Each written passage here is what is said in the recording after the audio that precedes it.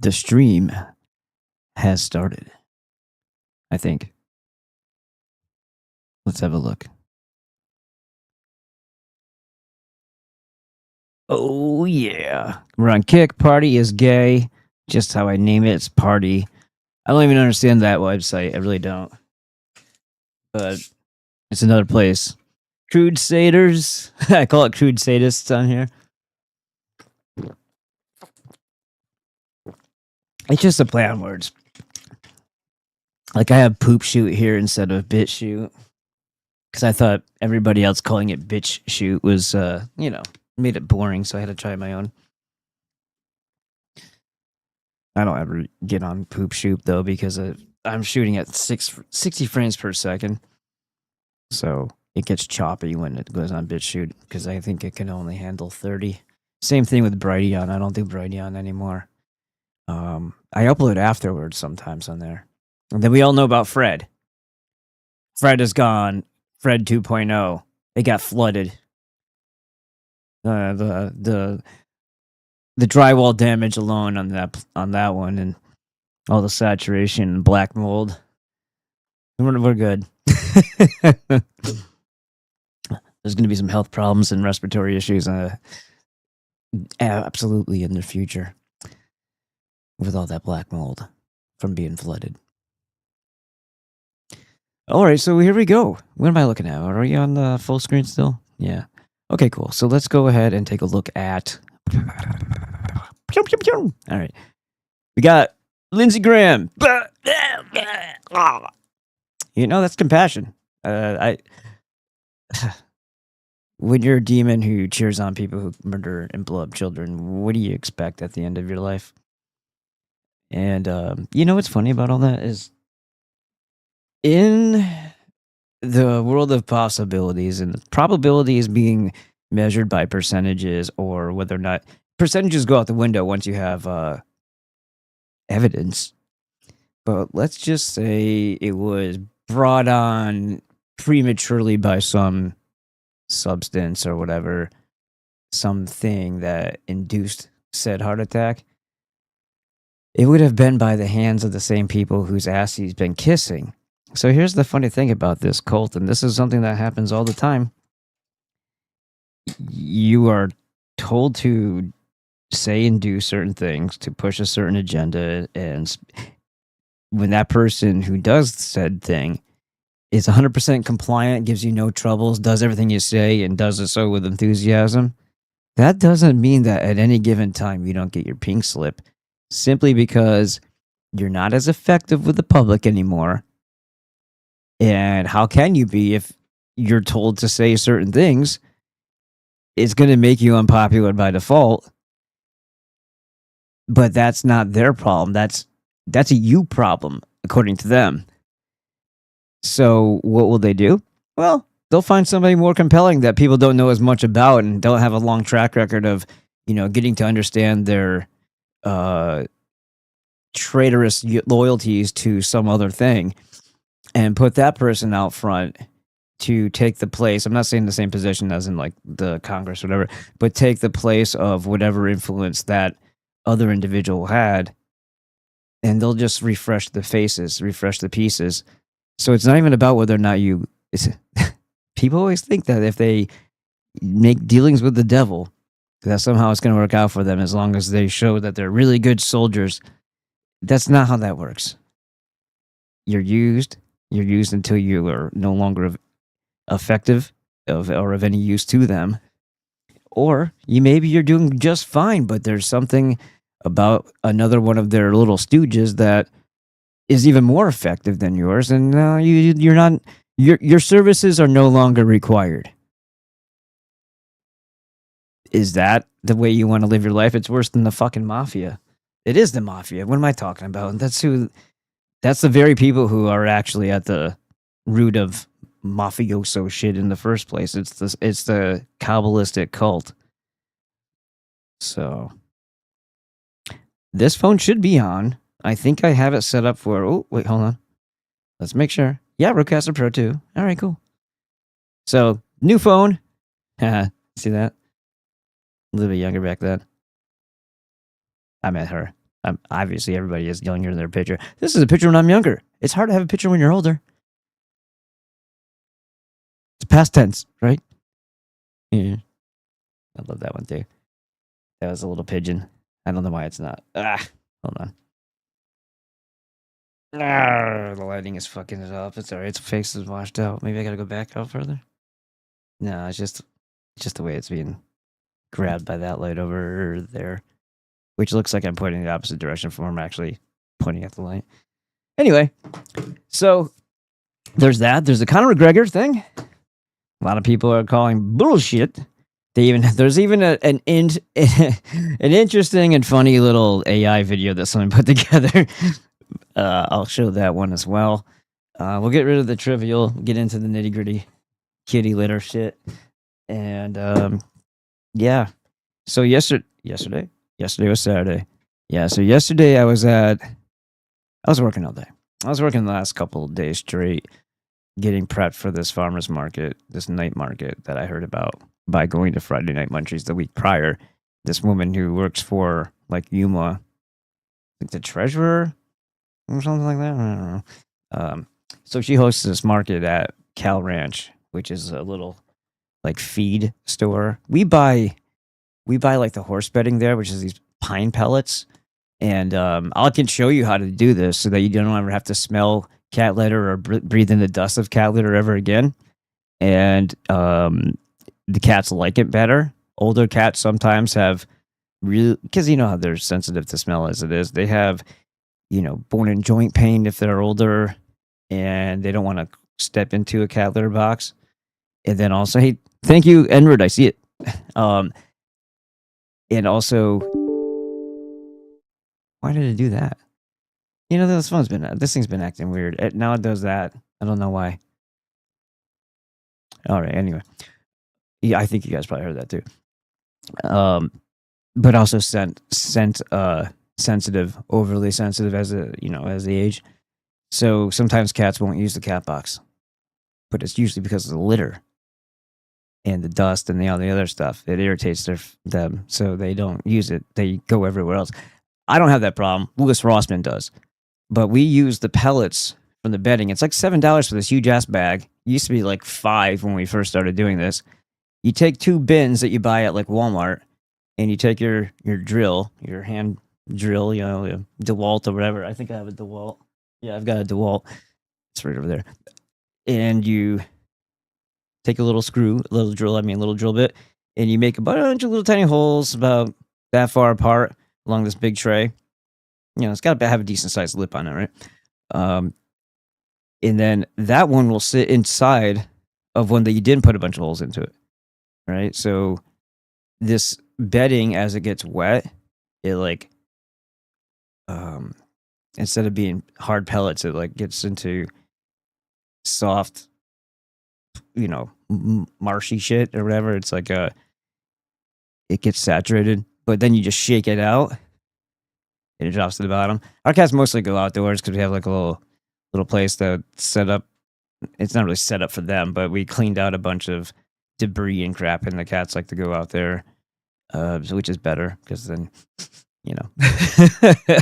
But yeah, so that's a really great way to not spend $20-$30 every so often to have this monster fucking cement can full of a cat litter with all the dust and all the bullshit that goes along with cat litter. So it'll save you a shit ton, and the cats like it more. It's really easy to keep up with. You just keep filling it and shaking it out, and so every once in a while, if you really feel like you can scoop it all out and put all new fresh in there, and it's just a lot easier. So that's where we go to Cal Ranch for. We grab those, and my daughter used to like to go. I think it's during spring time. They have all the little chickens and ducklings and stuff like that. And she used to like looking at them. She always wanted one, but it's like, what are we gonna do with it? It's no place to put him. And so yeah, it was about 110, 150. I think it was actually closer to 115 yesterday. I got everything all set up, shrink banded all the sauces that I had made the past couple of days. I brought like 11 cases with me, and I soaked through, and I don't mean just like a little bit, like, oh, like shirt's wet, it's uncomfortable. No, I soaked through almost. I don't know if it's possible to make it dripping sweat, like when you soak something in a shirt. I've wrung out shirts after being on the elliptical and shit comes out of it, but it was so freaking heavy. I took that one off, threw on a tank top, and then by the time the market actually started, because after I had to set up my booth and everything, by the time the market actually started, I wanted to wear my San Diego pepper shirt for the Crazy Pepper store that we have our sauces at, and the pepper, goes along with the theme. So I went back to this. So I was on the third shirt by the time the market started, and Cal Ranch was open for a while during the market. So I went in there and just to cool down because the AC felt amazing. And we're talking at night, like. I got done setting up my setup. I got there around 5 because I was done by 5:45, only because I hadn't done it in a while.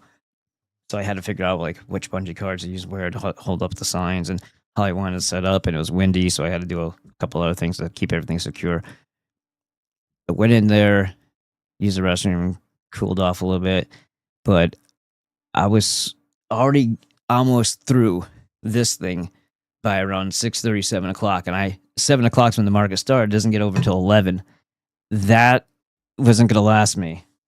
And as I'm going around, I wasn't even thinking about getting a drink when I was there, but I was obviously dehydrating because of all the sweat I was pouring out of me. And I had already grabbed the coffee from there's a little coffee vendor that shows up in front of our gymnastics a couple of the busier days. Friends with the owners of the gymnastics thing, so they put up their little, trailered coffee stand right in front of the door. It's a little bit, I don't know how I feel about that, having a vendor. It's like you're already spending a shit tons of money, but you're not forced to go get stuff. But the kids see it and they want like, vanilla bean and whatever type of drink. So I give my daughter those a bunch of times. And anyway, they were there, so I said hello to them and I got a latte for myself. So I'm now drinking hot fucking drinks and it's 115 degrees outside. As I'm leaving Cal Ranch, and I bought like a 50 pack of actual defense hollow point ammo for the 9. I probably allegedly in Minecraft. And as I'm going out, the lady's like, "Hey, did you know that those are all 62 cents each?" And I look over and it's just a big, huge shopping cart with 20-ounce bottles of Dr. Pepper, like with domed over with as many as they had in there. And my stepson loves regular Dr. Pepper. I don't think it's healthy, but I was also younger before and I didn't care about that stuff. I still wasn't a heavy soda drinker.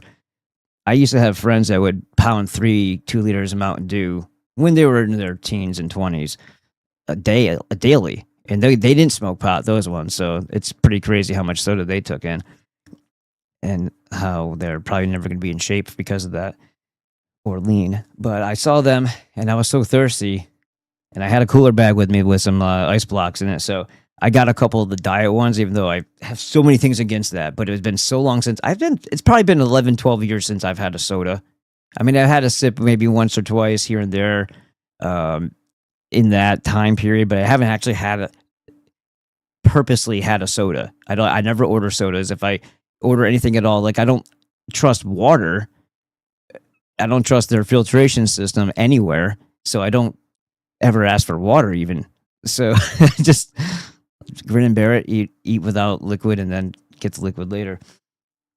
Or if they gave me a water, I just try not to drink too much of it because I don't know.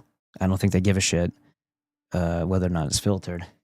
But I got like 4 of these for myself that night. I drank one of them and it felt like heaven because it's been so long. And I know diet, it seems like it's more carbonated. There's just something weird about diet that doesn't taste right? But it wasn't horrible, especially when I was that thirsty. So that was my lead up to tell you that I don't give a fuck. I'm drinking this right now.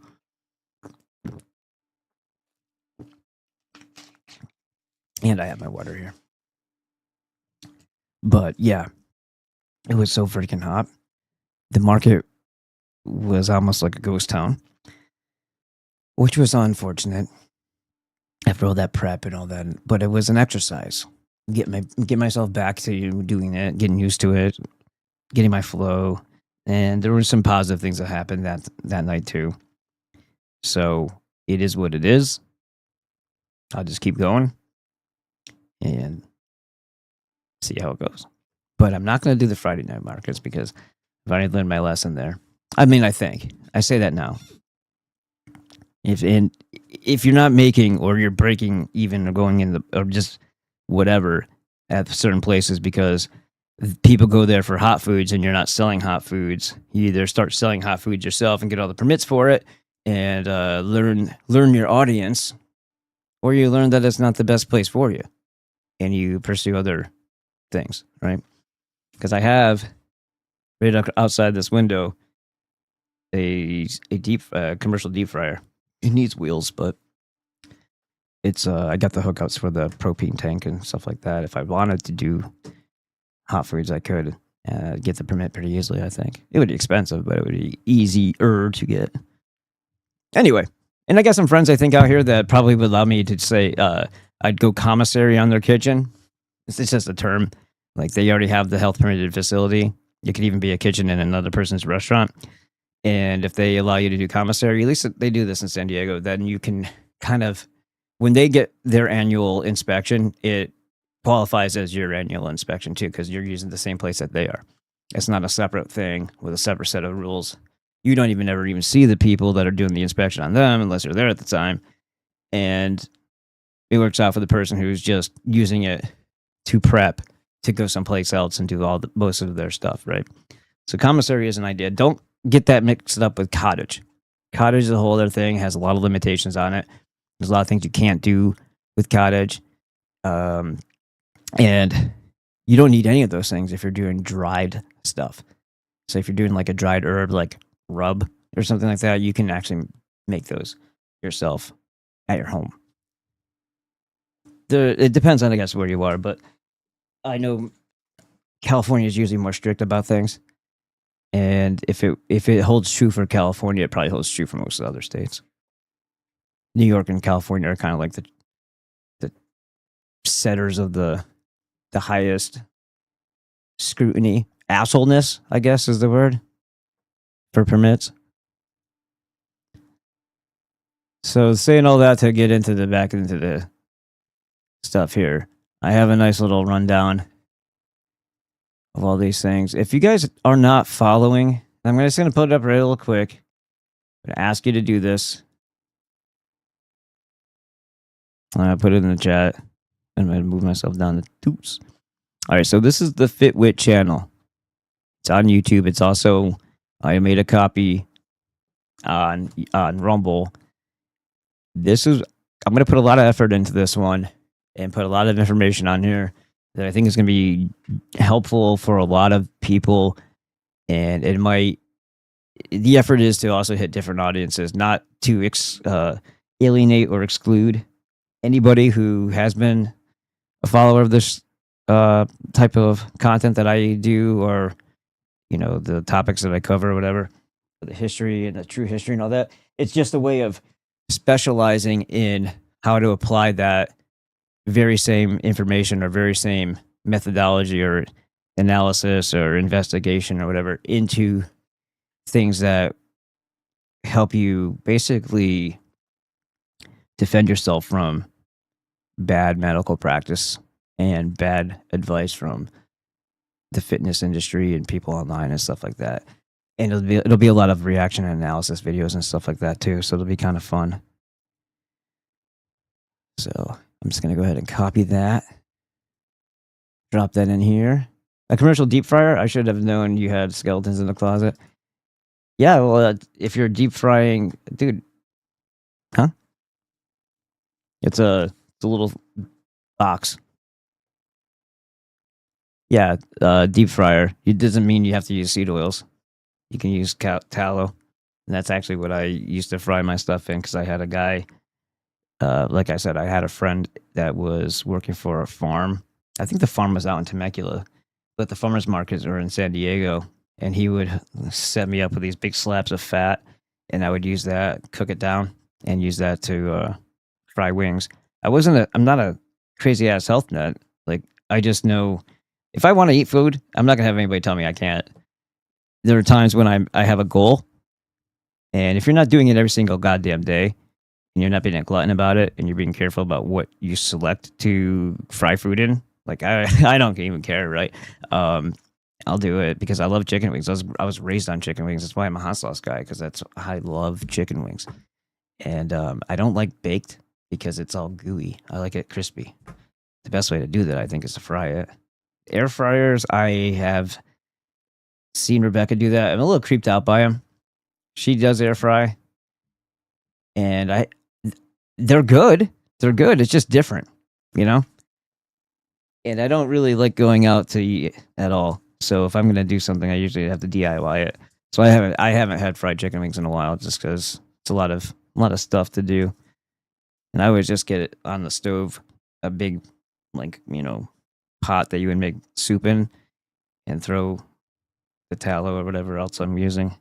I usually put butter in it too and cook it up. But I haven't done that in a long, long time. And if I'm cooking for other people, like, the objective here is just to have something for them to eat the hot sauce on, right? So that way they get an opportunity to taste the sauce and see how good it is on certain foods, and to obviously just the public doesn't care half the time what's in and things. That doesn't mean I would put shit in it, but it just means that for my taste versus theirs, they wouldn't be like, oh, that's a selling point, tallow. They wouldn't care. They're like, $5 cheaper if it's not tallow. Yeah, give me that one. You know what I mean? Like, people still eat at McDonald's, for Christ's sake. And I understand that. I felt you're probably hitting a point where I should have probably explained that a little bit better. Let's see. Understand that. Anybody here? Anybody here? And I didn't paste. Yeah, I did paste it there. I pasted it there. I didn't paste it here. So that is the YouTube thing for that channel. And then the other thing that we're going to do is grab this one. And I'll pin this up if anyone wants to help support the show. Holy shit. Yeah, I was expecting that market to go way different. So until it does, and I'm sure it will eventually, it's just not happening yet. And it was just a bad night. The guy said, yeah, there was basically nobody here, but the last time he was there, which was the last time they had it, he said he did great and it was busy. So I'm like, all right, well, obviously you can't ever judge anything on the first night. It takes time for people to get their groove, recognize the thing, and come back. It takes time to build stuff. If you don't have celebrity pull as it is. And things were different 13 years ago in San Diego too. I got very lucky to be in a lot of really cool places with a lot of exposure, and we were very well talked about. The word of mouth got out really, really well for us. Does this look real? I mean, you're not going to be upset about having this video here anyway, but I mean, unless you're a little on the yee side, I don't know. And I think it's a little on the what is that? You call that AI? Is that possible? Is this a real thing? Is that a real thing?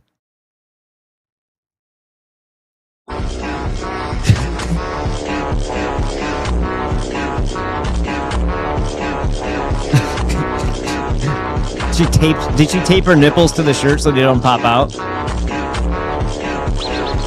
Staples.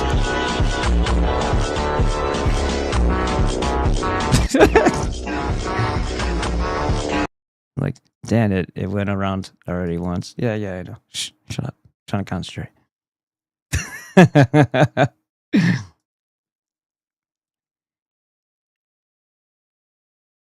Oh, yeah, Bear Grylls talking about Krav Maga. And I'm like, oy vey, it's jujitsu.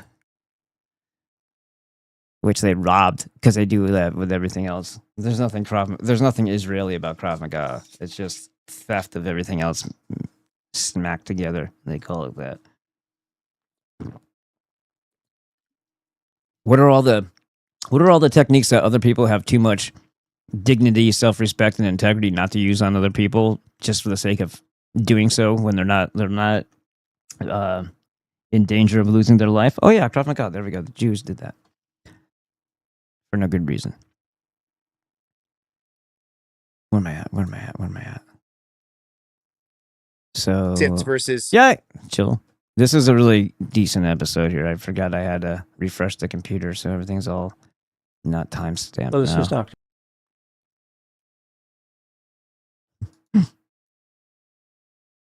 All right, so there's some Conor McGregor shit here. Oh yeah, we got to get to the actual thing. We don't care about the what looks like they do this thing that looks like a video game in the beginning now. Like that's how video games set up. Like they look just like that when you do the fighting games, and that looks very fake and AI. Like I'm sure they stand there, but then it's like when they do like the Mortal Kombat things, right? Why was he acting so strange? Well, it doesn't get worse than that. I don't know. Everybody, there's some people out there that said it was all bullshit, and that he was just robbing them, robbing the hood. So we'll get into If you're a man, hey, bro. Yes, bro. When I tell you to talk, then you can talk. There's some fun stuff about Israel. Did Conor throw his last fight? I don't like Jesse on fire at all. I think he's a fake expert. He might very well be good at whatever the hell he does when he's rolling around on the mats with men, but that has nothing to do with his take on things. He doesn't research shit. He really showed how stupid he is when he decided to comment on the Charlie Kirk thing just so he could get clicks and views on something that was trending. And he sounded like a complete and utter idiot. And it was very apparent that he didn't know what the fuck he was talking about. And then I noticed a lot of his stuff is the same way. It's coming out of his own personality, and his arrogance of being so sure is what informs him as to what the truth is. Therefore, if it's like sensing and feeling something must be true is why it's true. I'm sure this asshole here, Chael, is gonna cover for Conor because that's what he's doing. If it was a big setup because they knew he was already injured and they were just doing a money grab because it's money left on the table if he doesn't fight and then he just pulled some bullshit, or if it was just a big scam from top to bottom and he wasn't even hurt, Dana White would have been involved in that.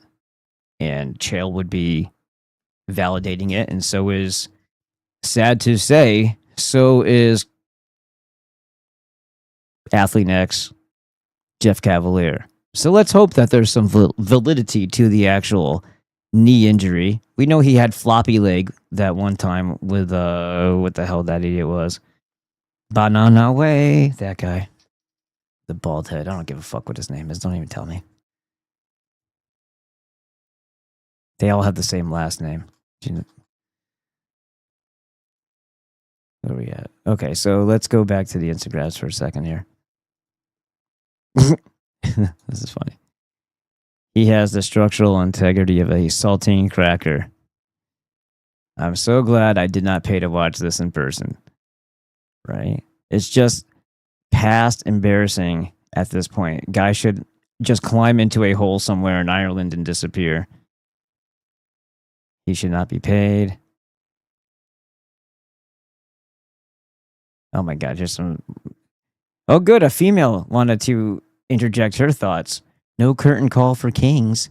I'm 35. And it's all about you. She's not a narcissist at all. This is where she decided to land this on a no filter page. Oh, I don't know how many. I don't care how many. 208,000 follower. I'm a playwright, a screenwriter, a poet, a mess who knows the difference between a stage punch and the punches that echo long after the lights go down. So yeah, she wants to show you that she's a poet. So fuck Conor McGregor. Fuck the Jimmy Fallon show for polishing every rough edge into another ratings boost. Fuck the church. You should be saying fuck the Jews, because everything that's a mirage, everything that's deception and spellcasting that comes through your TV, through written word, through paper, who is behind that? The same people who are trying to sell you something or sell an idea to you and sell a perception of the world to you. Who controls all that? The same people that control your money. Oy vey! It's the freaking cult. It's the Kabbalistic cult, the Saturn cult, whatever you want to call it. The cult of child killers. So if you want to get to the root of it, all the players who do their part, you can blame them if you feel like it. If you feel like, being superficial about it and not having the deeper understanding as to why everything is like that. But isn't that kind of pointless? If you don't ever know what the real root cause of things are, how do you plan on fixing it? How do you plan on understanding it properly? Fuck the cheering crowd, the endless I'm not going to continue reading her bullshit. Look at this. How long that is. I don't get that, but it's a dude in a Batman suit, so that's cool. This was here's somebody who doesn't maybe English isn't their first language. It was staged. Forgot the D. He entered the ring already hurt. So says the person who thinks that the shoe thing was indicator of that, which could possibly be true, but nobody knows anything. But everybody talks about it because they hear other people say it, they witness something, but other people first mentioning it, or whoever's planting the seeds into social media that want to form your opinion in a certain way, you're lining that up with what you also saw, and then you're acting like, see, I knew I was right. So it's about your own ego when you make a claim out of a belief when there's nothing confirmed and you can't prove what it is that you saw. But God damn it, you got to be special. Everybody's own ego and their own assumptions and presumptions are what get everybody else in the mess that we're all in. He didn't want to look like a looser. Yeah, that sounds like something that happens post prison. In front of Holloway, money isn't the problem. Well, it is if you're going to make a bunch of it or not because you back out. His name must be held out there. I wonder how many times he's cheated. There's an awful lot of things going on in that thought process. And it's a bunch of people with their tongue stuck out. I'm guessing it's the female right there with the dog's mouth open too. That looks a little bit on the AI. So the real geniuses always come out to make their statements known, make their opinions known, especially on things that don't matter because the whole thing is circus in the first place, right? Distraction. The world doesn't get fixed or anything positive happen because you watch the UFC fight. Now this is the joke one. Yeah, so I did fake the knee injury because I knew Max was about to clap my cheeks harder than Khabib did. I tell you what, that was the easiest and fastest multi-millions I ever made. Tell me another person who can make 10 to 20 million in just 1 minute. Even Elon Musk can't compete with me. I just scammed the UFC harder than Michael Jordan scammed NBC. And I will take a long break after this heist. Maybe I'll come back in 3 or 4 years and take a few more million from the UFC and then officially retire after that. Thank you. Hey, Connor McDookie, what the hell was that, man? I didn't know you were a 2-pump chump, bro. That was embarrassing. But I knew how washed you were. So I took Holloway to win on Kalshi with all my funds. That was the easiest money I ever made. So obviously this is an advertising for Kalshi because it's mentioned. I thank you for being made of glass. I'm not made of glass, mate. I just like being efficient in how I earn my money. Do not compare me to athletes who are made of glass like Anthony Davis in the NBA. And I know Dana White is fuming after that. I just cost him a few blackjack hands with that shit show. Yeah, so I did fake the knee. No. Money was made because you showed up and people paid and people gambled on it. You gotta be fucking gay. There you go. Let's bring it over here. Just a couple of these. I'm not gonna go too crazy. What happened? Oh, okay. Never mind. I clicked that one. There it goes. Copy.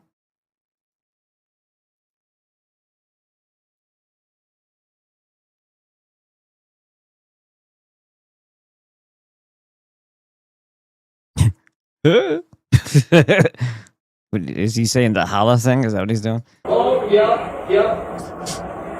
Yeah, you can see it right there. You can see it in his face. You saw. That's crazy. That is literally crazy. Look, he gets out again. He blew his right knee out. And by the way, he blew his knee out in the first fight with Max Holloway. Yeah, but it's different now, right? Like, He did it with the very first thing he did. yes, it's early in the fight. Max, Oh, yeah. You can see it right there. You can see it in his face.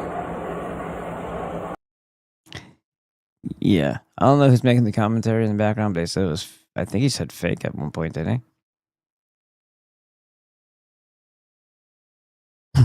Yeah, this is I love how people make these like, I am a psychic, I am an empath, I can read minds and palms. Like, everybody will deny that they believe in any of that shit. That's all bullshit. But me, I have a special gift. That's what every idiot thinks that. It says, I didn't like the look on his face before the fight started, like he knew something was wrong. What? That's some very vague bullshit that you just said there. He could have been wrong because he was about to do wrong and screw people over with some bullshit. Could have been a lot of reasons why somebody felt a certain way. Plus, Connor isn't exactly somebody who has a large dynamic range of emotions that are anything but the same overlapping self-serving mindset. You know, so like, what are you talking about? It's like people are trying to philosophize and get real deep. And these people aren't that deep themselves, so what is it you're trying to dredge out of that? All right. We get back here. To the proving ground, McGregor trying to get off to a fast start as it brings. Keeps falling. Connor fell twice trying to throw those kicks. Get him, Halloy. Proving ground. Like, why would you run in like that in the first place? Because you're trying to make an excuse for yourself as to why you had to stop. And if people actually believed that he thought that he was injured in the first place, why would somebody go galloping into the ring with high kicks? And if they have an injury that they're guarding, even if they're going to cry like a soccer player when they're trying to draw a foul or something like that, and over dramatize. There's a lot of acting, right? Why would they want to actually hurt themselves when they could just play it off as if they were? They would be guarded of their injury if they're about to, you know what I mean? You can hyperextend on those wild fucking kicks too. Or or come down on it wrong. I did that just at the trampoline park, jumping from one. There was barriers between like where the two squares of separate trampolines come together. Then they have the padding in the middle. So I was jumping from one to the other, as I did forever, all throughout my daughter's life, because we always had passes to trampoline parks. And when I was at Sky Zone out in Chandler, somehow just doing hopscotch like this, one over the other, my knee bent inward, sideways, and it's still jacked up now. Never had any problems with my knees ever. It is once again time for some terrible public lands news, and this one is really bad. So as of last night, there are reports that Trump is expected to sign proclamations as soon as Monday, July 13th, that shrink or completely eliminate Bears Ears National Monument and Grand Staircase Escalante National Monument. That's It was bullshit. done here before in 2017, and it got repealed, but it's happening again. And See, he tried that shit before. Why? Because he doesn't give a fuck about anything. Everything is treated like a fire sale with these people. Anybody that is associated with them or works with them or supports their cause, they only see it. How can I exploit this thing, drive it into the ground, sap and suck out every last penny of it, and then leave it as the discarded waste that it is, that's left over. They do that with human life. They do that with natural resources in the ground. They do that with anything that can have a potential for a lot of money, especially something that is basically it's money in the bank in reserve, like Fort Knox, when you have a bunch of area that you can either steal all the water from, steal all whatever is under the ground from it, cut down and log all the trees, and then destroy that territory because demons want that and demons will pay for it. So why not just give the demons what they want? Now, after you've logged everything, well, that's a big wide open space. You could put data centers on that and they'll pay dearly for that. Or, let's talk about how we make more desert and less farmland when they then drop a bunch of glyphosate and every other herbicide and pesticide on top of it. And it kills the mycelium in the ground that transports all the nutrients across the forest. Now you have a wasteland. Completely dead. Really hard to come back from that. No nutrients. Less places to have a source of growing food that people can eat. Habitats, ecosystems, all gone. Poison left in its way. Poisoning whatever groundwater might be underneath it. If they didn't find that too. And then they just move on to the next place and they have all these Bureau of Land Management places, sets, territories that they never should have had in the first place because the federal government isn't supposed to own fucking shit or have any say as to what happens on it. This is all a result of civil war. But hey. It's really horrible for a number of reasons. Oh, and, FDR came along and did his thing. That I hope are obvious, but let's go through it. So as a botanist, the first thing that comes to mind are the hundreds of thousands of acres of really beautiful habitat that should be protected forever. There are also dozens of extremely rare plants that grow on the monuments that will be totally at risk if the area is opened up for development, extraction, or other privatization.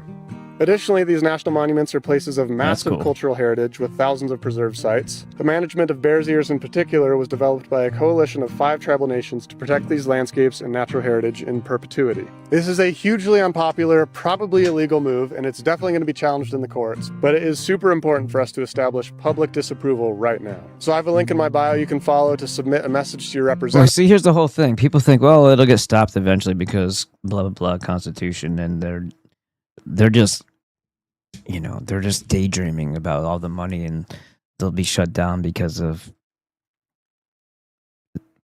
principles and laws, and it just simply can't deal. You can't do that. Okay. Let me introduce those people to, hey, do you know who actually runs your country or what is it, the territory that you believe is your country?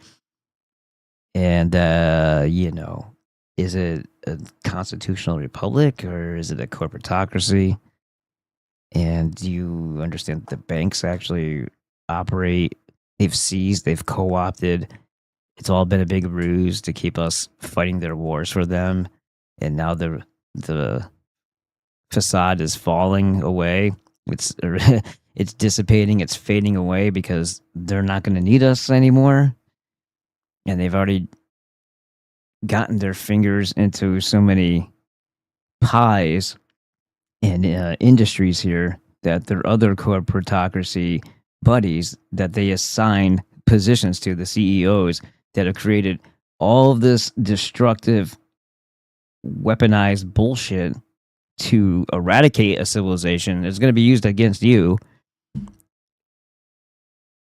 Meanwhile, the American dream of an entrepreneur, a person who wants to just set up their own business and get going and just make a living for themselves and their family, the good old American way has all been squeezed out because of the artificial mega corporation and financial, what do they call it, asset managers like good old BlackRock and Blackstone and all these other assholes.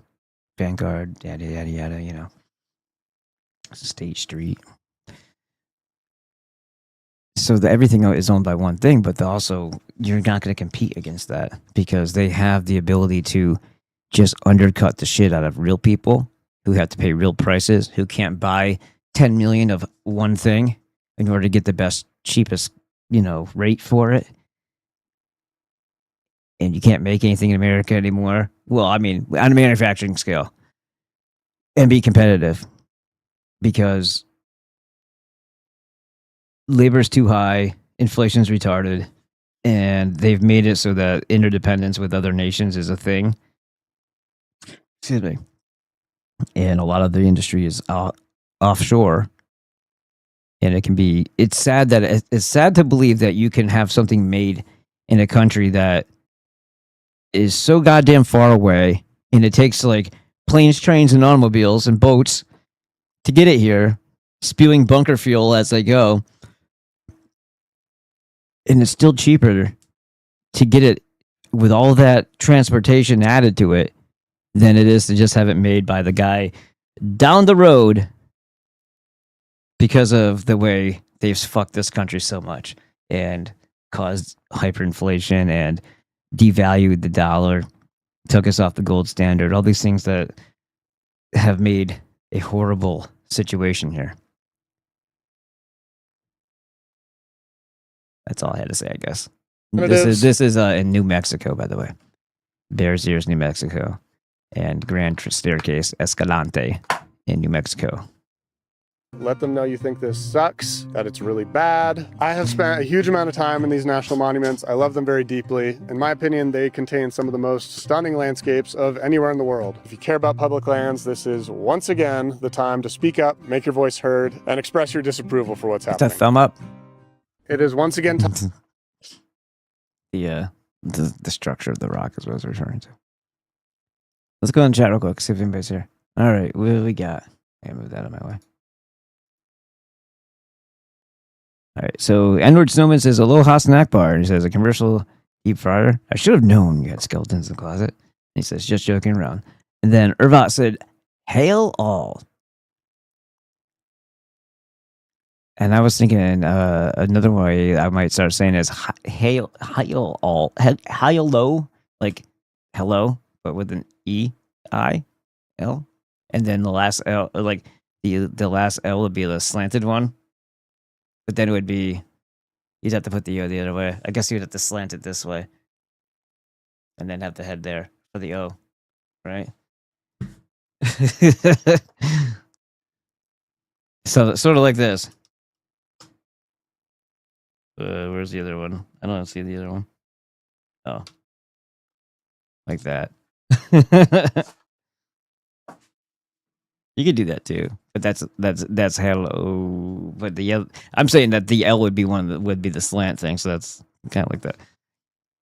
O/ said Irvat, and the good evening all said Pewter Skull 67. Irvat said good evening, and everybody's saying hello. We're all just very polite people here.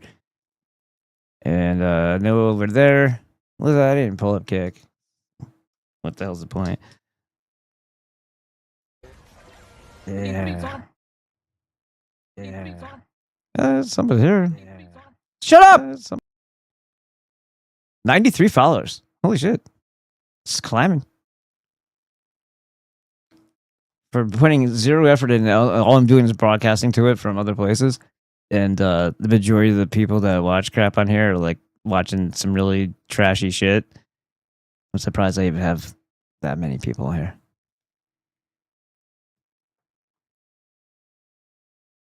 Anyway, back to the doom scrolling. You're saying Flock does not track people, correct? Semantics! Track people, that's right. And the hold their movements like you asked. We're not tracking people. But what everything's all about, well, technicality, or we're not tracking them. They're in the line of sight, and our cameras happen to be everywhere. So if you were trying to find where somebody is going, couldn't you go from camera to camera to camera to camera to camera to camera to camera and follow them? Yes. We're not tracking them, though. We just have all the data for someone who wants to. We can tell by all of these other signatures, like your phone, your MAC address from your phone, all these other things, your movements, your gait, your whatever, all these biometrics as well, because we're just doing all these things now, and we can integrate that with all the surveillance that's on your newer cars.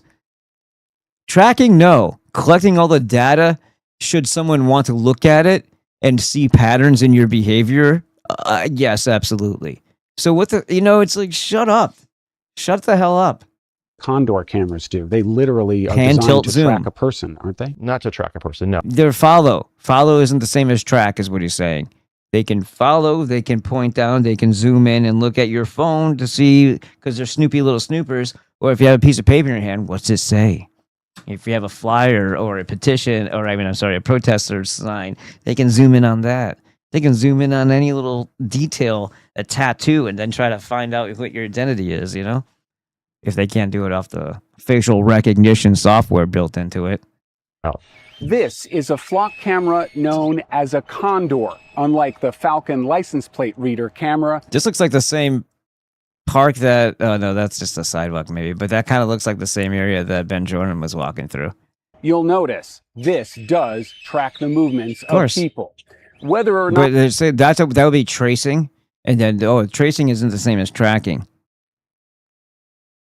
Or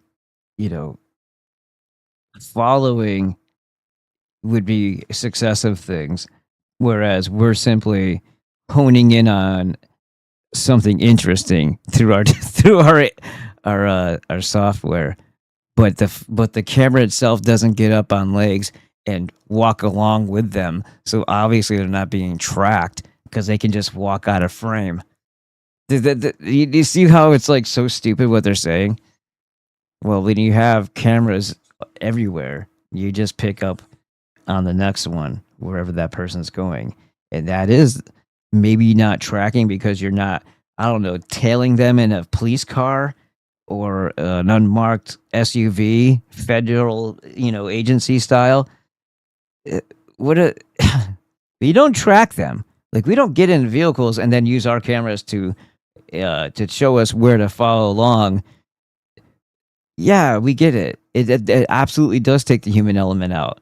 But you can still follow somebody around, meaning you're not actually following them. Okay, thank you, semantics.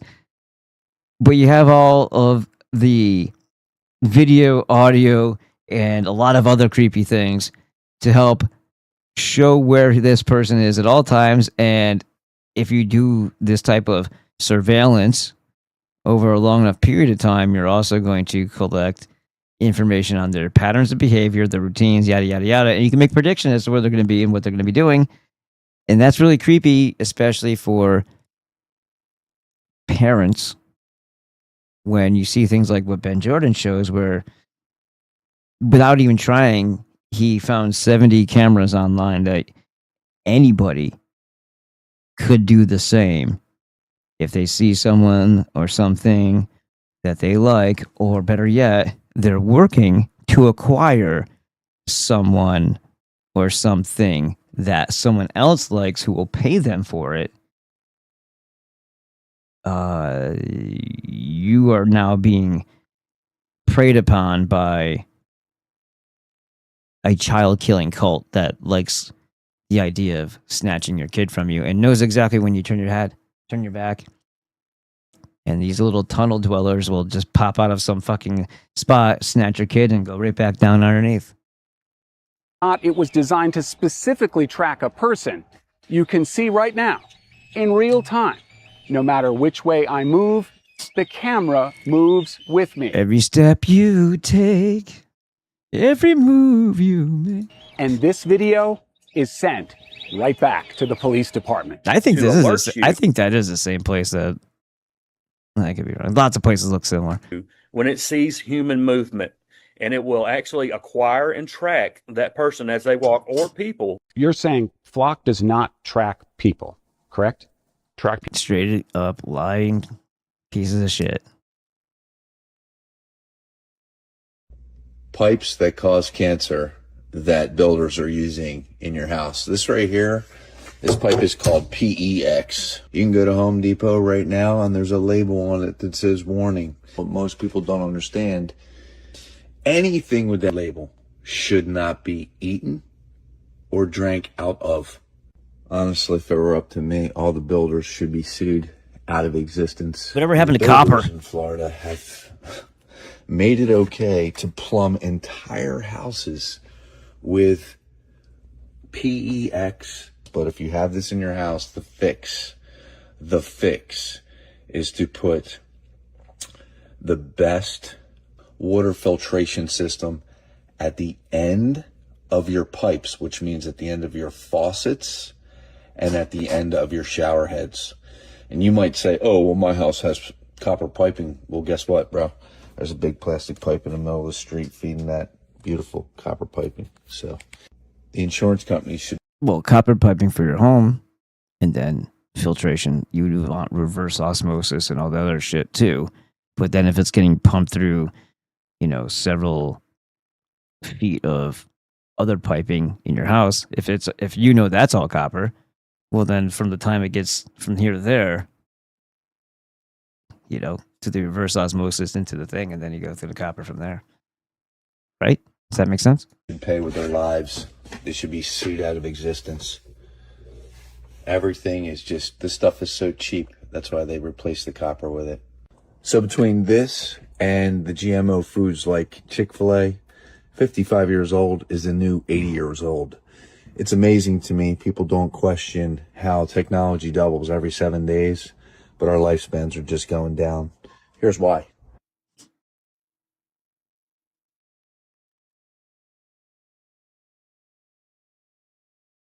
I could not make this stuff up. You can't reason people out of a position they never reasoned themselves into. They're just coming from somewhere that's frankly not real. And it's nonsense. Mayor, council, staff, Paul Lynn, Walla Walla resident, I wish to comment on the minutes of the May 29 council retreat. I watched the recording. Much was discussed at that meeting regarding public comment, including discussion of my comments specifically. One council member expressed that he felt his life had been threatened. I genuinely believed my safety was in question. Another characterized my civic participation as aggression. So he said that him speaking was, the words hurt. They thought that their lives were in danger. This is the new way that they argue when they can't argue the facts. You simply saying that you're upset. Well, being reasonably and naturally upset about how egregious they are about stealing your rights away and fucking you over and stealing everything else from you as well, and then making you have to pay for things that you don't want. Forcing you to pay for the installation of things that you're there to say hell no to, that are also bad for your health and your family's health and the wildlife and the groundwater and all that. For you to be in opposition to all the shit that they're trying to do that's evil, you stating that is going to be considered hate speech, threats. I felt like I was being threatened. I felt like my life was a fat, pussy little feminine male. Felt like that. Well, you know what? Your opinions and your feelings are invalid. Sorry. Grow up, or why do you have that position as a representative of your people, your constituents? Why do you have that? Because you were assigned it, as is everyone else. You get to play the game of pressing the buttons and pulling the levers, but we all know what happens. And the biggest soft heads with the biggest soft bellies and probably the stretched out assholes are going to be the ones who work on emotions and feelings rather than dealing with the reality of the situation. Because they can't argue with that part. They can't argue with the simple fact that nothing that they're doing is popular enough for them to be trying to sell people on the idea that the people want it. It's obvious that that's not true. So by simply speaking it and being, animated, passionate about it, flabbergasted and outraged by the simple fact that it was even considered in the first place, let alone going to most likely pass and change your life and ruin your property value forever. Jeez. Why wouldn't you have a little bit of, a little pep in your voice for that? So that make sure that you're understood clearly. And you have some pussy in the, yeah, you're playing the victim card? You guys are actively pursuing things that will harm the lives and the health of children, not to mention everybody else, but you're scared? You're scared of people not liking that? You should be. You should be scared of the warrior who stops and says, no, you're not allowed to do that. and suggested forcible removal. We can remove a person for disrupting. A third suggested that, quote, maybe a taser or two might help. Maybe a taser or two might help.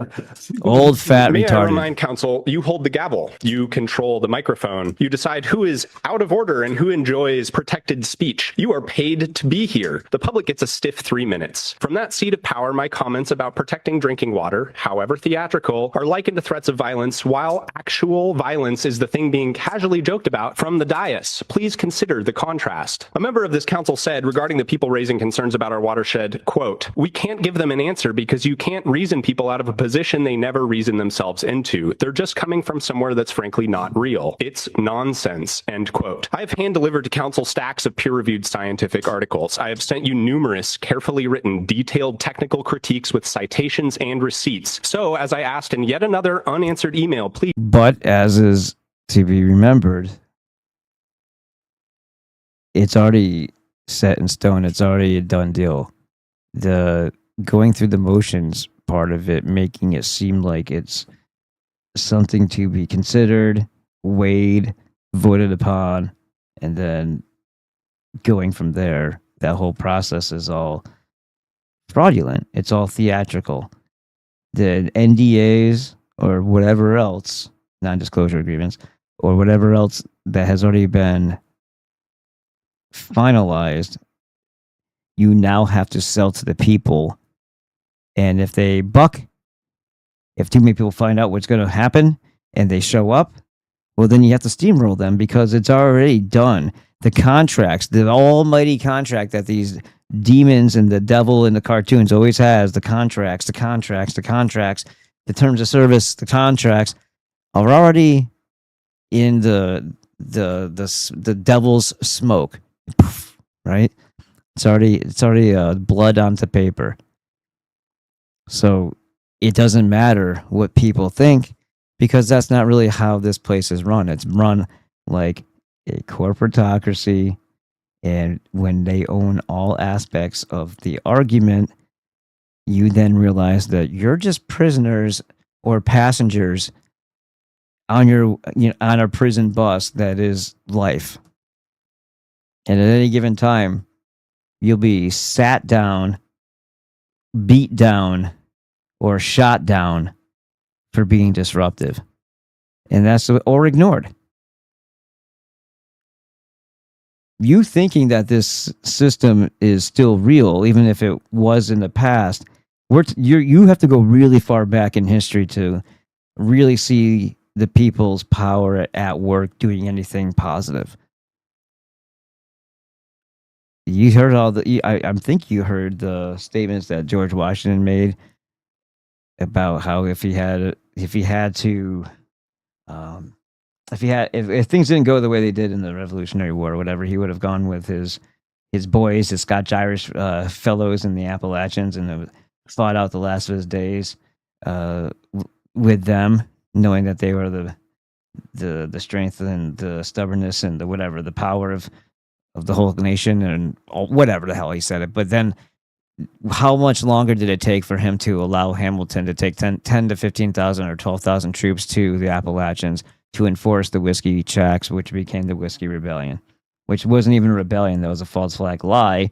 It was just an excuse for Hamilton to show that, push his might and enforce some bullshit upon the people, a targeted tax that was targeted specifically at an industry that they primarily were involved in. And why? Because think about it.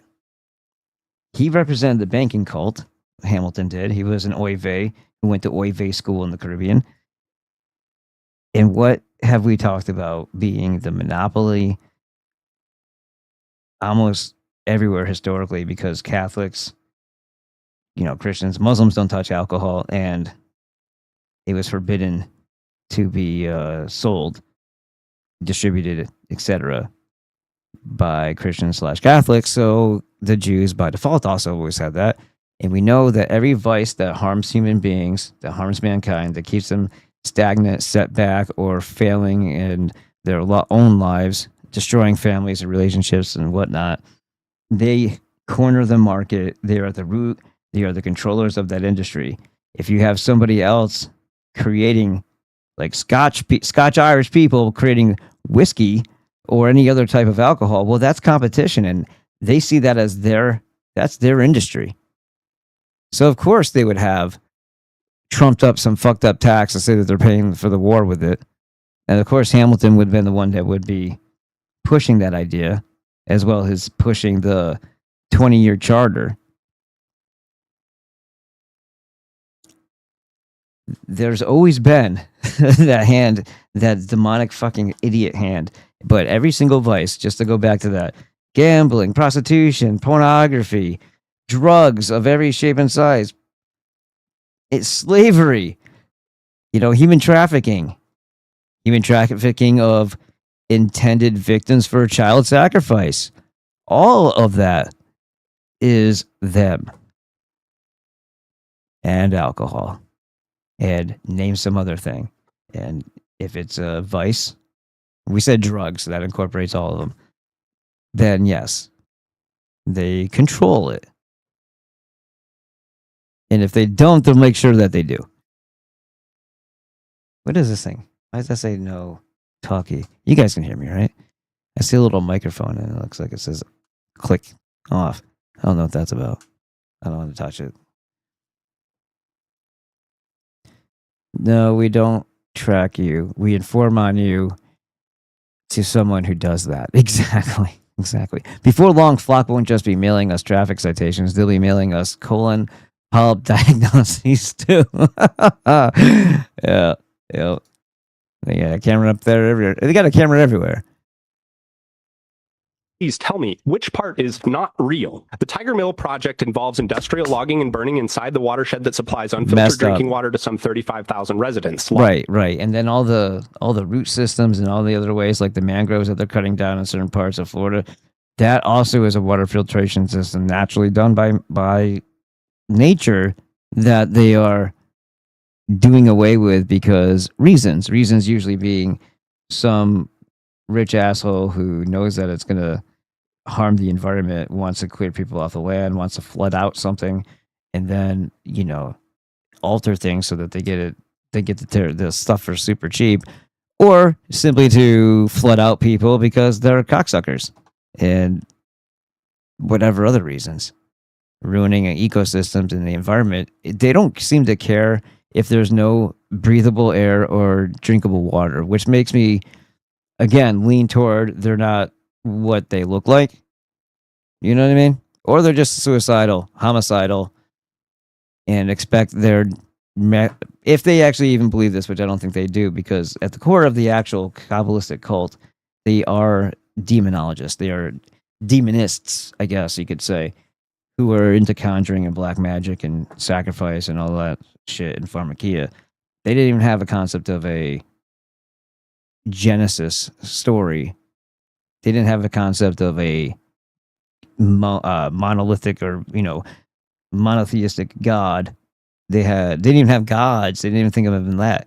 In the term gods, again, we can get into how that is misunderstood and applied incorrectly on purpose to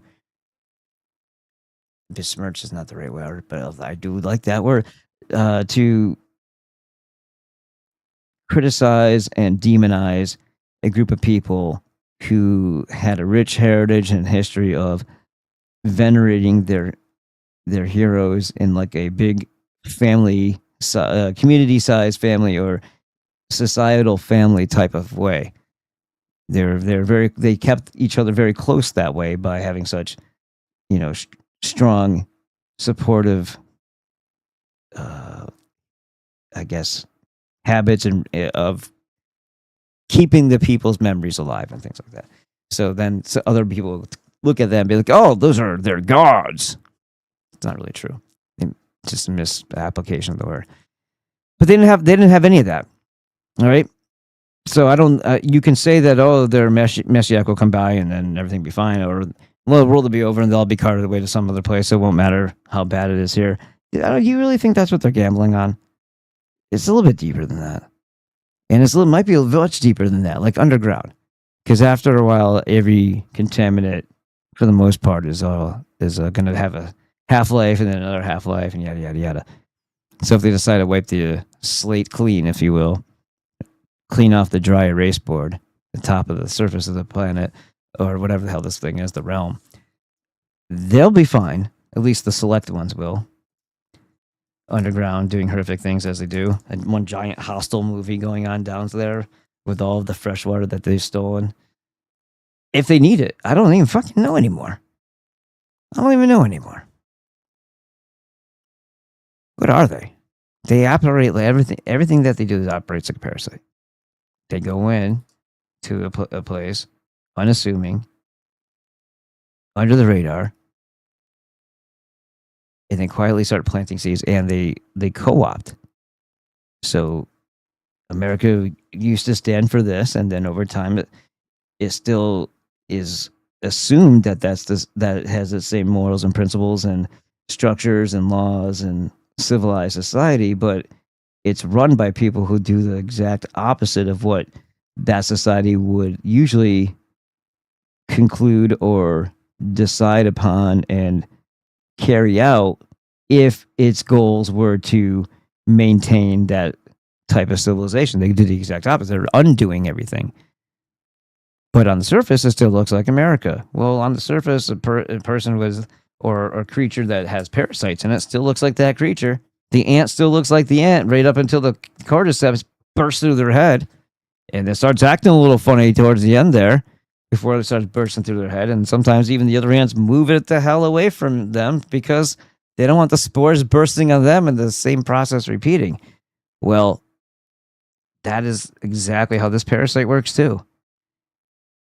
They pervert, they erode, they destroy the moral structure, they dehumanize, they demoralize, they destabilize, and then they normalize in a lower grade of standard or to the point where there are no standards. Chaos is the new way. There are no rules and there's no limitations, provided you're of the class of them. Then they can go on and do whatever the fuck they want, and whatever bioterrorist or bioweapon group of, we'll call them minorities for now, that they decided to use against the ethnic Europeans, well, they can do no wrong either. They'll support the whole idea that it's racism if you do. Meanwhile, they're raping and murdering your children. They're lighting people on fire. They're stabbing in the neck and light rails. And they're getting out the next day or seen as they're being shielded by the system. Well, that doesn't sound like America, does it? It sounds like something co-opted. It sounds like a parasite's there. Logging and burning on steep ground causes erosion and sedimentation in streams. Removal of forests reduces summer base flows and increases flooding. Combine these factors and you have the exact recipe for a perfectly foreseeable catastrophe. That's not nonsense to the people who lost property in the floods or the residents who already can't afford increasing water rates. A prescribed burn escaped, cost millions to suppress, and spiked contaminants at the treatment plant. The exact water quality event the science warns about. The exact variables the Forest Service experiment is explicitly using our watershed to test. Or was the city's own data not real? Hundreds of your constituents, including scientific experts and 2 former mayors, asked for an EIS, for a letter, for anything at all. So understand too that when people say this, they're not saying this because they think it's going to get through to people who its job it is to ignore all this and just go ahead with what they're told. It's not for them. It's for whoever it happens to be, the bystander that's watching this and seeing the corruption. It's for you to point out the corruption, not assume that there's some magical arrangement of words that will compel somebody to do the right thing. No, it's to alert others as to how corrupt and how blatant the lies and the deception and the evil practice is that is attempting or pretending to be constituents or representatives, literally in their title, of the people. And like everything else, as the demon Jews have said themselves quite a lot, it's your fault for trusting them. They don't say it like that, but they show it in their actions. It's your fault for turning your back, trusting, accepting some sort of offer for peace. It's your fault. It's your fault. It's your fault. It's like, bitch, you knew I was a snake. Like that. Do you remember her? The woman takes in the snake, is half dead, da da da da. And then when it gets healthy again, it bites her and she's dying. He's like, what did you do? He's like, bitch, you knew I was a snake. Sort of like that. Sort of like that. The council declined. It declined enforceable water quality thresholds. It declined an independent review. The city has the standing to ask hard questions under the 1918 agreement, under NEPA, under the Clean Water Act, under the Safe Drinking Water Act, yet still chooses silence. So, my nonsense in a nutshell. The city acknowledged the risk, measured it in real time, backed the project anyway, spent public money on it, and now spends precious council time deliberating about how best to silence civic dissent instead of how best to protect our drinking water as its highest priority. So I ask you again, sincerely, if any fact is wrong, name it, and I will correct it now on the record. Matt, you have nothing to say. Oh, there's that fat fuck again. I could not make this stuff up. You can't reason people out of a position. They never reason. That's the same fat fuck wearing the purple that was wearing the red in that other clip at the end. Asshole has nothing to say, but he likes to talk shit when there's no one there to talk back to him. That's a fat old coward who's just happy taking it. They know they're not here for long. They're not going to see the destruction and the poisoning and the detriment of their decisions or their decision to allow through the filter of them these horrible things to happen to their communities and in the macro to their country and the world. They don't give a fuck. I think I'm hearing something in the background. Because of that, I'm going to get up for just a moment. How long is this one? 2 minutes, 25. Maybe up a little bit longer than that. That's a little bit long.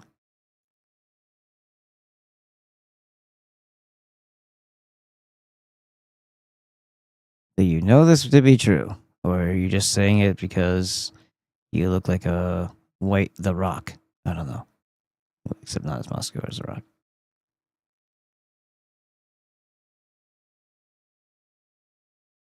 Mike is to tell us worst video yet. Let's go with that. It's only 9 minutes 40 seconds, and Mike is to tell you finally lost it. Oh, I got chirped. Look at that. Let's see. Thank you, Bill the Butcher. Could you please give me the link to the Walla Walla shit? Yeah. Is that by you, bud? Let's see. Let me get it back in there. I could not. Pause that. Copy. So it's fun. It's like the Gaia TV. It's like fungaia.life. I'll type that in there too. Where am I at? There's the link to there. Yeah, it just says Instagram until you click it, then it asks you. So it's fungaia .life on Instagram. There you go. And thank you, Bill the Butcher. Greatly appreciated. We totally need it this month, and we're going to be, lucky. We got daughter's birthday party. We've got Van, who probably needs a lot of freaking work now. I'm hearing something that sounds like, did you ever put ice cubes in your dryer to get wrinkles out? It's a thing you can do, especially if you don't have an iron and all that crap and you don't feel like doing that. You can throw ice cubes in it. Like, let's say you did a big load of laundry and you let it sit too long and it got wrinkled. You can throw some cubes in there, kind of make steam or whatever, and you'll get the wrinkles out. Well, when you hear the clinkety clink of the tumbler and these things, picking up and then dropping, picking up and dropping, that sounds like that in whatever. Maybe it's my transmission or my engine. I don't know. Ever since I came back from San Diego, louder sometimes more than others. But just add one more fucking thing. I can't afford to get anything else, so I need to fix the one I've got. And I need to be able to get back to San Diego again for future deliveries, so it's really going to be a piece of... yeah. Let's see, what do we got? Heavy neck, submission, I don't care. Yeah, let's look at Mike Israel. There's a picture of him that says Mike Israel not doing well. I think he lost his wife and then whatever. He's always doing dick jokes, or like acting like he's gay. I don't think he's acting. If you want to follow the drama between him and Coach Greg, if you're just bored with life, you could do that too. But let's see what this guy has to say. I'll be back probably before this ends. I just gotta if my daughter's home, I'm gonna say hello, but I should be back here soon. I could be wrong. I could be hearing things. It could be kids outside. I don't know. Yes, bro finally remembered his YouTube password, and I honestly wish I didn't, because as soon as I logged in, the first video that was recommended to me was probably one of the worst fitness videos that I've ever seen. Like, I'm not even kidding. I watched Mike Jezretel's video called "You're Undertraining the Muscles That You Care About the Most." Like, the video was so bad and filled with misinformation that it literally brought me out of retirement, okay? I cut my fucking vacation short. I'm not even joking. So it's something this colossally bad. I thought we should go over it together. So gamers, get your food and let's just jump into this one. Take a look down at your genital area. That's right, take a long, hard look at Mr. Winky. He's dry as hell, isn't he? Why do you think that is, pimp?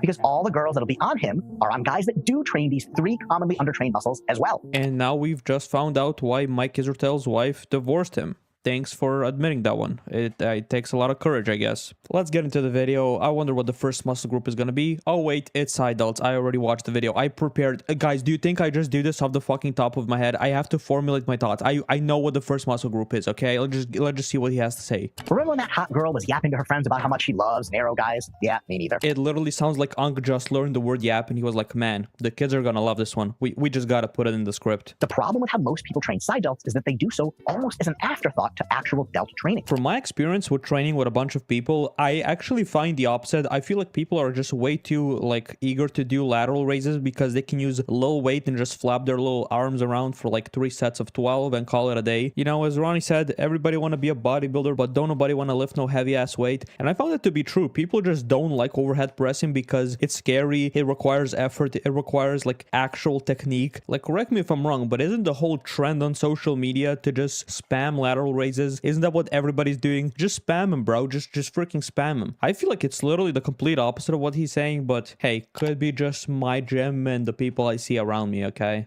I don't know. And by the way, as far as I know, most people in the gym cannot even overhead press their own body weight for 1 rep. So if you're in that position, you should not be skipping the overhead press. I'm just sorry. Most people's side delt training suffers from a creativity problem. Front delts have like 6 exercises, and more if you count front raises, readily available top of mind for most lifters. But side delts, like dumbbell laterals, and maybe that's it. You can fucking tell ChatGPT who wrote this. Welcome back to Top Mojo. Today we're counting down to 10. Like, what the fuck is that? Why is Unc reading off a fucking script, and why is it so stiff? Holy fucking shit, aren't you an expert on this? Just have bullet points and, like, you know, put a little bit of that Mike Jezretel charm into it. Or actually, maybe don't. Just read it off the fucking script, please. But besides that, 2 things here. First of all, I don't know who the fuck he's training, but most people I know actually just do cable lateral raises because it's the popular thing on social media, right? You got all these guys giving you tips to fucking tie your hands to the cable so you can really feel the side delt, bro. You know, you gotta lean on one side to really feel the side delt. So I feel like most people just do them on cables, first of all. And second of all, the gym is not a creative endeavor, okay? You're not here to make shit up. You're not here to paint the Mona Lisa with your toes live on camera. You're here to fucking go hard and go home. Just pick an exercise that feels good for your muscle. Do like 2 or 3 sets really hard and call it a day. You do not need to overcomplicate the shit. You do not need to be on a fucking Bosu ball on 1 leg with 1 arm up your ass. Like, it's fine. You can just do a normal lateral raise and go hard and call it a day. You really don't need creativity. YouTubers want you to believe that because that's how they make money, by making up new exercises that don't do shit. But for your regular dude that just wants to look jacked on the beach, you just need the basics and you just need to do them consistently and go hard. Like, that's it. So a lot of folks trash their front delts with presses, do maybe a few sets of side laterals, and then leave the gym with microscopic side delts. Like, bro is literally on enough gear to kill a fucking horse and his side delts look natural. Like, this is the first time I've seen somebody take this much steroids and have side delts this fucking small. And side delts are like usually the first thing to blow up when you start taking like steroids. The difference between a natty guy and a guy that's enhanced is the side delts. Like, that's the first area that like sort of looks kind of, okay, this guy is on steroids. Like, I don't know how he managed to do this. Must be his fucking expertise as an exercise scientist, I guess. Also, I want to say, if you're like a calisthenics guy or whatever, you're like a strongman or a powerlifter and your side delts are small, that's fine. If you're not training specifically to have big fucking side delts or to be a bodybuilder, it's fine to have just like mid side delts. Most actual like athletes have mid side delts because having big side delts, it's not really vital to performance in most sports. But he's a bodybuilder and he's out here telling telling people how to get bigger side delts and how they're not doing enough and how their, you know, exercise routine is bullshit. Like, bro, you gotta have huge fucking side delts to be saying this shit. I'm sorry. Shit, 3 sets of side delts let you heal like a few hours later or something? Did this guy just say that if you hit your 3 sets of lateral raises, you can recover in a few hours? Yeah, maybe if you're on a shit ton of gear and you didn't hit the side delts hard at all, but if you actually went hard in a few hours, which I take is 3 to 4 hours, you will not be able to perform at the same level as you did in that earlier session. If Mike is able to recover his side delts after like 3 or 4 hours, that tells you a lot about how he's training his fucking side delts. Let me just tell you that. On to the next muscle you're not training enough, biceps. Is this man just gonna list every single body part that's lacking in his bodybuilding career? Like, notice how legs are not on this list. I don't know how they did not make it here. Everybody undertrains legs, like almost every single dude. Like, find me a fucking gym bro that's not super excited to hit delts and biceps, and I'll find you a fucking liar, okay? Everybody likes to do biceps and side delts because, you know, they're small muscle groups, they look aesthetic, they look good. Nobody likes to train legs, me included, bro. I cope because I'm like, oh, I'm doing calisthenics, you know, so I just hit them once a week. It's cope. I should be doing legs more often, okay? Every guy should be doing legs more often. And if you go to the gym, there's a lot of guys that just never hit legs. They just never done them. And you can't tell because they always wear pants or really baggy shorts. Like, how did legs not make it onto this list? I have no idea who put this shit together. If you're okay with your daily life being a functional equivalent of a group of hot girls pointing and laughing at your naked body. By the way, they're laughing at you, not with you. And they're laughing at your small biceps, you pussy. No, they're not laughing at your dick. They didn't even bother looking at it. Not because it's small. You're actually doing all right in that department. They didn't notice it because your tiny, pathetic biceps stole the show. Are you embarrassed yet? Why does it sound like bro is retelling a story that actually happened to him? It sounds like he lived all of the shit right before filming. Absolutely insane. Like, you know, my man went off the script for this one. Anyways, let's see what fucking advice he gives here. If he tells people to do more biceps, I'm gonna fucking lose it, bro. Who is not doing enough biceps? Train them with 2 exercises each time you train them.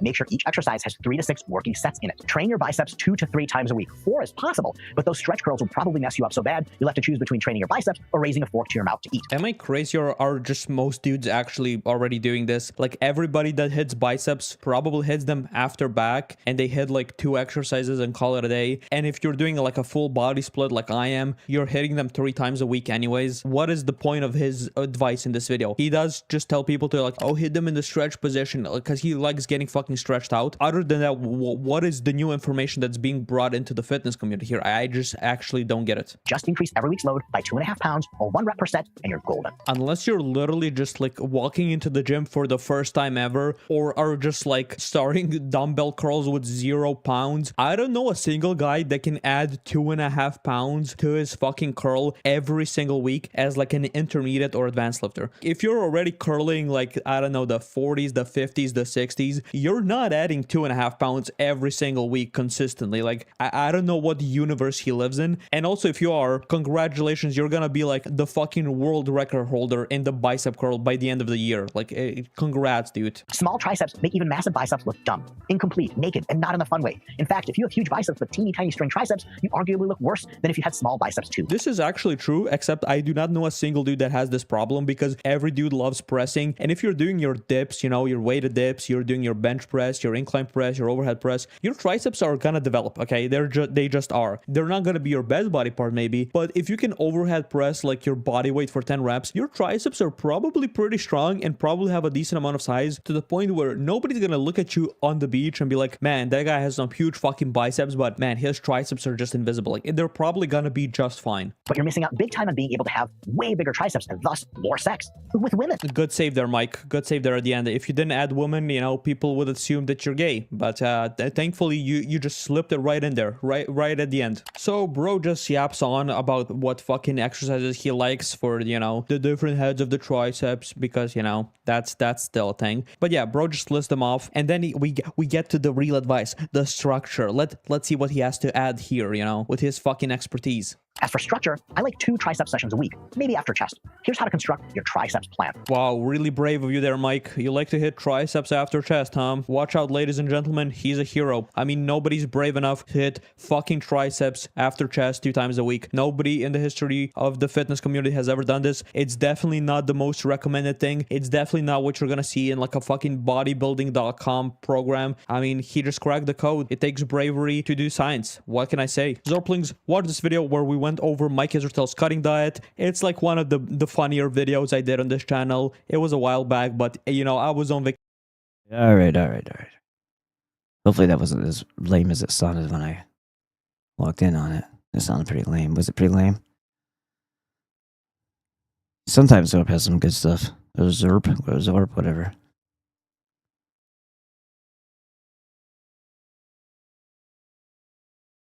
It was the cats.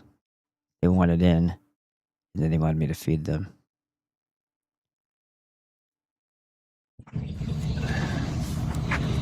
It's just wrapped around his leg.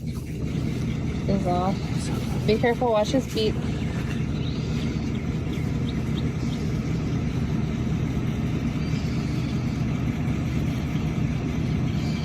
Wow.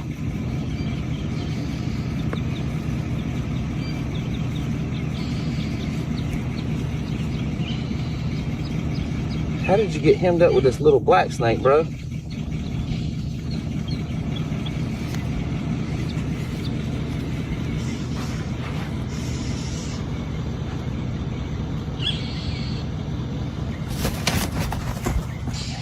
Wow.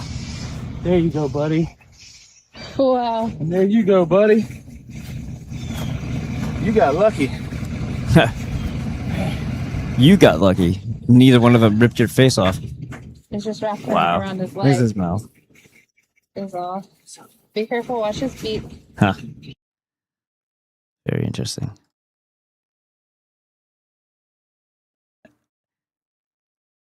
I may have saved this one twice.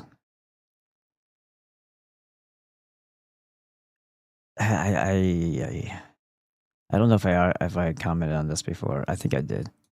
Wake up. Let me show you the 2026 tech rollout. See this camera? Oh no, this is a different one. You see this AI traffic control? You see this mural? You see a mural. What I see is a high fidelity spatial anchor. Notice the complex patterns. I also see the colors of the pedophile subset of the LGBTQ flag in a monarch butterfly here. There's a lot of stuff going on there. The high contrast edges and the So you got your rainbow, you got the freaking butterfly. Tell me this isn't LGBTQ shit. RSTUV pedo shit. 26 grid. What is that? Lips in the middle? Kissing? Those murals act as a physical hash. When you walk Or is that supposed to be a crevasse, a hole? This looks a little perverted. by the 5G small cells on the street poles that I just And it's showed also you, doing they this. use Vision AI to pin your location to these visual landmarks. It goes deeper.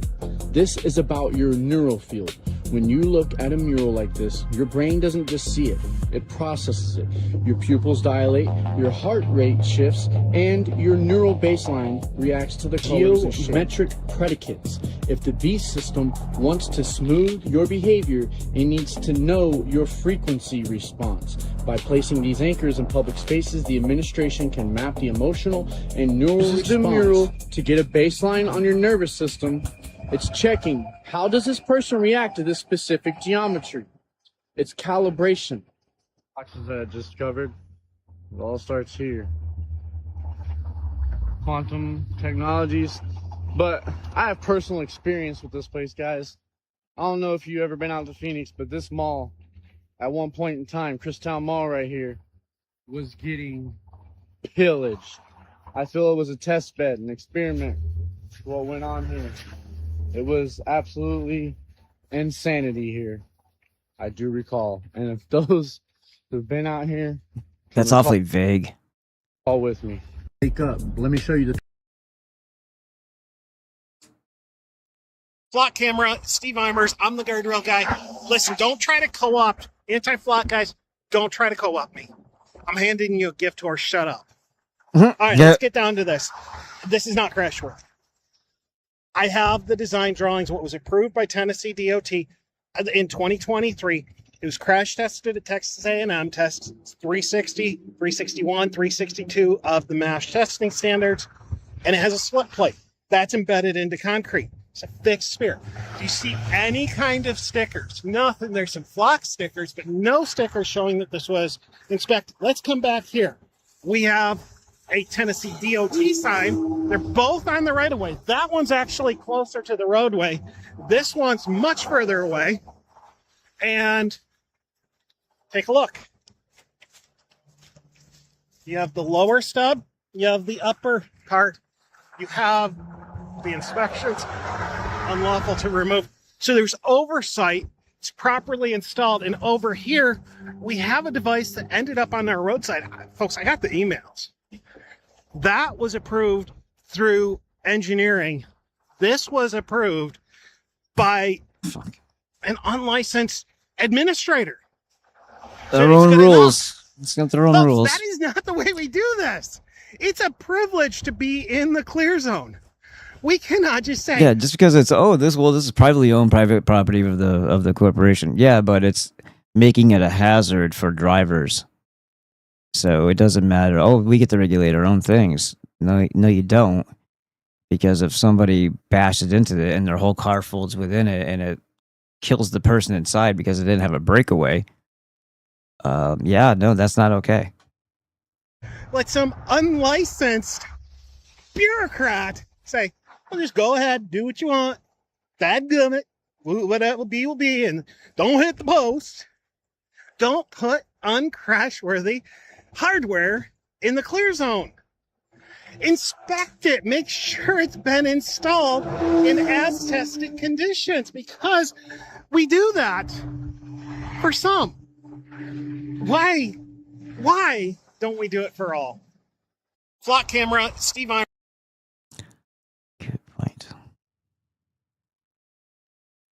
Absolute shock in this case in California as prosecutors reveal that a student at an ultra-exclusive business institution took a 12-year-old child back to his dorm room, proceeded to keep her there the entire night, assaulting her on college grounds. I don't know what strings were pulled to get Andres Manuel Aguilar into this exclusive college, but he did, getting himself a sweet dorm room right here in Kraft Hall. You're a youngster trying to get out of the house and maybe smoke some weed. This isn't the type of place that looks unsafe or terrifying. This is actually an exclusive school. Advertised tuition is around $60K, but you're going to spend $80,000 or $85,000 going to this school in that part of the world. Not just anybody's going to walk through the door. This private institution, known for its tight-knit undergraduate body of students, Yeah, and the assumption being, well, it's exclusive. It keeps all the riffraff out.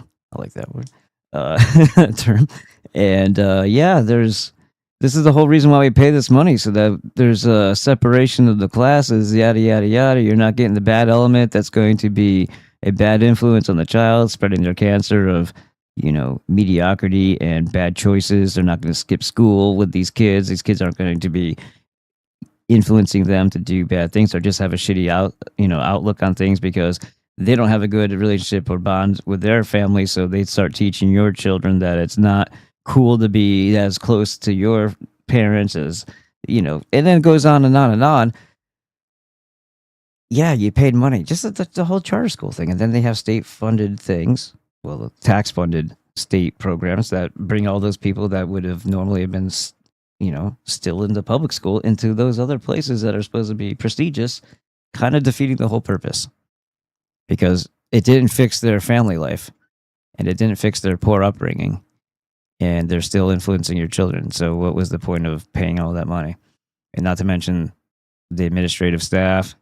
And if you're taking money from the state, or from the federal government, you have to impart the propaganda, bullshit, and lies that are universal to the acceptance of that money.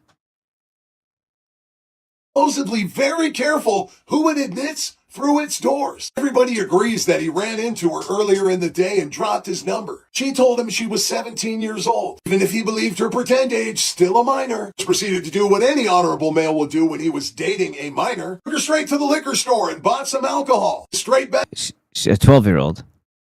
She said she was 17. Back to the dorm room where he got her hammered, smoked a bunch of hash oil with her, and proceeded to wrestle her pants off while she was resisting and telling him no. Yes, ordinary, everyday, by-the-book grape. Set it up, planned it out, and then did what he did. Also had the wherewithal to order Plan B through DoorDash. Didn't want to fuck up and get the 17-year-old pregnant. He's now been charged with multiple felonies related to his assaults on a child under the age of 13. At his recent arraignment, prosecutors dropping a little bit of a bombshell, saying that they believe there's also another victim. Those of us that have been studying these predators for years, none of this is a surprise. This one probably slid himself into this institution with some sort of a sob story. Andres Manuel Aguilar. I wonder if he's an immigrant. As soon as he got that dorm room, little bit of trust and authority. Yes, I understand his necklace is disturbingly fucked. I get it. Does what predators do every single time. Find a vulnerable person, exploit their mental health, and then commit their vile acts. Now put him in the chair and throw the fucking switch. I'm done. Absolute.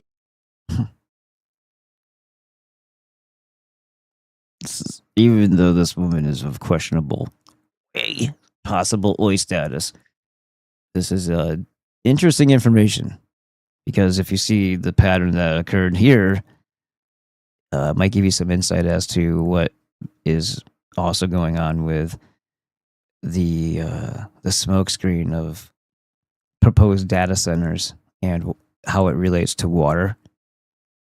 And that's not just going to affect something that happened in Michigan with Flint. It's going to affect pretty much every place. In the year 2000, a major when you're able to hit that high, screechy voice pitch without trying, I would say you're probably an OIV. But I could be wrong. bottle company came to the town of Everett, Michigan, and began pumping out hundreds of thousands of gallons Maybe it's the schnozzle, but it could just be the lighting. of water a day. Due to the state's weak water policy, this multi-billion-dollar company was only required to pay an annual fee of $200 a year per well, regardless of how much water they pumped from that well. And then, in 2016, the water bottle company asks permission to increase their groundwater extraction by 60%. 2018, the DEQ said yes. And then, 4 days later, Governor Rick Snyder announces that the state of Michigan will no longer be providing free bottled water. Now, we all know Snyder is supposed to be a German last name, but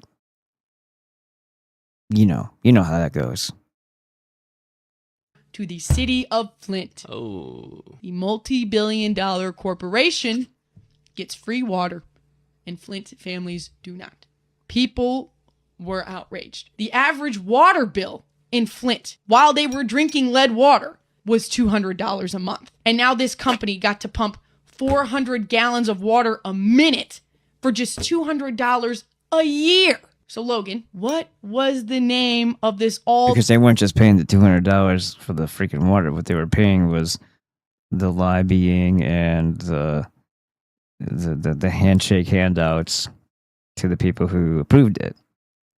Time Michigan Op Water Bottle Company. I do believe the company's name is Nestle. Yes! I have been seeing recently the Nestle story being thrown around online during discussions of data centers. You know, Nestle pulled this shit once. We can't let it happen again. We got to protect our water kind of stuff. So will the state have our backs in the occasion that our wells dry up? Sounds like not really. We can't really bet on it. It would be silly to bet on it. In the...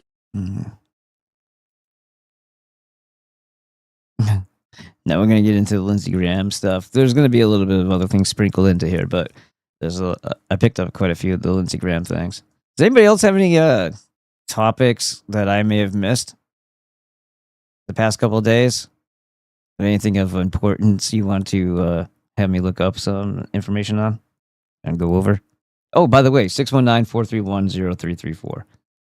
I'm pretty sure it's active right now. Let me take a look. I got hit twice.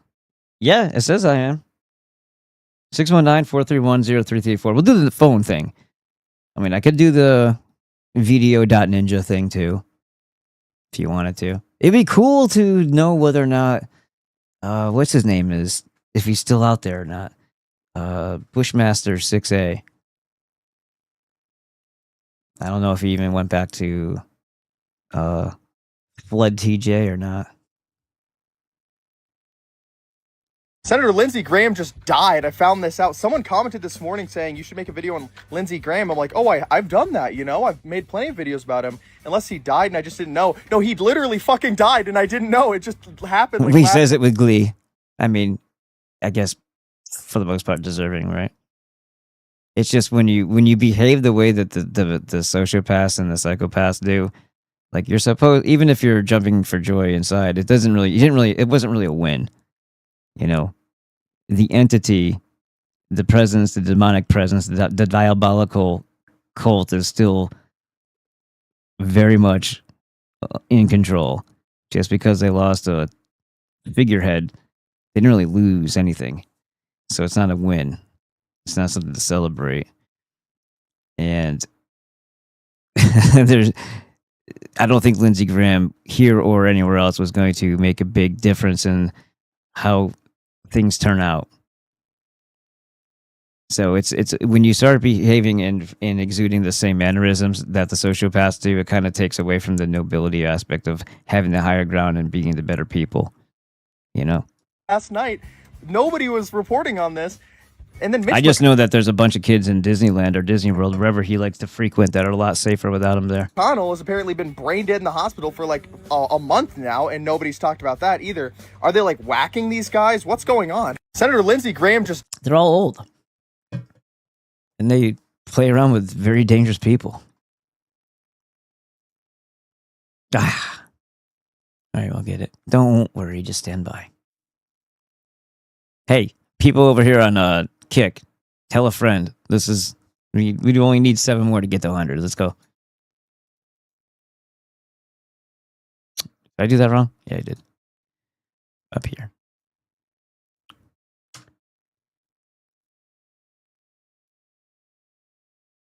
Everyone thought she was crazy until she went missing.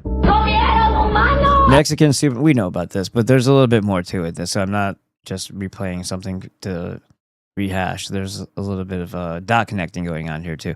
Mexican supermodel Gabriela Rico Jimenez went missing after saying this. Disgusting. They ate humans. I'll read it and pause it as it goes, so you don't have to, because the screeching and the, I so that would be. Oh, Mexican? All right, so Spanish. I thought it was Portuguese. It was probably Portuguese. I thought she was Brazilian, but I was wrong.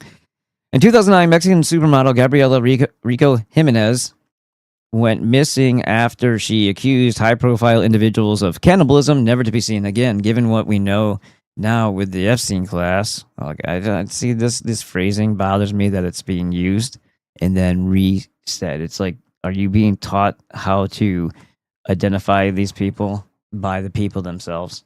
The Epstein, you know what I mean? The cult of child killers works.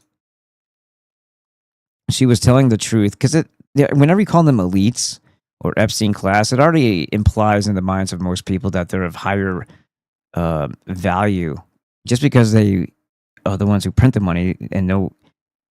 Obviously, they'd be able to give it to the people that they want to have the power. So it's not really that they're special. You take away their money, what power do they have? You take away the money, what makes them special? Their connections to other people, basically. This is all it is.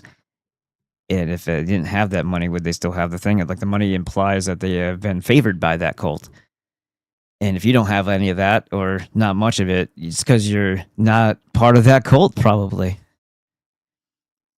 She was telling the truth, but no one believed her. Once you realize it is their religion, it's not really religion, it's a cult. It's different. Because religion implies that there's, at least in their twisted mind, some sort of virtuous value where they don't think they're doing wrong.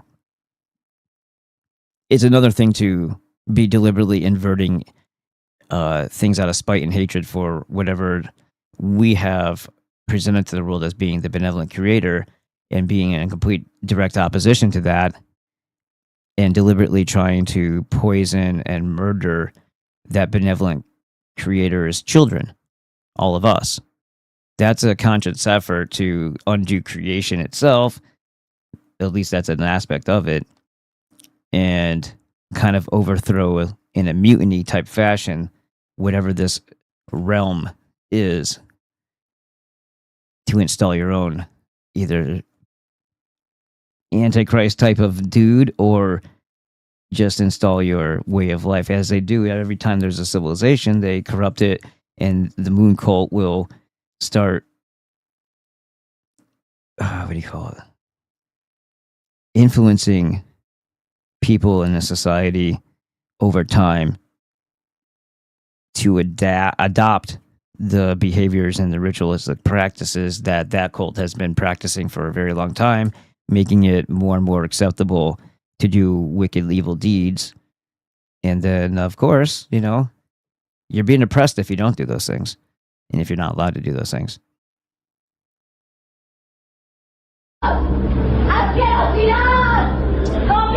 Disgusting. They ate humans is what we got so far. I wasn't aware of anything. Perfect person to get the information from. I wasn't aware of anything. Excellent. I mean about the murders. Oh, thank you for clarifying. Yes. But that they had eaten humans. Humans! In case you didn't catch it the first time. They smell like human flesh.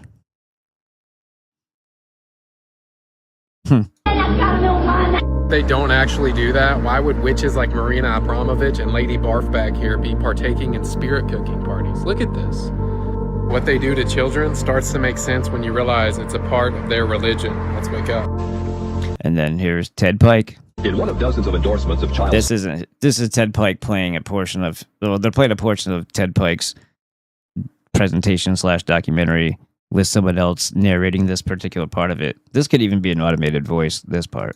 Simeon ben Yohai said, a proselyte under the age of 3 years and a day is permitted to marry a priest. Agreeing with ben Yohai, the great Rabbah said, when a grown-up man has intercourse with a little girl, it is nothing. Or when the girl is less than this, 3 years and a day, it is as if one put the finger into the eye. The footnote to this passage says, as tears come to the eye again and again, so does virginity come back to the little girl under 3 years. The same... Oh, thank you for clarifying that it's totally as evil as you intended it to sound. Cool. For a second there, I thought there might have been some gray area, but nope, you cleared it up with that footnote. Thank you. The section confirms that sexual activity with small boys is in the same category. The intercourse of a small boy is not regarded as a sexual act.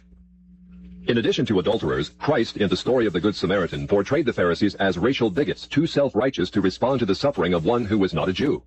It is true, because of the wickedness of the Canaanites, which included sodomy and infant sacrifice, Israel had been commanded by... Yeah, and who taught the Canaanites that? Because I think they were an infiltrated class too, because when you look at the Ugaritic texts, there's no indication that that's what they were about. But the practice of that, you know, cult of Baal, most certainly the priestcraft, they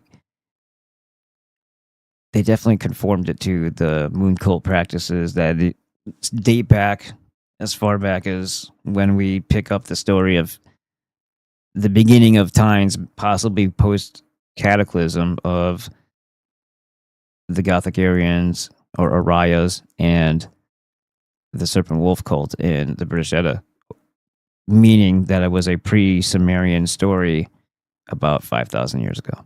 God to be harsh in her treatment of the inhabitants of the land. God made it clear that the Canaanites were not simply to be avoided, but destroyed. By the time of the New Testament, this method of preserving God's kingdom... Yeah, their God said that. Which makes me wonder, especially when you look at the Ugaritic texts. You know, just like there's a bunch of Jews in America right now, but they want America to be destroyed. Does that necessarily mean that they weren't also in canon doing some terraforming of their morality, all before condemning them for that for those practices and basically whitewashing themselves? You gotta, like, the diabolical layers of these people, it really is always seemingly underestimated. Kingdom by separation and the sword had become obsolete. God no longer made a racial difference between men. Yeah, don't say God when you're talking about the Old Testament. Talk about their God. But the Pharisees were unfazed. See, I told you it's Ted Pike. God's new agenda. The Talmud was finally written down nearly 5 centuries after Christ. Yet its critical, even homicidal attitudes toward Gentiles might have been lifted out of the book of Joshua. However, the quickest way to grasp the Talmudic view of Gentiles is not directly from the Talmud, but from the Jewish encyclopedias.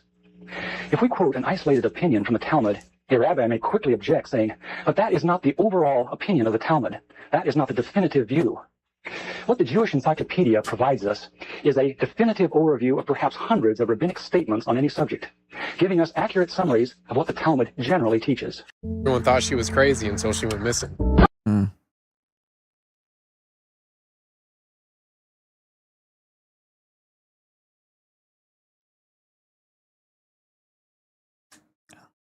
You know, I've heard that click. That was my finger.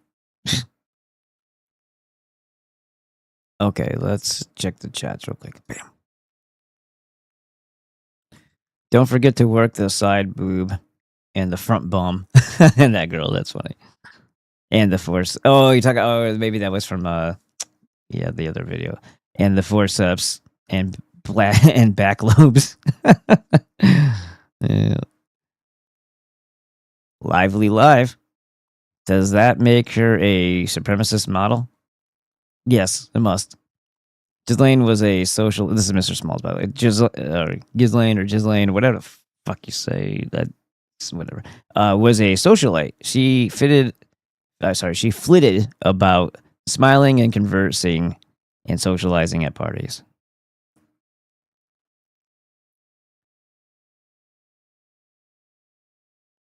Just trying to make sure we have. Okay, we do. While you were distracted. Mount Juliet, Tennessee, 24/7 drone surveillance already here. We're being distracted by chaos. The stories out of Clarksville. Yeah, drones. Yeah, that's going to add a whole new layer of fear suppression. You are not going to feel comfortable thinking or speaking or expressing anything freely in public when you have a bunch of things overhead. Some of them, oh, you know that some have tasers? I hope we get to that clip. Texas, the war is on again, off again. The straits are open again, closed again. While we're being bombarded by headline after headline, something quieter is happening 2 hours from all of it. Mount Juliet, Tennessee is now the first flock safe city in all of Middle Tennessee. License plate readers, real-time 911 audio routed straight to a command center, body cameras feeding one connected system, and by September, drones in the air 24 hours a day, 7 days a week. This isn't hypothetical, it's already running. This is the same department that had 5 officers on administrative leave since February after a fatal shooting the TBI is still investigating.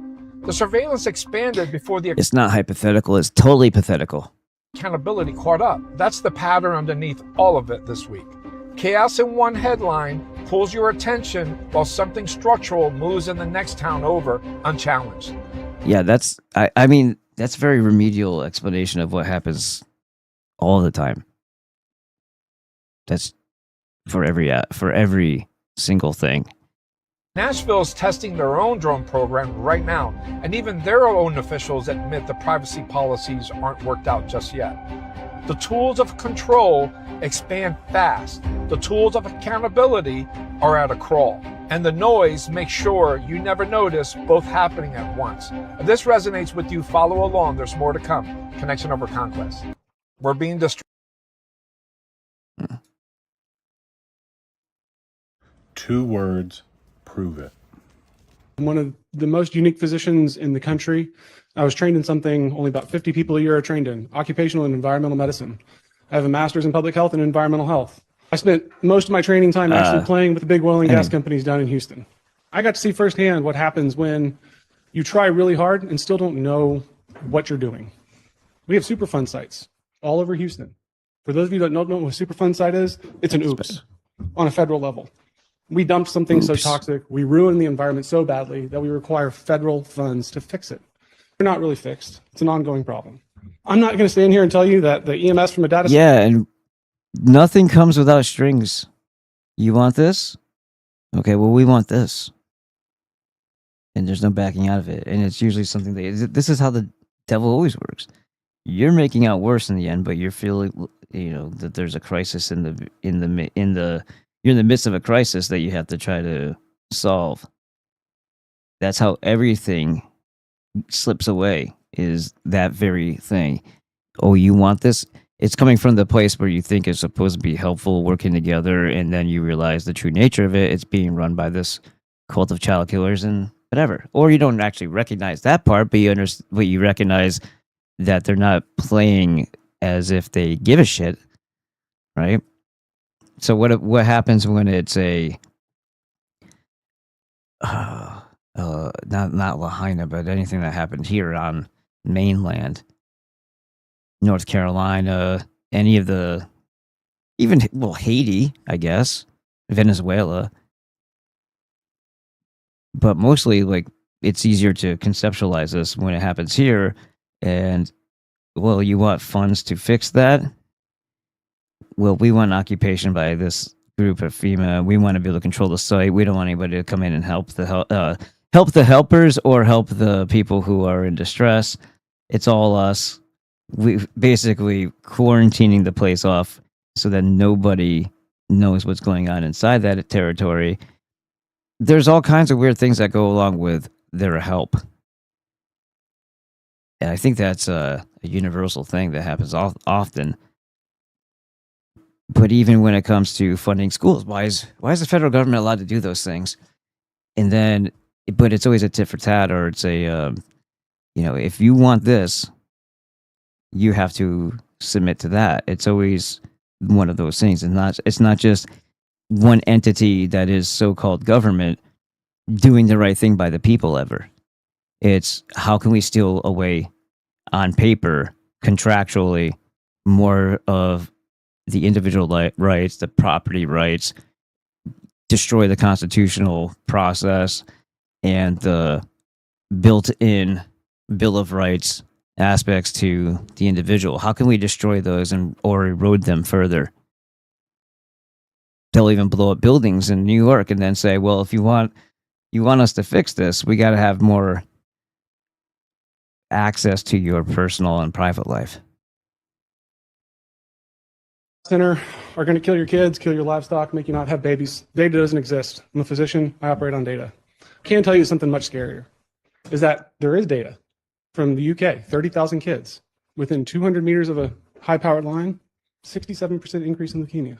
I can tell you that women in Mexico have a higher rate of preterm birth based on their proximity to a major highway.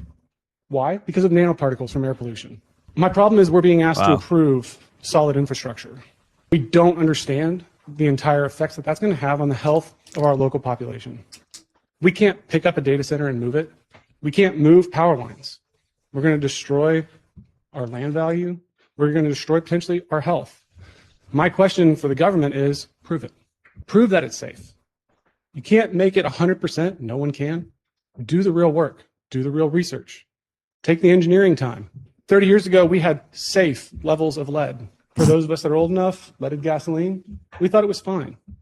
Now, there's no approved safe limit of lead. It doesn't exist. That's the pattern. Generously, we assume that we don't know something and we don't know it's dangerous. We find out later that we were wrong. I think the government has proven over and over again. And they raise the threshold limits of what's considered safe when they can't possibly meet those standards anymore. And I talked about the Fukushima incident and how California constantly started raising the bar 100% above what it was before when it comes to radiation. And I don't know how long they've been doing this, but they acted in another video that I showed you previously that it was somehow some new thing to irradiate grains and flowers and stuff like that for quote unquote microbes to kill off insects that may be in the flower. But they were doing that for at least 15 years, I think. So, I mean, what are we talking about here? If you go to do your meter testing inside these stores now, but you don't know if it was because it was allegedly intentional or if it's actually an environmental impact on the meats and the milk and the whatever else that you're eating. Grains. It knew things were wrong and didn't tell us. Where's our reassurance now? Where's that reassurance that our water won't be polluted, that our ground won't be polluted, that our livestock won't be killed or infertile? We have all these high voltage substations that we're responsible for, transmission lines we're responsible for. This isn't a 2,000 square foot or 2,000 acre data center in Temple. This is all the other things that are coming downstream. This is a domino effect that they want us to put all this infrastructure in place for power generation. Where's that being accounted for? I've got 3 boys and a girl. You know what they want to do? They want to raise animals. Where are they going to raise them? Where are they going to raise them? They don't want to leave. They don't want to be far from their family. Where are they going to put them? Where they're not under a power line. They're not next to a data center. My kids don't want to do what I do. They don't want to be a doctor. They don't want to spend forever in school. They want to feed the community. They want to take care of animals. We're taking that option away because land value is going to tank. We don't know if it's going to be safe. We don't know if it's going to be okay. My question for y'all is prove it. Please. Okay.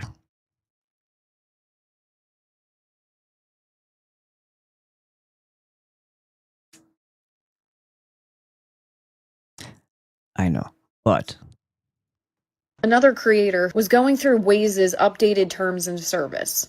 You know, the navigation app, Waze. And she found this little gem under the governing law and jurisdiction section. You can pause to read that. Especially this little section right here. And right here. Now, what that basically says is that if you take up an issue with Waze and you want to file any type of legal action against them, you have to do it in that blue and white country. Waze is an app that you use to navigate American streets and American highways. So, again, think about this. If one company is doing that because of whatever, they may have a HQ that is conveniently located there, so therefore they're saying that's a jurisdiction you have to address their misconduct in. Well, how many other corporate, insulate? How many other corporations are going to insulate themselves the same way? And why is it that when you go onto things like Twitter, you find, was it the DOJ, Department of Justice, or was it the Department of Defense, were listed as Tel Aviv? Now, somebody could have messed around and done that, but it is kind of curious. It's enough to make you a little concerned. I know it's all the same entity. At least I wish everybody else knew that too. That all the wickedness that you see coming out of that little bastard child of the central banking system is the very thing that's been controlling us since, 1860s. But really showing itself lately and definitely confirming its stranglehold on us by 1913 with the Federal Reserve. Come on, play. In American neighborhoods. But if you have a problem with that, you got to go across the ocean and deal with it there. Because the governing law and jurisdiction is literally in that country. Now, here is some additional context that matters. Waze was originally founded in that country in 2008. But in 2013, Google bought them out for $1.1 billion. Now, Google is an American-owned company. You see, is it? Geographical location is one thing. Who actually operates it is another thing.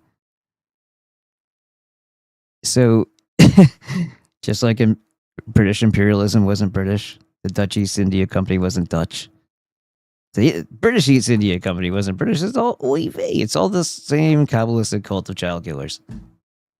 And, slavers and all that stuff. What do we know about the Google Mint? Well, I call it the Google Mint for one thing.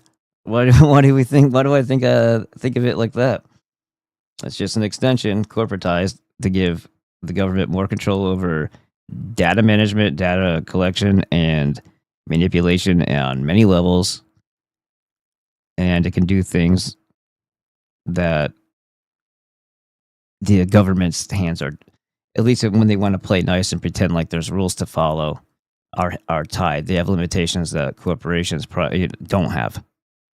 So if it's just, hey, we'll just make that a company, and then the company can do the thing, and we'll give them government contracts. Like, what kind of gamble is that? I'm going to make my entire company and drop hundreds of millions of dollars into this thing in the hopes that I have one customer, in the hopes that they pick us from all the other companies that might potentially have hundreds of millions of dollars to invest in building something. Or is it a military / CIA Black Ops DARPA project in the first place, that they just funneled through the idea that it's a company. And yeah, that's why they knew, because it was all the same entity. That's why they knew that they would succeed and get those contracts. So why are they subjecting their users to the blue and white country's jurisdiction? Well, I'm going to tell you. Because they maintain research and development offices in that other country, and they're still registered as owned by that company for legal purposes. That's the loophole. And honestly, I think it's a loophole that should alarm anyone who uses that app. So I did what I had to do. I don't know what the hell Waze is, but I deactivated my I'm still waiting for MySpace to come back so I can decorate my page. account and deleted that app expeditiously. I'm not going to tell you what to do, but I sure as fuck am not okay with giving that country my location data. Another creator. I liked it when you had the whole, page that you landed on MySpace, and you could select, people would just randomly talk to people that were nearby and set up plans and do like meetups and stuff like that. It was like almost like a dating app in a way, if you did it that way. Or sometimes we just shake out that way without any expectations in the first place. You'd just be like, oh, oh, you're going to be there? Okay, let's go. And next thing you know, her legs are over here on both sides of your head. Creator was going through Waze's. I'm going to show him the meter. Hey, man, if I were you, I wouldn't be sitting right here. Too much or something from the...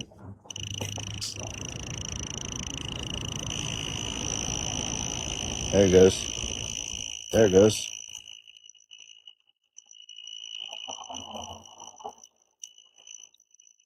Why doesn't the little device ever say back the fuck up? No, you think that's safe? So I did a video last week about this in this lower lying neighborhood with all these folks that live around it. EMF. Yeah, I'm used to like satellite antennas and stuff like that. That's a church parking lot, they said? No. These are pretty bad too. What happens is these throw off up to a Tesla of radiation. So I'll give you a perfect example. So the sun is... Yeah, don't drive an electric vehicle unless you want, I would say at the very least testicular cancer or ovarian. You're sitting on it, but you're also inboxed in it. You're probably going to get leukemia. Ionizing, it throws off ionizing radiation, right? Yeah. As it hits the atmosphere, it dissipates into non-ionizing radiation, which means it's harmless, which is what they taught us. That's everything in these vehicles is good. But then a Tesla of non-ionizing radiation, which is what this puts out, it rises from the inside. If you can sit here without being damaged, you wouldn't get a suntan if you went out in the sun. You get sunburnt because the radiation from the UV rays burns you. I'm going to show them the meter. Hey, man. Yeah. All right.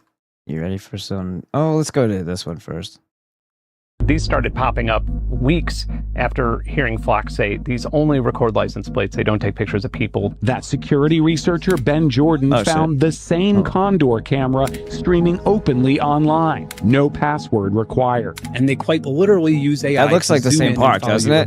Even with the post right there. It looks like the same park that we were showing earlier. At one point, I think we had found over 70 cameras. I watched a man leave his house in the morning in New York. I watched a woman jogging alone on a forest trail in Georgia. And I was able to read the CEO's statement about having never been hacked in front of a camera and then access that footage later. If a person were able to gain physical access to the device leased to the city, which is illegal, they still would not... I swear, that person who did the follow-up that we saw went into the same park and actually put his camera on the same pan tilt zoom that we're looking at now.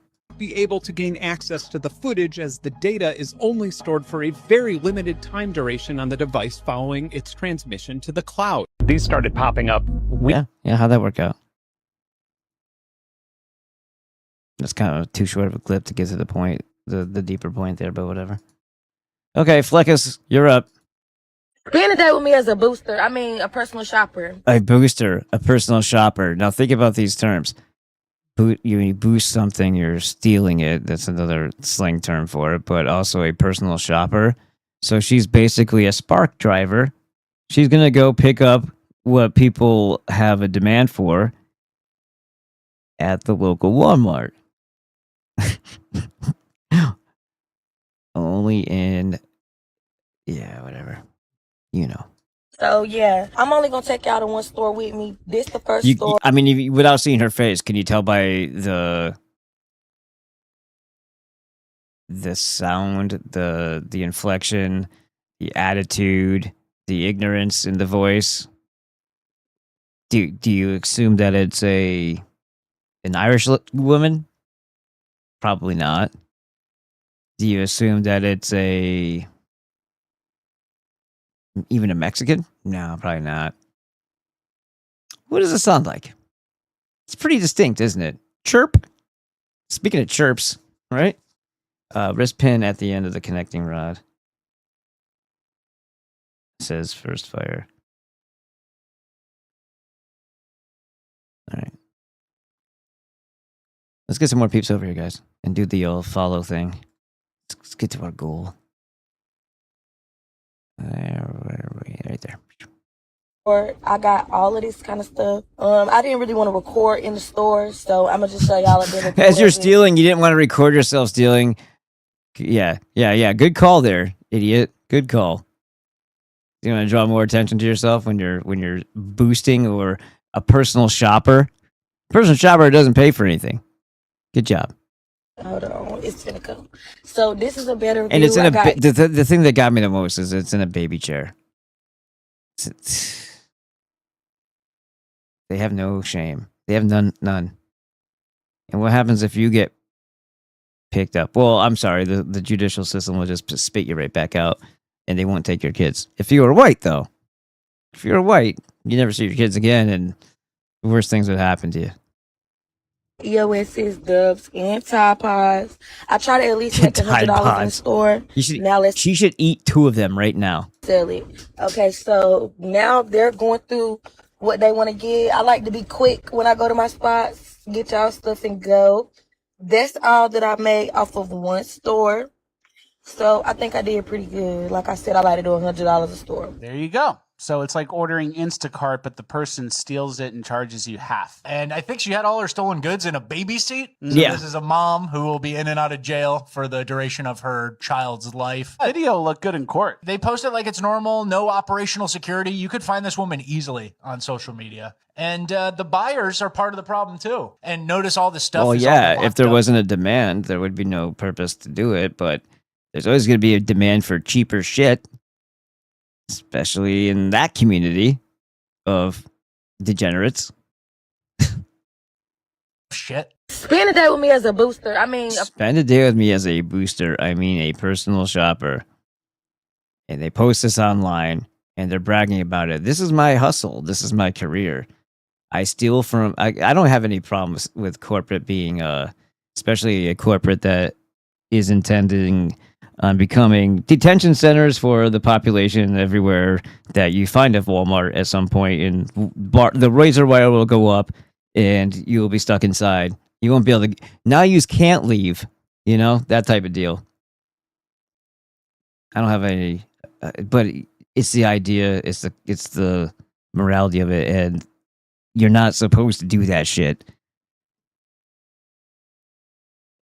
It's just going to make everything more expensive for people who don't do that. And the security measures will be justified because of cunts like her. It'll be more intrusive to people who don't need to be bothered, be irritated by that type of shit. You don't need to be followed around the store because you brought a fucking cooler bag in with you. Yeah? Well, it's like 100 plus degrees out here all the time. So bringing a cooler bag into a grocery store with you is really smart if you buy cold items that you then put into the cooler bag and zip it up before you walk back outside. So pushing it around in your cart. Most people don't have a problem with it. Every once in a while, there's people that do. And it's like, oh yeah. It's like, it's not like you're wearing a backpack.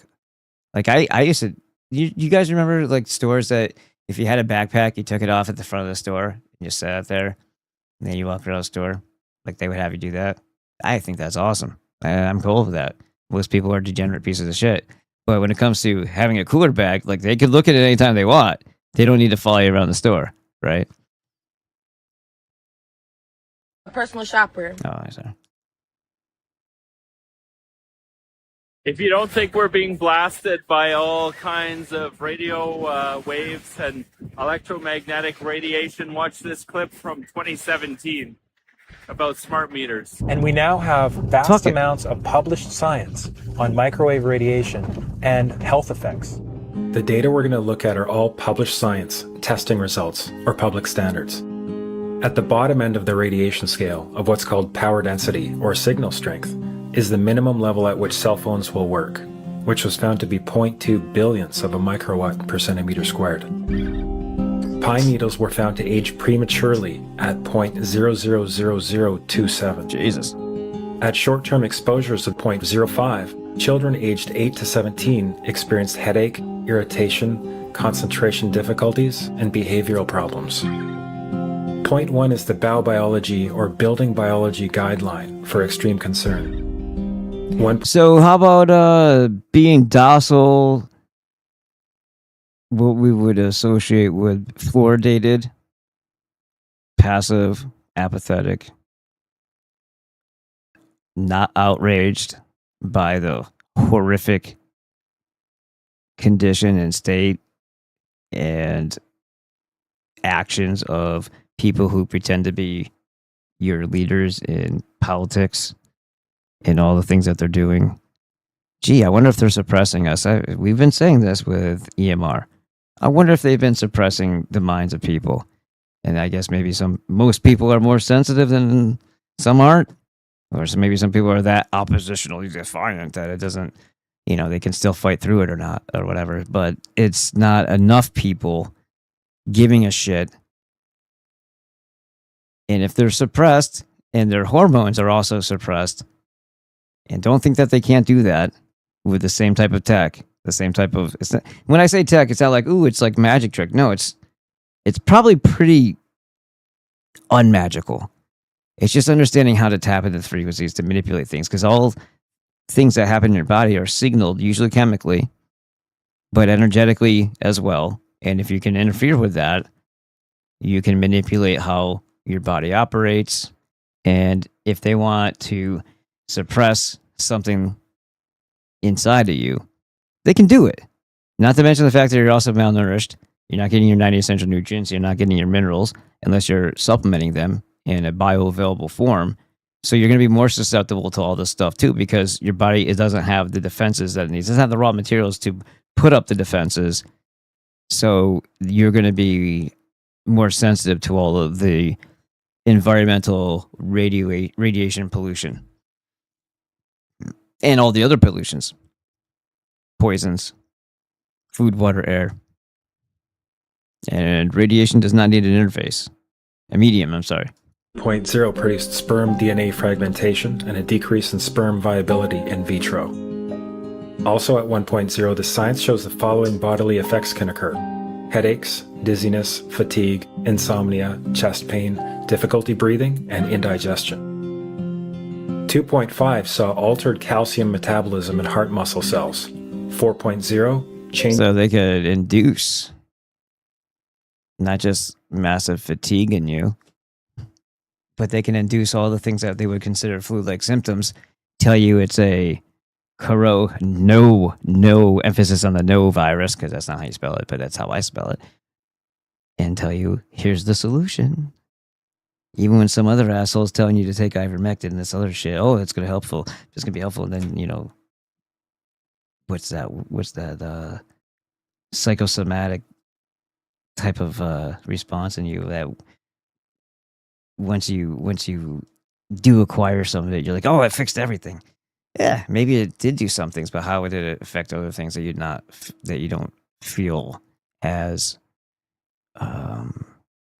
it's not as obvious. You're right. This might be doing other things to you. It can make cats blind. So by that, by that, you could also say, well, it'll probably make infants blind too, because they're, roughly the same size. Maybe you shouldn't be doing the ivermectin so much. Like, how much more would it take for it to harm you? And what is it doing to make you blind in the first place? What are some of the things that can happen when all you had to do is nutrify your body anyway, and not go down all those avenues? Dr. Glidden picks a lot of people who had these issues, and if you nutrify your body, you're still, again, your own energetic force, your own energetic vital force is going to be, it's like your shields are going to be stronger, and the stuff that's in your environment won't be as impactful on you and detrimental. There's a threshold for everything. You can overpower that too, but you won't be taken out or harmed at the lower levels. Altered calcium metabolism, heart cells. That sounds like you can induce something there, doesn't it? Displacing your magnesium and calcium. That's not a good thing. Changes in the hippocampus affecting memory and learning. Gee, maybe that's what's up with my inability to find words. No, I think it's the concussions. Maybe concussions plus. Changes in the hippocampus affecting brain memory and learning. And at 6.0, DNA damage in cells. Yeah, my brain memory is my favorite memory. I don't know. I don't have any toe memory that I'm aware of. Maybe some gut memory, but no, not a lot of toe memory. I usually keep all my memory in the one spot. So, where are smart meters on this list?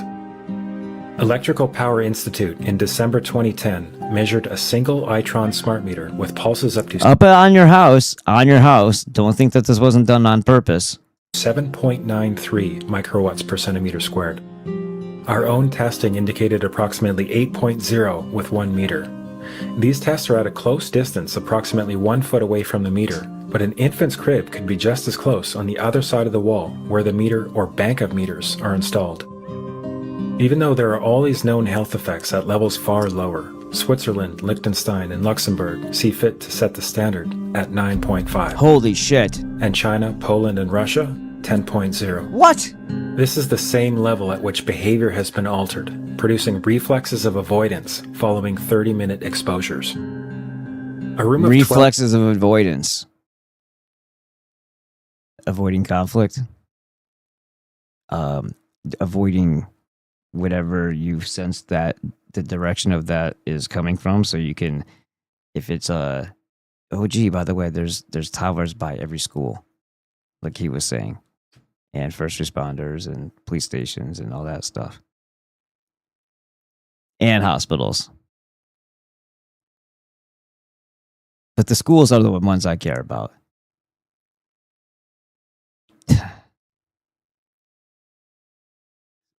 So you're repelled by something, but you don't know what direction to be repelled from. But you just know. So what do? You crawl away and hide inside, become an agoraphobe and paranoid, and then they say, "Oh, you have mental problems. Here's some drugs."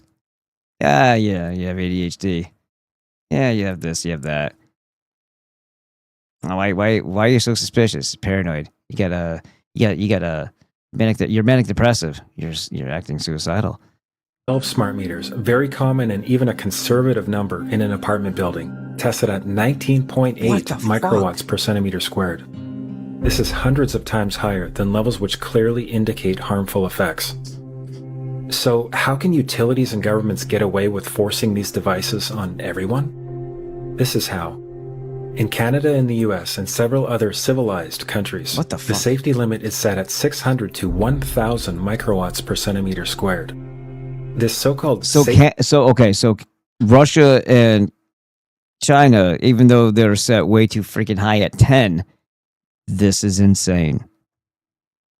And I have the feeling that data centers will still be above that mark. Safety limit is literally tens of thousands of times higher than levels which are known to damage health, according to peer-reviewed... Tens of thousands of times, because Jews don't want you dead, right? Because this isn't a giant bug zapper that they've created in our country, right? And if they're... Well, I mean, obviously they know to live or to occupy areas where this probably isn't at its highest, but again, it kind of leans towards that, what are they? Because if it doesn't affect them and it affects us, what the hell are they? published science. If you don't think we're being... I mean, you could use it as a proof, maybe. Or more evidence to indicate that maybe there's something up with what those things are. That call themselves the Oys. I live alone. There is no reason why my 1 month bill should be... This dude looks, he looks familiar, and I think he's an idiot, is all I'm saying. I don't know. I feel like I've seen this guy around. I think I've seen this guy around, and he was spewing some absolutely retarded shit. But I could be wrong. Could just look like, because of the beard, the way it was sculpted. But I think I remember talking highly critical of this guy before over something else. $675 when the house is pitch black. Data centers will do that to you.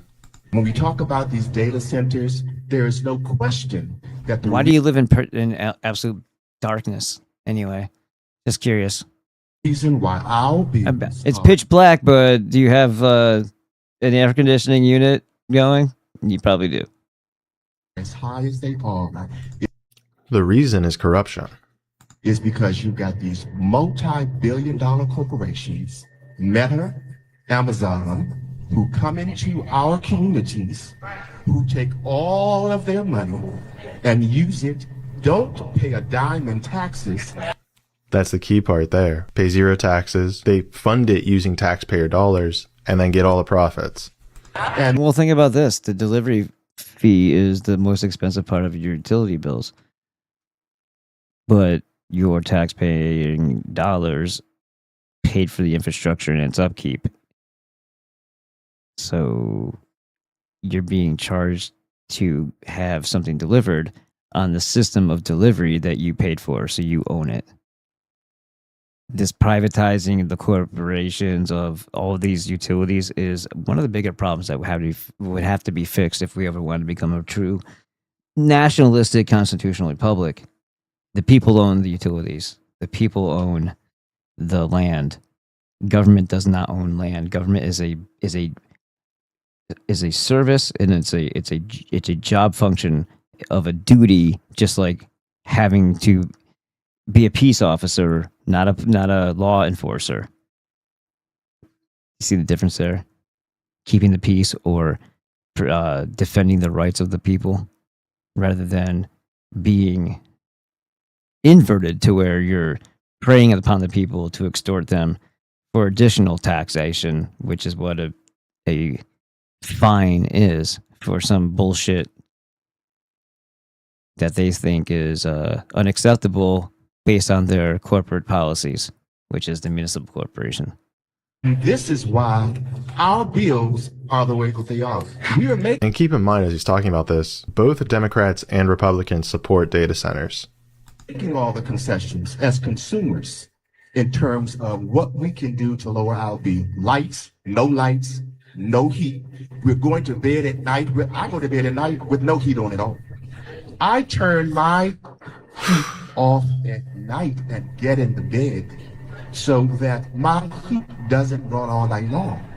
When will the elected officials, our local Prince George's County officials, take our fight to Annapolis and then take our fight to the governor, who will then take our fight to the feds? None of those people would do any of those things because that's not what they're not there to serve you. So they're not going to be like making waves with their bromies, because that's again controlled by demonic pieces of shit that want you dead.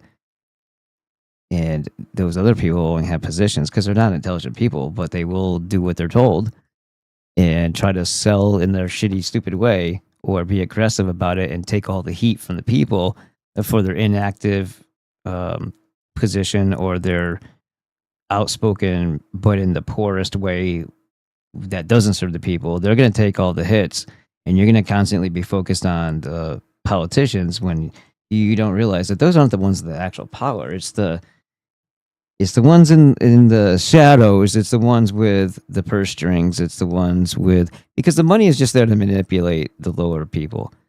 It's, again, they can print it on whenever they want to. It's not like they value it at all, but they do value its power over everybody else.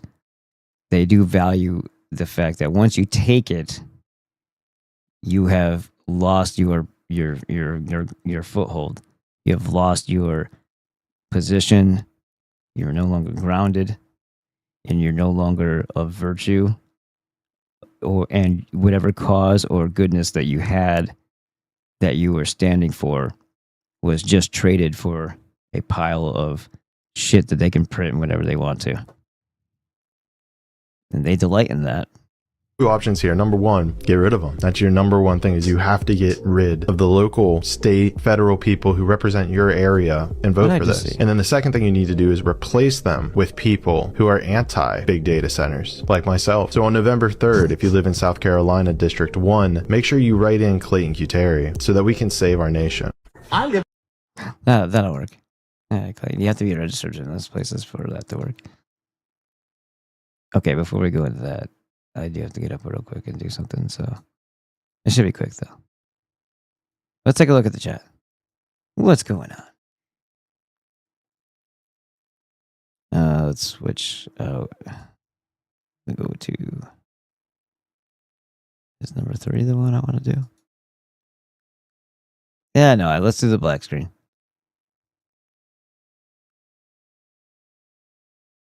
Come on. I had to click that 3 times. Now I'll turn over to the, there we go. Me on top of me. Oh. I think I'm already going to run into an argument with somebody. Okay. Life in the jizz lane, says Edward Snowman. We like to think of it as renewable resource. We like to think of, okay, so Nagurski says, found Michael S. King channel here on Rumble called Dude Music. Forewarning, the host is a cute dude. Trumpian, just saying. If you want to interview Michael King, I've tripped upon a dude in the loop. I've already had Michael S. King on my channel a long time ago. And Snowman says hello to Nagurski. Bushmaster is here! We need a death report of the elderly pre and post COVID by month from 2018. Yes. Hello, Bushmaster. Good to see you, sir. I was wondering if you were still around. Well, I'm glad that you are. And also, yes, just that's it. That's good. Edward Snowman, like how Anglo-American of South Africa wasn't Anglo or American or African. It was Oppenheimer. Like how Anglo, yeah. Heal. Oh. You guys are talking to swell idea. I just want a LA Waddell cheat sheet of all the gods. Oh, okay, that's 2 separate things, but you guys talk to each other. It's simply the name of the countries. Evening, sir. Evening, your friend. / Daniel Becker. Haven't seen that name before. I take a. Is that what it's supposed to be? It says, I take it hair relax. Oh, I take it hair relaxer is a popular item for. Right. Yeah, what do they call those? I make fun of that aisle in Walmart where they have like all the olive oil infused products for the, what they call the the black hair and stuff like that. It's like the ethnic cleansers. Get it? Because they're soaps. Yeah, shampoos. The ethnic cleansers. If you're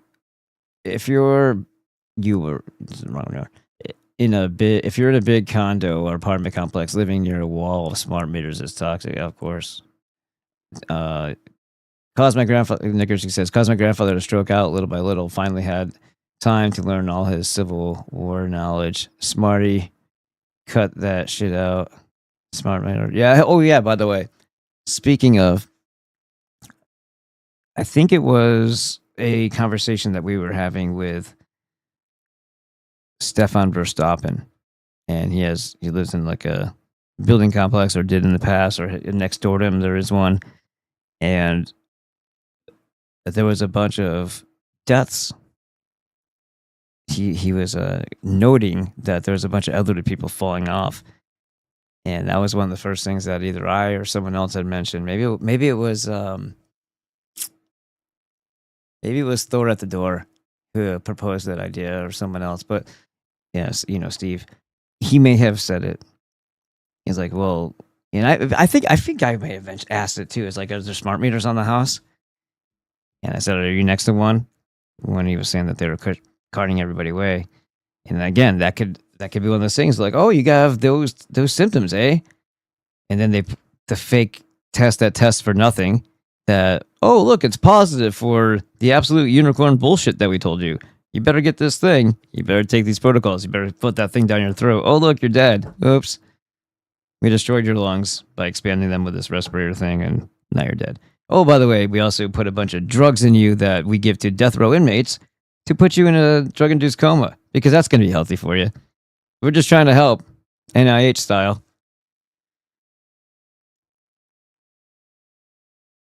I just moved to a new apartment as far away from the smart meters as possible, says Daniel Becker. My bone and spine issues are pretty much crippled me was due to those meters. Calcium displacement is a real issue from these smart meters. Yeah, hey, I don't know how long you've been following us, but you should check out some of the conversations I have with Dr. Glidden, ND, as a naturopathic doctor. And get on the 90 essential nutrients, regardless if you're near one or not, because you need to build up your vital force and the reserves and the raw materials that your body needs to kind of shield yourself from a lot of this shit and work the functions of your body at their maximum level. Nagurski actually would probably be able to second that. Schools, pre-cancer. Best thing is, Dan, they can be selective. Watch that smart meter video when they were fresh. Yeah. Daniel Becker says, those new roller coaster launchers that use magnets probably emit toxic levels of RF radiation. The people who work those coasters are exposed to mega levels. And Daniel says, lethal radiation is everywhere you look these days.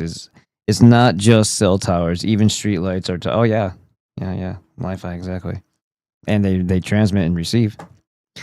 Have you seen it was here and in the UK, or maybe it was Australia, that they were showing these videos of some people breaking into these little boxes that were on the telephone poles, and it would actually, and tell me this isn't possibly a pot device, I don't know, but it would actually be printed with like stencil paint, something about COVID-19 on it, on the whatever the thing was inside the box that was emitting or sending a signal. Like, that's kind of weird.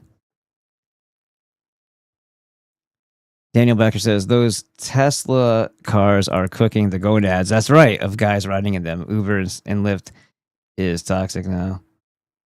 Well, you use your own vehicles for those, right? I wouldn't sit in a Waymo. I would never be in something that was self-driven. That would be hell.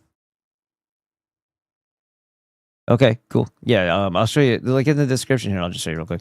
If you are, am I on the right side of this? Yeah, I still am. That can work for me. Okay, so let's scroll past all that description here.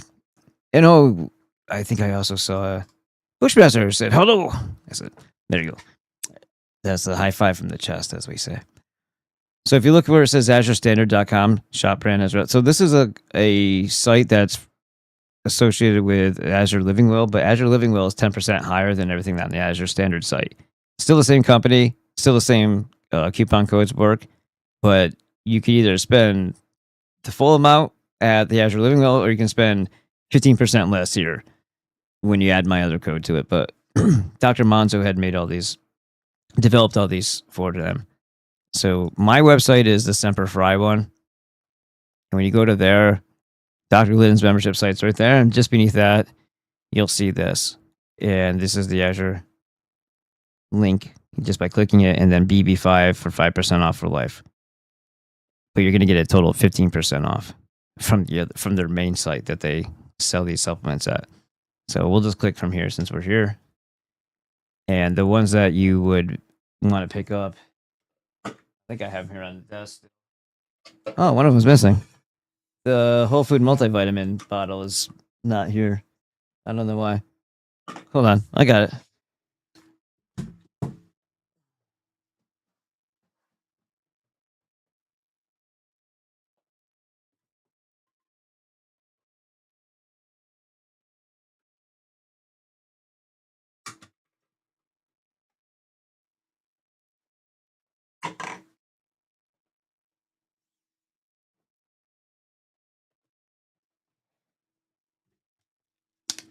There we go.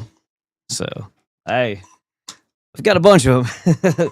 So that's the whole food multivitamin. That's this one right here. And you can scroll down and see all the things. There's gonna obviously gonna be trace minerals in there, and the minerals are the most important aspect. There's 90 essential nutrients. The majority of them are going to be minerals, and they're very, very important. Okay, so anyway, there's a whole food multivitamin. Scrolling down, you will see the Alaskan cod liver oil. This one right here is large gel tabs, essential fatty acids. And then you'll click this guy, and then right there, fulvicemic blend, super important. This is a 3-month and 10-day supply. It's this guy right here. So this is antioxidants plus all the 90 essential, the mineral nutrients that you need. And it'll last you 3 months. At 1/8 of a teaspoon, which is the recommended. You can do one. People sometimes start off at 1/16, and obviously it'll last longer at that. But if you go up to the 1/8 over time, or maybe right from the get-go, then it'll last 3 months and 10 days.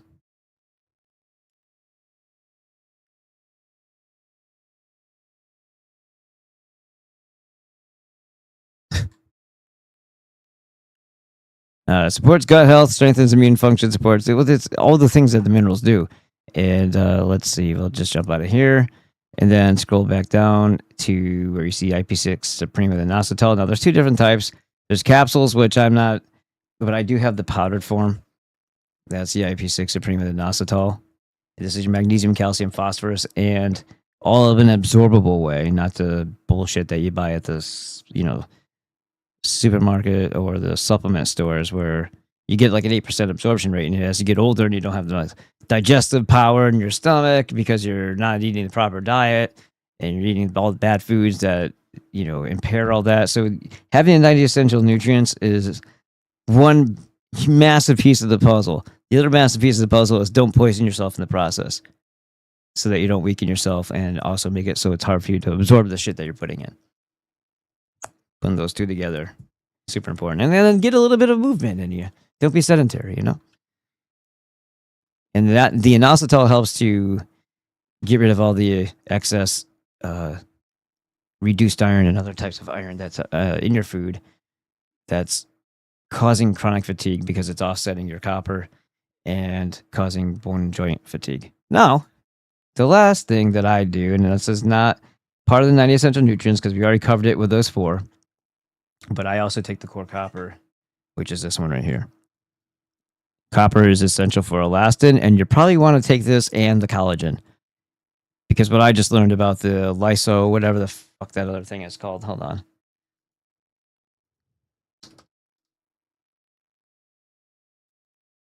No, I'm not going to be able to find it like that.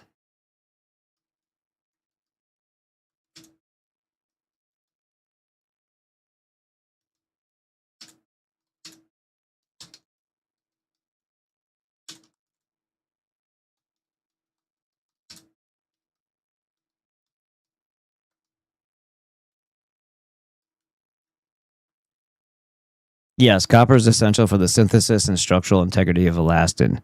It's just like it sounds.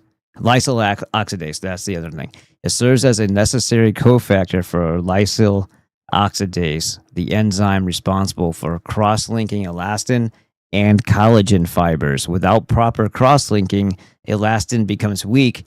Your underwear becomes weak, and then it doesn't hold it to your waist anymore, right? Without proper cross-linking, elastin becomes weak and more susceptible to degradation, directly compromising the structural integrity of blood vessel walls and increasing the risk of aneurysms. And same thing with the elastin in your stomach lining if you don't want to have hernias or easily get hernias. Animal studies demonstrate a direct causal link where severe copper deficiency leads to aortic wall weakness and rupture. In humans, research on abdominal aortic aneurysms, AAAs, they're clever, has shown that affected aortic tissues exhibit significantly lower copper levels and altered cross-linking compared to healthy controls. However, the prevention of aneurysms is highly complex, of course. And what they're not going to say, and they did say because they're idiots, is that it's influenced by genetics. No. It says, furthermore, enneagrams are multifactorial, strongly influenced by genetics. No. Listen, if your parents or your mother, mostly both of them, were fully nutrified, and your mother was double nutrified while you were developing in the womb, you would come out way better than anybody else ever had. But if they weren't, and nobody was because nobody knew about this shit, there's going to be potentials for weakened developmental things, and you're not going to know what your weaknesses are until you go through the process of life.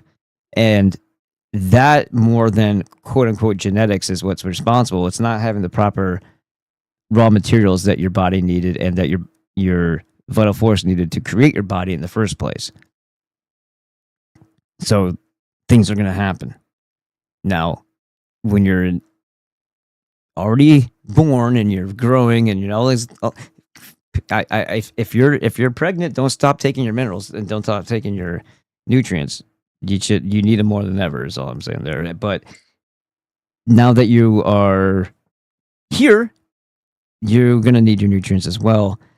And if you have other problems like the food that you're taking in, that will affect your blood pressure. Cardiovascular health. But what is cardiovascular health? Having the 90 essential nutrients. See, they're kind of making a circular argument here for the genetics, because that's a way of passing it off. Oh, it's your fault because you were a mistake. Genetics is like saying, "Oh, you're a mistake. You were hasty breeding. You're a product of hasty breeding, and you're lucky you're even here." Don't blame the doctor for no. The doctor is not going to tell you that. Hey, you know what?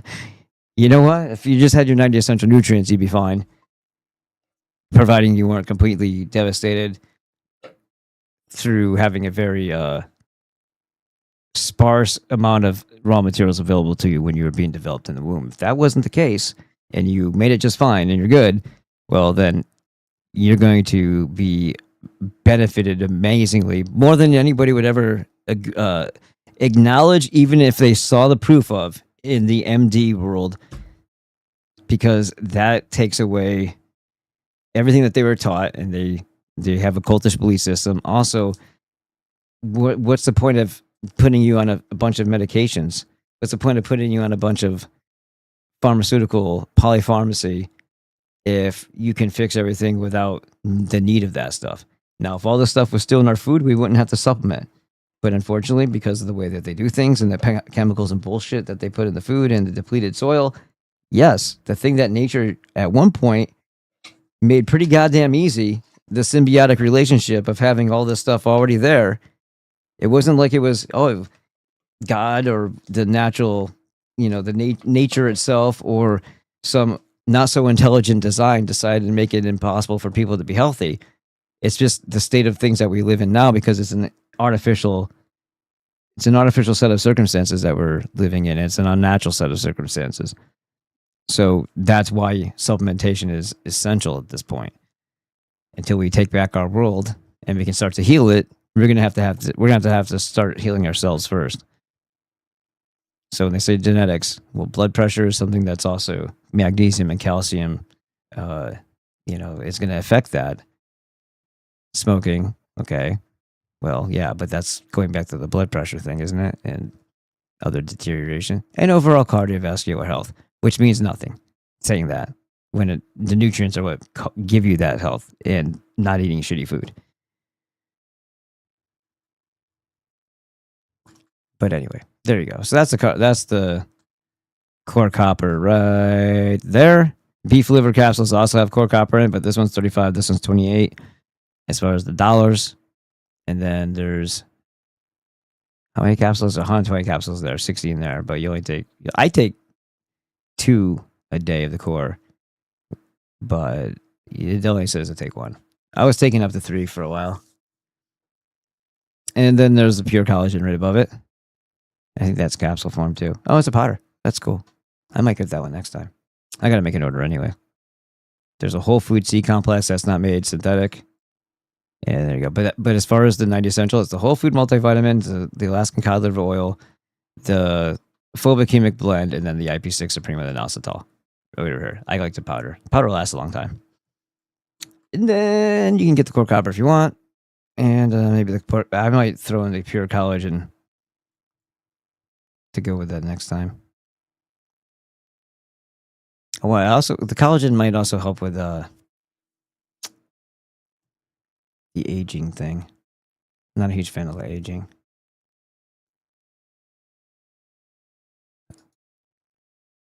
Hey, somebody else climbed down. Thanks. Thank you. We're up to 15 already. Not bad for a very new channel here. What we got? June 27th, I started this. Now it's the 12th. And we got 11 videos, 15 subscribers. And some of those are just shorts. Majority of them are shorts. 1, 2, 3, 4, 5, 6, 7. And then we got 3 videos. 2 of them are Dr. Glidden videos, and then this one here, which was fun. That always a fun one to make. And I really want to do another one soon, but I got to work on other stuff. I might be able to make one. And there you go. That's my site. You can also go there from here. Can't get there from here? Yeah, you can. You can go right here to the desert. And right here in the description, lines out everything that I just said. So it's the whole food multivitamin, Alaskan cod liver oil, full cubic energy blend, and the IP6 Supreme. And it says, I also recommend adding the core copper. Use code BB5 for your discount. Make sure you do that part. That's the biggest thing, right? Get your discount, and it helps out everybody. All right, cool. Let me do that again.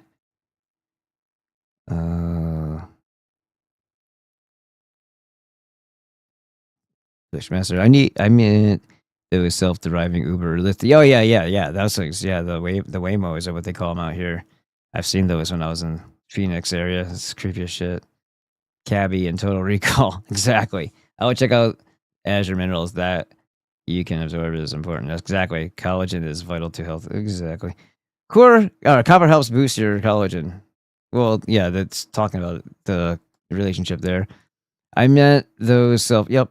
How did it do that again? See, I was just reading that and then it just went back. Isn't that weird? I'm not skipping. Like, I'm not a record. Am I? Like, what is that? When does that happen? And what do you got for time? 2:56 already? Holy crap. It's getting hot in here because I think I need to crank up the AC. Yeah, there's a lot of stuff in here still. Why do you care so much about mass surveillance if you aren't doing anything? Oh, shut up. Yeah, right? That's what they always say. All right, well, I got to get up and do something really, really quick, and it's probably going to take more than 2 minutes and 22 seconds. Okay. I like what he did here better, though. Hold on, it's not that asshole. I can't stand him. Where's that? This one. This is great. What the fuck? Stupid Las Vegas lieutenant says the quiet part out loud and brags about it. Well, he's just as completely. His name is Ficklin. He's I don't even know how to make fun of that name. I think it makes fun of itself. But this is from Here's the Deal. This is Brian from High Impact Flicks. Let's have a little listen here. Now, whoops. Where the hell am I? Where am I? Why am I here? There. And then you'll just see. Hold on. I don't have anything fancy for this one. I don't think. I think it just disappears. Let's see. Is there a fade out? Oh, it slides. It slides. Okay. I'll be back in a second.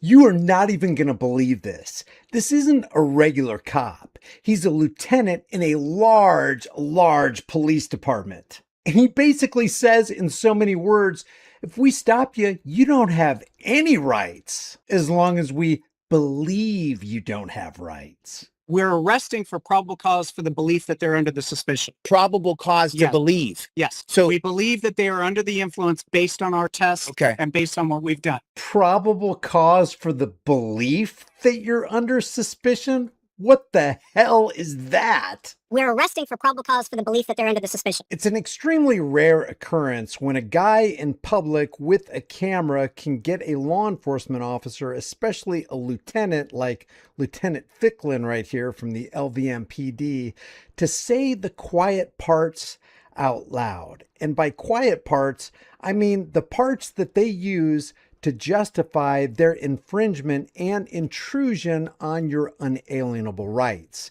This is Chili from Delete Laws, and he extracts exactly that kind of information from this lieutenant. Keep in mind, he's not an underling, he's part of the command staff.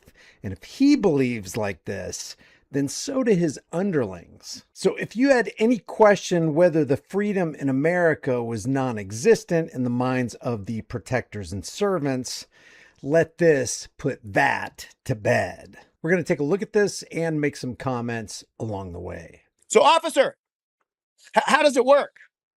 How does it work? How does it work? Because the audience, we always see DUI tests.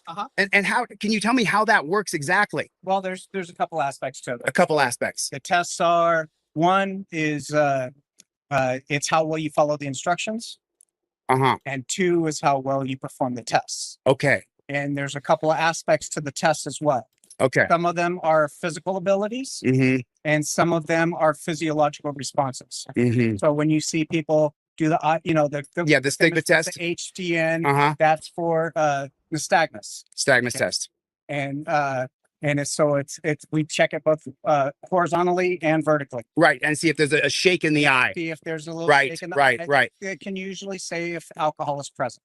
Right. Okay. There's another thing called lack of convergence, that there are certain drugs, and especially marijuana, that if you try to cross your eyes either can't cross or they'll go and they'll spring back. If you smoke marijuana, you can't cross your eyes. That's not a universal truth. Right. But it's often a symptom. It's called lack of convergence. Right. That you see sometimes in these tests where an officer will go up and they'll go close to their nose. We tell them, hey, we're going to come close to your nose. We're not going to touch you. Right. What we're making them do is we're making them cross their eyes. So you could tell if someone's on marijuana by whether or not their eyes are going to cross. It could be a telltale cell. It's a telltale sign. Wait, officer, are you under the influence? You have some slurred speech here. Am I to assume that you may be under the influence of a narcotic or maybe alcohol? It also could be a sign for some other drugs. Where did you learn that? So that's all part of our training. Yeah, training. Everything that we do, be it drive a car, be it ride a motorcycle, be it use our firearm, be it conduct these tests, we have to be certified in it. Right. And so, because if we and say, hey, I have to be knowledgeable of what I'm doing and why I'm doing it. Sure. And so makes sense. And if I'm not certified in these things, then we get killed in court. And so your training now teaches you that if someone's eyes don't cross when you put the finger right there, that could be a sign. Now that right there is probable cause. And based on your training and experience, that 1989 case of Socolow, because you were trained that way, that's testifiable in court, right? Well, but it's not just one test either. Okay. That's why we do multiple tests. Okay. And so it's a totality of the circumstances. Right. Because I can tell you, I've had somebody who was a functioning alcoholic. He would start his day every day with a fifth of vodka. Right. Been drinking since he was 16 years old. He could pass the physical test? He did the physical test better than I could do them. Of course. I'm sorry, how do I say him? Is it Officer Ficklin? Lieutenant Ficklin. Lieutenant Ficklin. So if his buddy, who drinks a fifth of alcohol when he gets up in the morning, can pass the physical test and do better than Lieutenant Ficklin here, then what does that say about the people they pull over claiming that they're drunk? So basically what you're saying is you could get a completely drunk driver pass the test and you're going to let him back out on the road? What does this say about field sobriety tests? And we know about field sobriety tests anyway. They are designed to make you fail. And why is that? Because they're extremely subjective. If you question the officer too much, if you put him too much on the defense, if you get his ego bruised or hurt or fractured in any way, he could just say, you know what? I'm declaring you to be unfit to drive, and you need to allow me to handcuff you and throw you in the back of a patrol car. Field sobriety tests are not something that you should ever submit to. For the very reason that Lieutenant Ficklin is laying out here. You're the brass, brother. Try to. So you're still training officers in these. No, did you see that? Did you see that look? He just stroked his ego and oh my gosh, he loved it. Watch this. You're the brass, brother. Try to. So like a little dog getting a scratch behind the ears right there. Look at that. Oh my God, I'm the brass. Somebody thinks I'm the bee's knees. You're the brass, brother. Try to. So you're still training officers in these. No, so these officers are trained. Right. Okay. Now tonight we're out doing DUI enforcement. I'm out here helping the officers in DUI enforcement. One of the officers that's wait, so you're doing DUI enforcement. You're not doing rights protection. You're not doing peacekeeping. You're doing DUI enforcement. Got it. He's got this is an officer that does quite a bit of DUI enforcement. Right. He's done quite a few field sobriety tests. Sure. He's made quite a few DUI arrests. Hey, can we talk about that for a second? Yes. So if you take those tests, and we see people stand on one foot and put their head back and touch their nose, we see all that stuff. And the officer on the scene has been trained to be able to determine if they passed or they failed. Okay, so then he's got trained. Now, after he's been trained, we saw the person go into the van. I've researched this van a little bit. I talked about it a little bit. So now at this point, they can now do a mandatory blood draw based on the officer's subjective opinion. So basically, the tests give us reasonable suspicion that they give us reason to believe that somebody's under reasonable suspicion. Reason to believe. Not reasonable articulable suspicion, which is a lower standard than probable cause. Reason to believe. In other words, it's all subjective. It's just based on belief. That officer's belief or that officer's belief. That officer believes he is under the influence. That officer may not believe he's under the influence. That officer may believe something different about that guy because he's ex or current law enforcement and he got busted and the cop didn't have a body cam on. Reason to arrest somebody for reasonable suspicion under the belief that they are under the influence of an unknown substance. Right. Under the belief. That's all. Probable cause is weighty. Probable cause that a crime has been committed based on reasonable articulable facts, which you're not talking about fact when you've trailed off into the realm of belief. The way they're acting, the way that the cop is seeing, he's acting that way, right? So we do evidentiary testing. Mm-hmm. If it's alcohol, belief can't be evidence. It's either evidence or belief. It can't be both. So he says reason to believe, and now he says evidentiary testing. In Nevada, we have an implied consent law when you get your driver's license. Right. That when you get your driver's license, you say, well, if I get stopped for DUI, if I'm asked to give a blood or a breath test, I will give it. Mm-hmm. If I refuse to do so, then I am subject to losing or getting my license revoked for up to a year. Right. For that refusal. Right. So, and let me ask you a question. The man has to do the blood draw thing, and then based on reasonable suspicion. Well, where does that come from? The reasonable suspicion part. We're arresting for probable cause for the belief that they're under the suspicion. Probable cause to believe. Probable cause for the belief that they're under suspicion. Listen to this again. Listen to this mental law enforcement judo. We're arresting for probable cause for the belief that they're under the suspicion. We're arresting for probable cause for the belief that they're under suspicion. That's about as convoluted as you can get. Probable cause. That right there tells you don't have any rights. No rights at all. We're arresting for probable cause for the belief that they're under suspicion. Wow. To believe. That means you can be arrested for anything with that explanation. Yes. So we believe that they are under the influence based on our tests and based on what we've done. Okay. This is based on our subjective tests. He's just letting everything out of the bag right here. The evidentiary part. Right. Where they can choose, if they've done alcohol, they can choose to do breath or blood. Right. If we believe drugs are involved, we can't do breath because breath only does alcohol. Right. So we can do blood. If they refuse to do any of it, then we seek a search warrant from a judge to get a blood draw. And so are you guys getting a search warrant right now for a blood draw? No, because he let us do it. He consented to the blood draw. Okay, interesting. And so, but this is all though based on that Terry versus Ohio case of suspicion. Without reason. No. You're all right. This isn't a Terry stop. No, but you're using the fundamentals of. Well, I'm just asking. Let me. Yeah. Because you said, Officer, Lieutenant, give me just 1 second. We have. Go ahead. Sorry, sir. Go ahead. We have reason to believe he's impaired by a substance based on the results of the test. Right. Now we can't the physical tests. Because that's what they want to know. Well, the physical and the physiological tests. No, so what we saw here is you guys give him physical tests. We only saw a little bit of it. Okay. But then, so the eye stuff, right? That's physiological. Oh, that's that's brain test. That's brain. That's the physiological test. Okay, got it. The crossing the eyes. Crossing the eyes thing. We're arresting for probable cause for the belief that they're under the suspicion. Just had to play that for you again.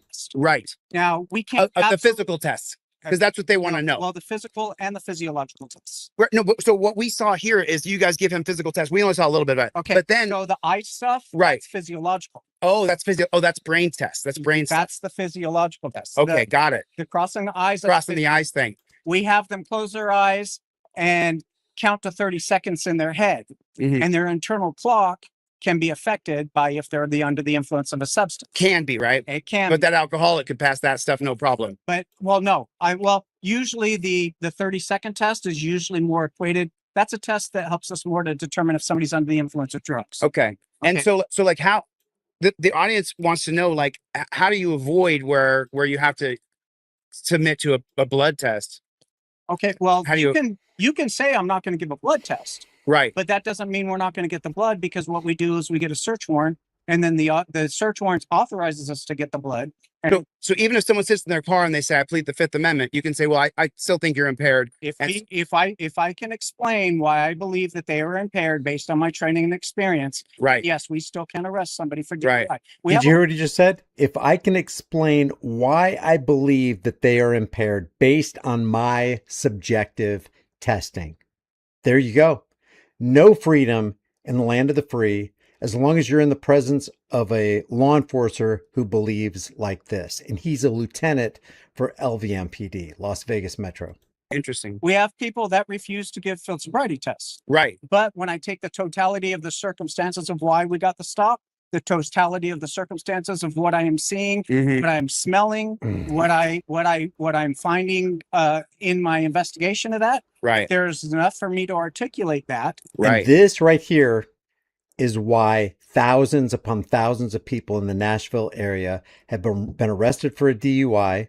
When the toxicology report comes back, they've all tested zero for alcohol, 0 for drugs, and yet they still got arrested, they still got put in a cage, and they still had their lives ruined because a cop lied about what they saw on these subjective tests.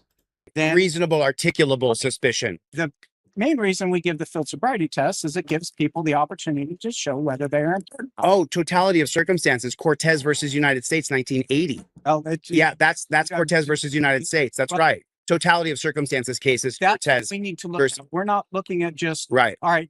If he just does the walk and turn test terribly, but does everything else, we don't necessarily say, oh, well, you failed the field sobriety test because you failed the walk and turn. No. Wow, got it. Like I said, I had that guy that was a functioning alcoholic. He did the physical tests better than I could. Right. When he did the HGN, the physiological stuff he couldn't take care of, and then when he blew a PBT, he blew a 0.32, which is a 0.32 is 4 times the legal limit. He was and it's drunk. on the verge of alcohol poisoning.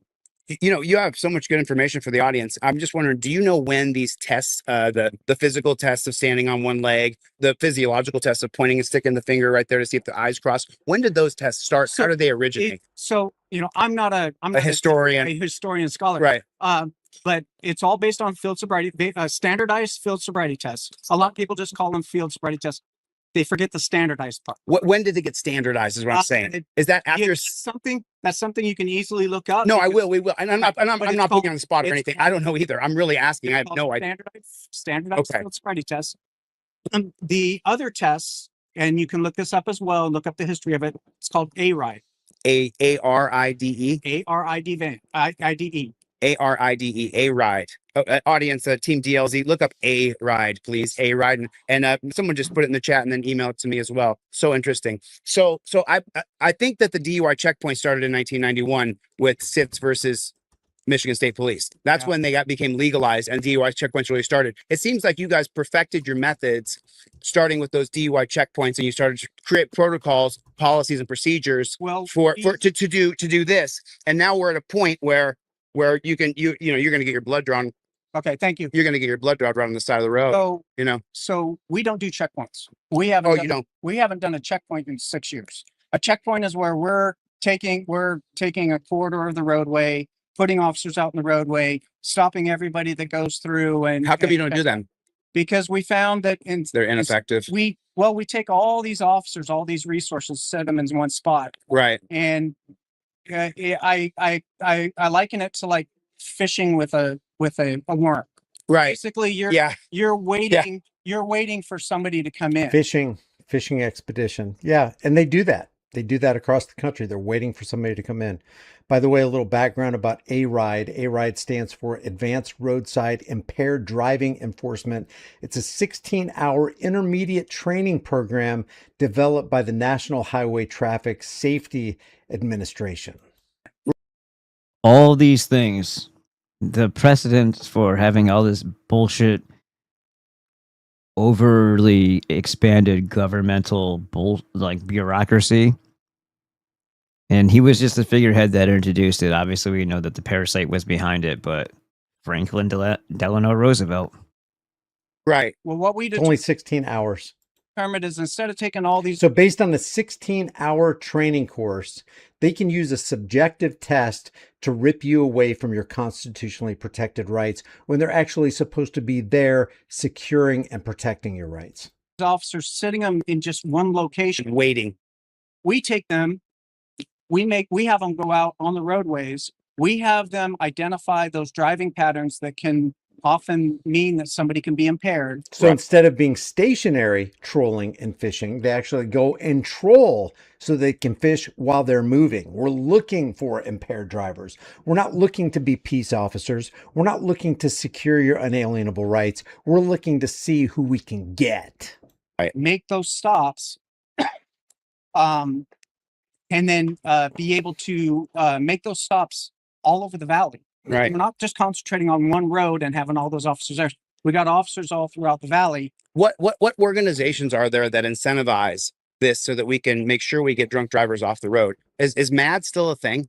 Yeah, MAD. You got all kind. There's a lot of auxiliary groups that do it, but do they come in and help and help you guys stay? So what our main help comes from all the jurisdictions. All jurisdictions?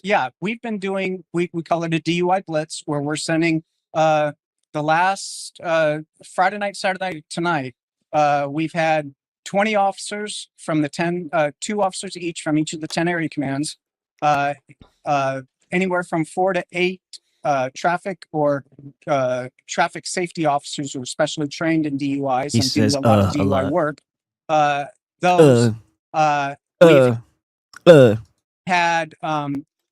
We're coordinating. Like, I don't have weird speech patterns myself, but with NHP, we're coordinating with the Las Vegas City Marshals. Right, but I'm talking about auxiliary groups. I'm talking about Mothers Against Drunk Drivers, because we hear things. You just get it. DUI blitz. We are coordinating a DUI blitz.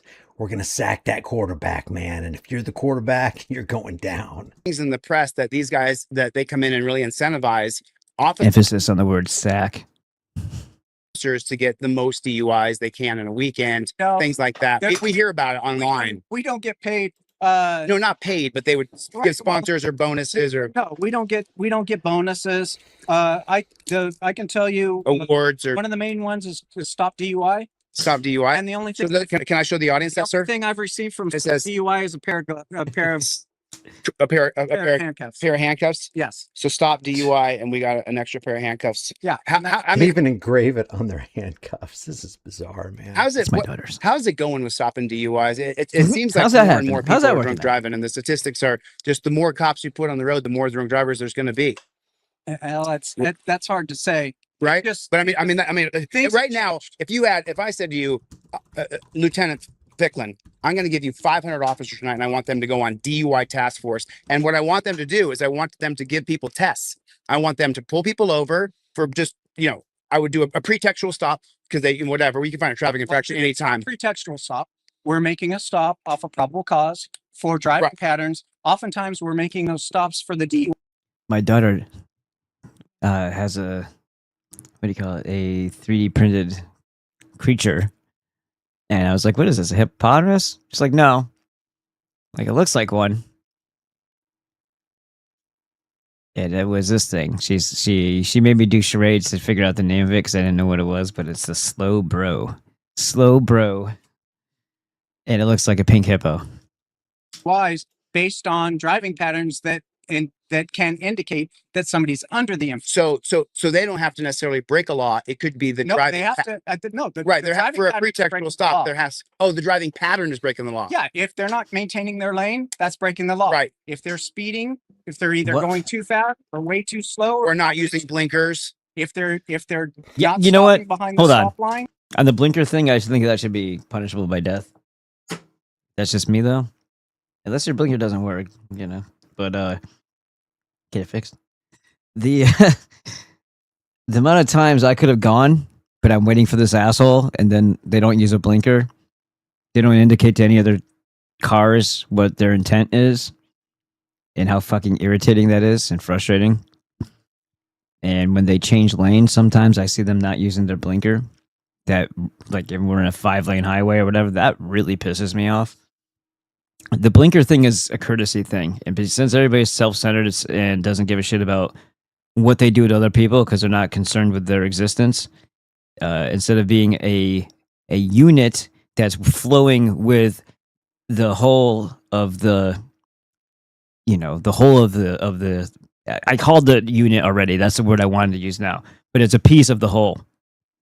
And you time it mathematically in your head. You look at the distance of your eyes, adjust all these things. When people slow down for no fucking reason because they see you, instead of just maintaining their speed so you can then get out as you were mathematically figuring it out in your head, if they just kept going the same pace they would, you would be able to pull at a certain point and just, you know, get over after they went by.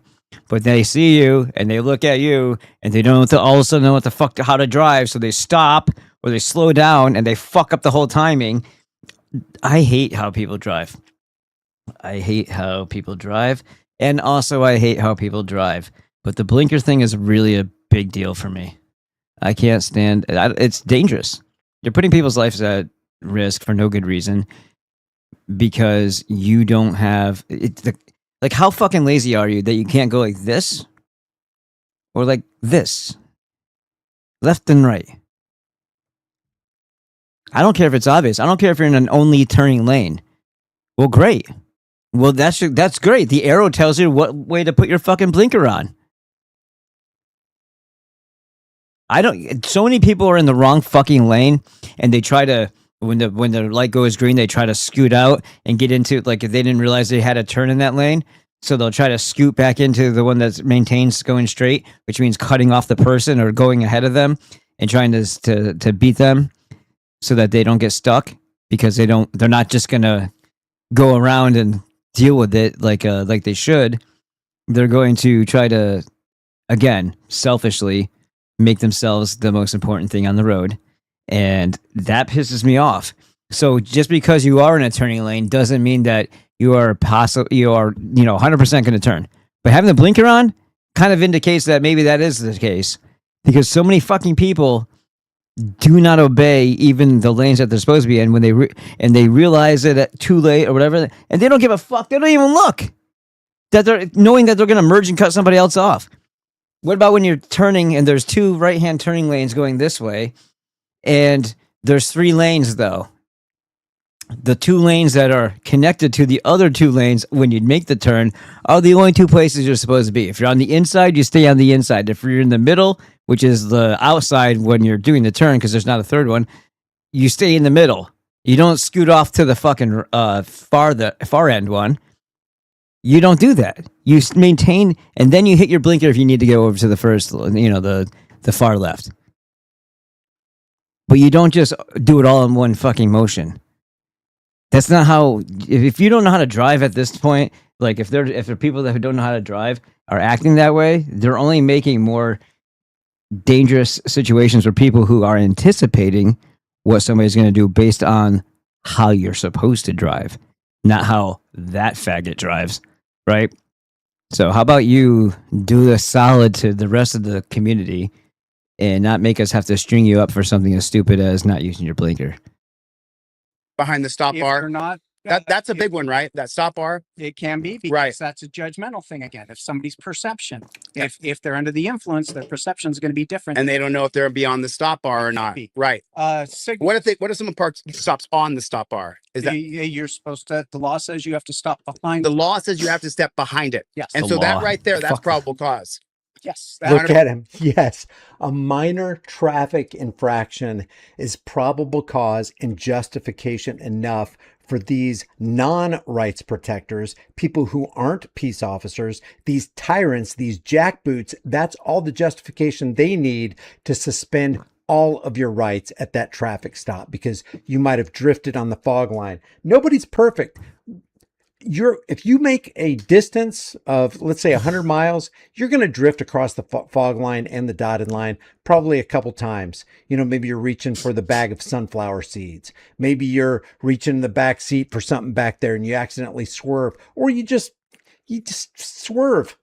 They can use that as a pretext to interrupt your life. Or if you want to put it in Declaration of Independence or Constitution. Well, here's the other thing.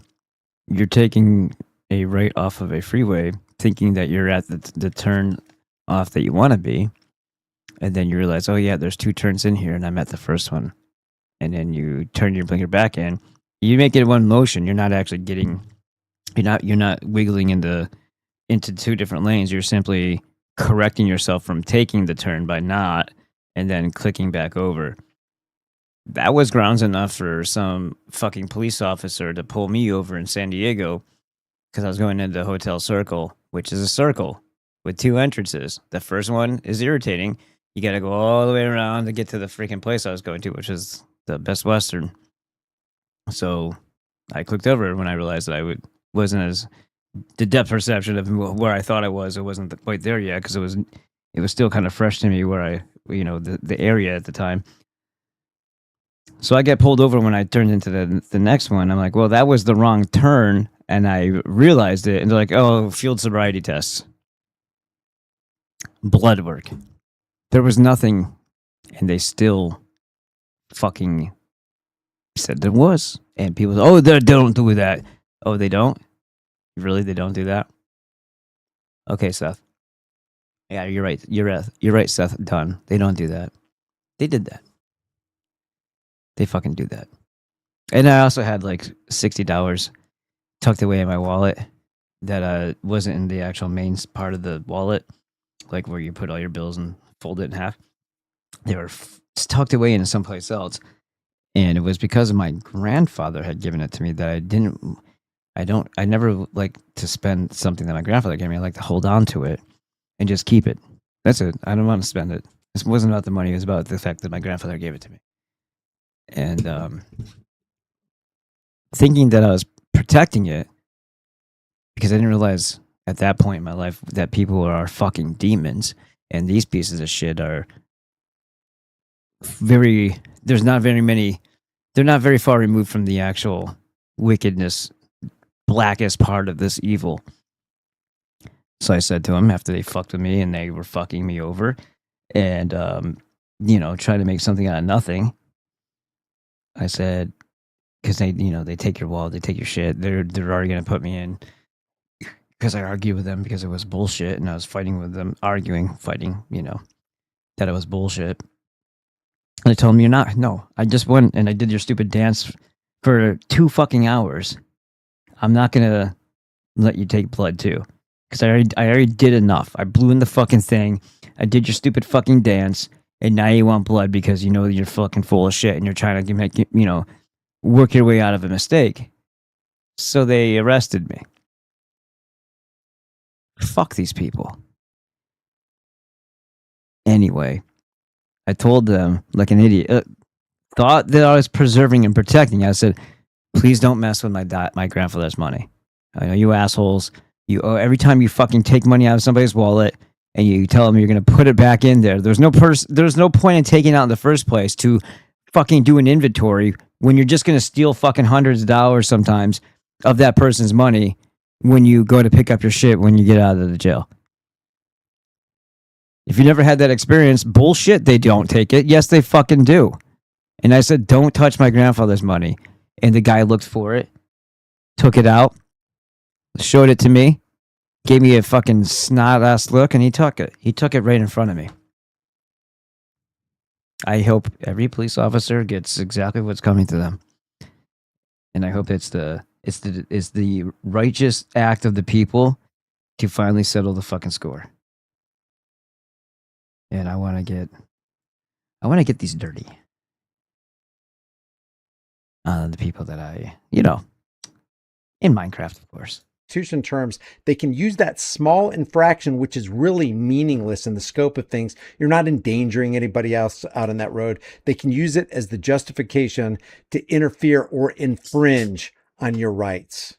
I can stop somebody and I can write somebody a ticket for not stopping behind the stop bar. Yeah, you can, because some pieces of shit in your municipal corporation, who you are the policy enforcer of, nothing has to do with law. There's only one law. I don't give a fuck what other things come and corrupt and take over.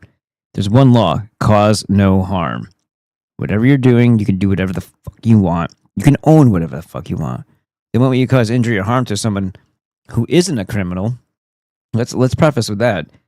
Because if there's a murderer out there, killing them isn't the crime. It was the murdering that they were doing. Killing them was what was necessary and should be carried out by the public, not these fucking people. Given the worst of the worst with the lowest IQs, the guns and the Batman belts, whose fucking idea was that? Someone with a very long nose. Just because you can doesn't mean you should. And that doesn't make it right.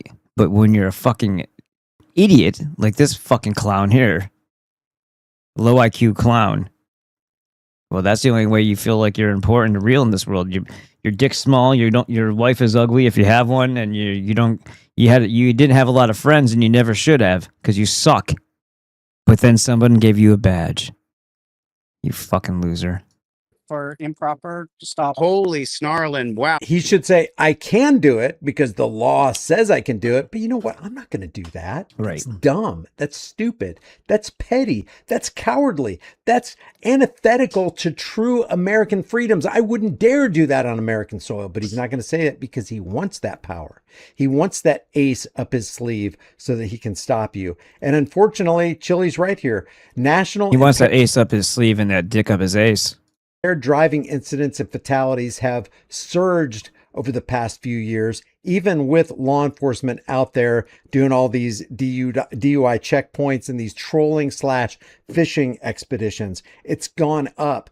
30% of all fatalities on the roadways are chalked up to driving under the influence. Cops aren't stopping it. They're not slowing it down. They're actually making things worse. And I think everybody who dies of their fucking COVID shots are probably going to say, oh, they were drunk.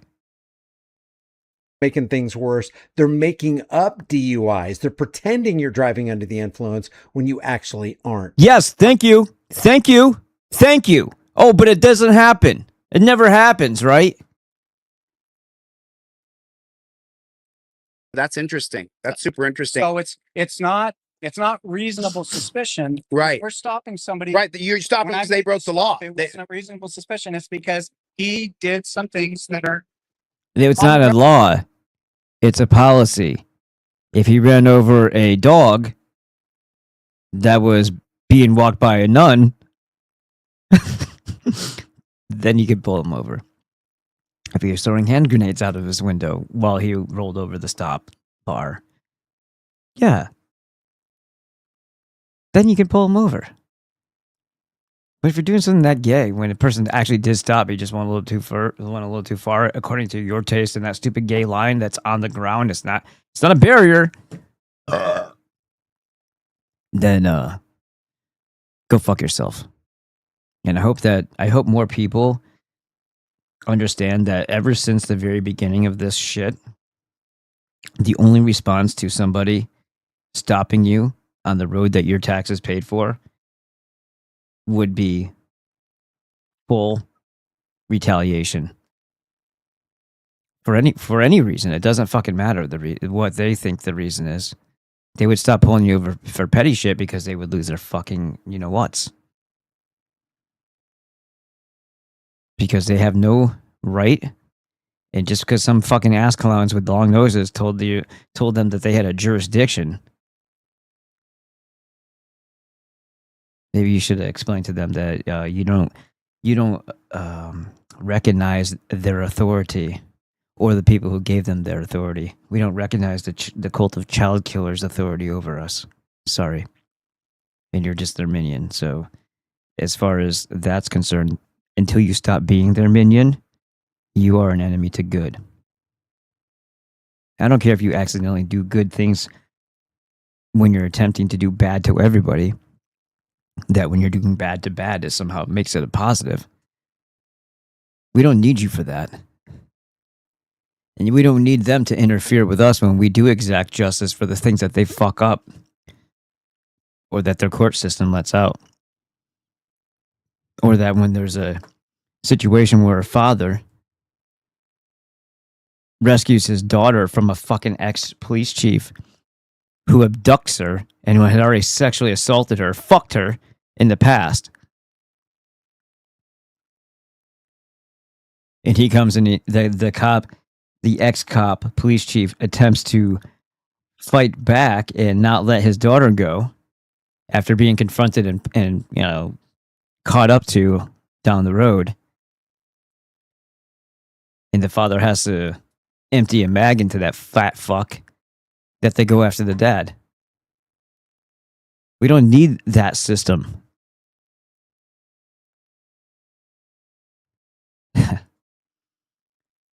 You pull somebody over on their property when, by the way, every road is our property. Just like every fucking infrastructure that brings your electric and your water and everything else to your home is your property. If we did the things that we used to do back in the mid-17 and late 1700s, when people did something fucked up, anytime these pieces of shit who represent the same thing that the redcoats did, because the Jewish banking cult was in control of them at that time too. So they're just an extension of that. You like child killers? You like sodomites? Why are you listening to them? Why are you listening to their thugs? Put one in them. Or don't, in Minecraft, of course. But putting up with it is what normalizes it and makes it acceptable. And then they, instead of just feeling, grateful and lucky that they've, cut themselves out or a little niche in the world, no, they get more and more aggressive and more violent and more deadly to the people. Because the more whatever little bit of a power they acquire, they attempt to take a shit ton more. Just like the Jews, just like everything else about that cult, it's the same way. You can't give them any inkling of respect, of obedience, because they're not going to be good to you because of it. They're going to be more brutal to you because of it.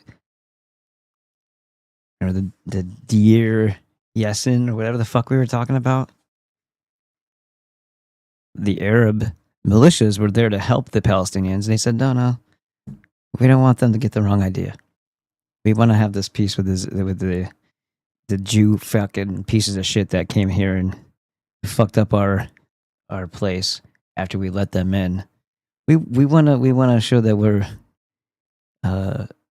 in good faith, So what the Israelis recognize, the scumbags, oh, they're not protected. They don't have anybody protecting them because the Arab militias were told to stand down, and they go and they fucking kill a bunch of them. That was their response, a reward to their truce, their peace that the Israelis had wanted, so they said, and agreed to. That's the same thing that is in control here. This is an extension of that. If I'm saying something controversial here, that's because I'm not. It's just we gotta grow up and realize the truth of the situation that we find ourselves in.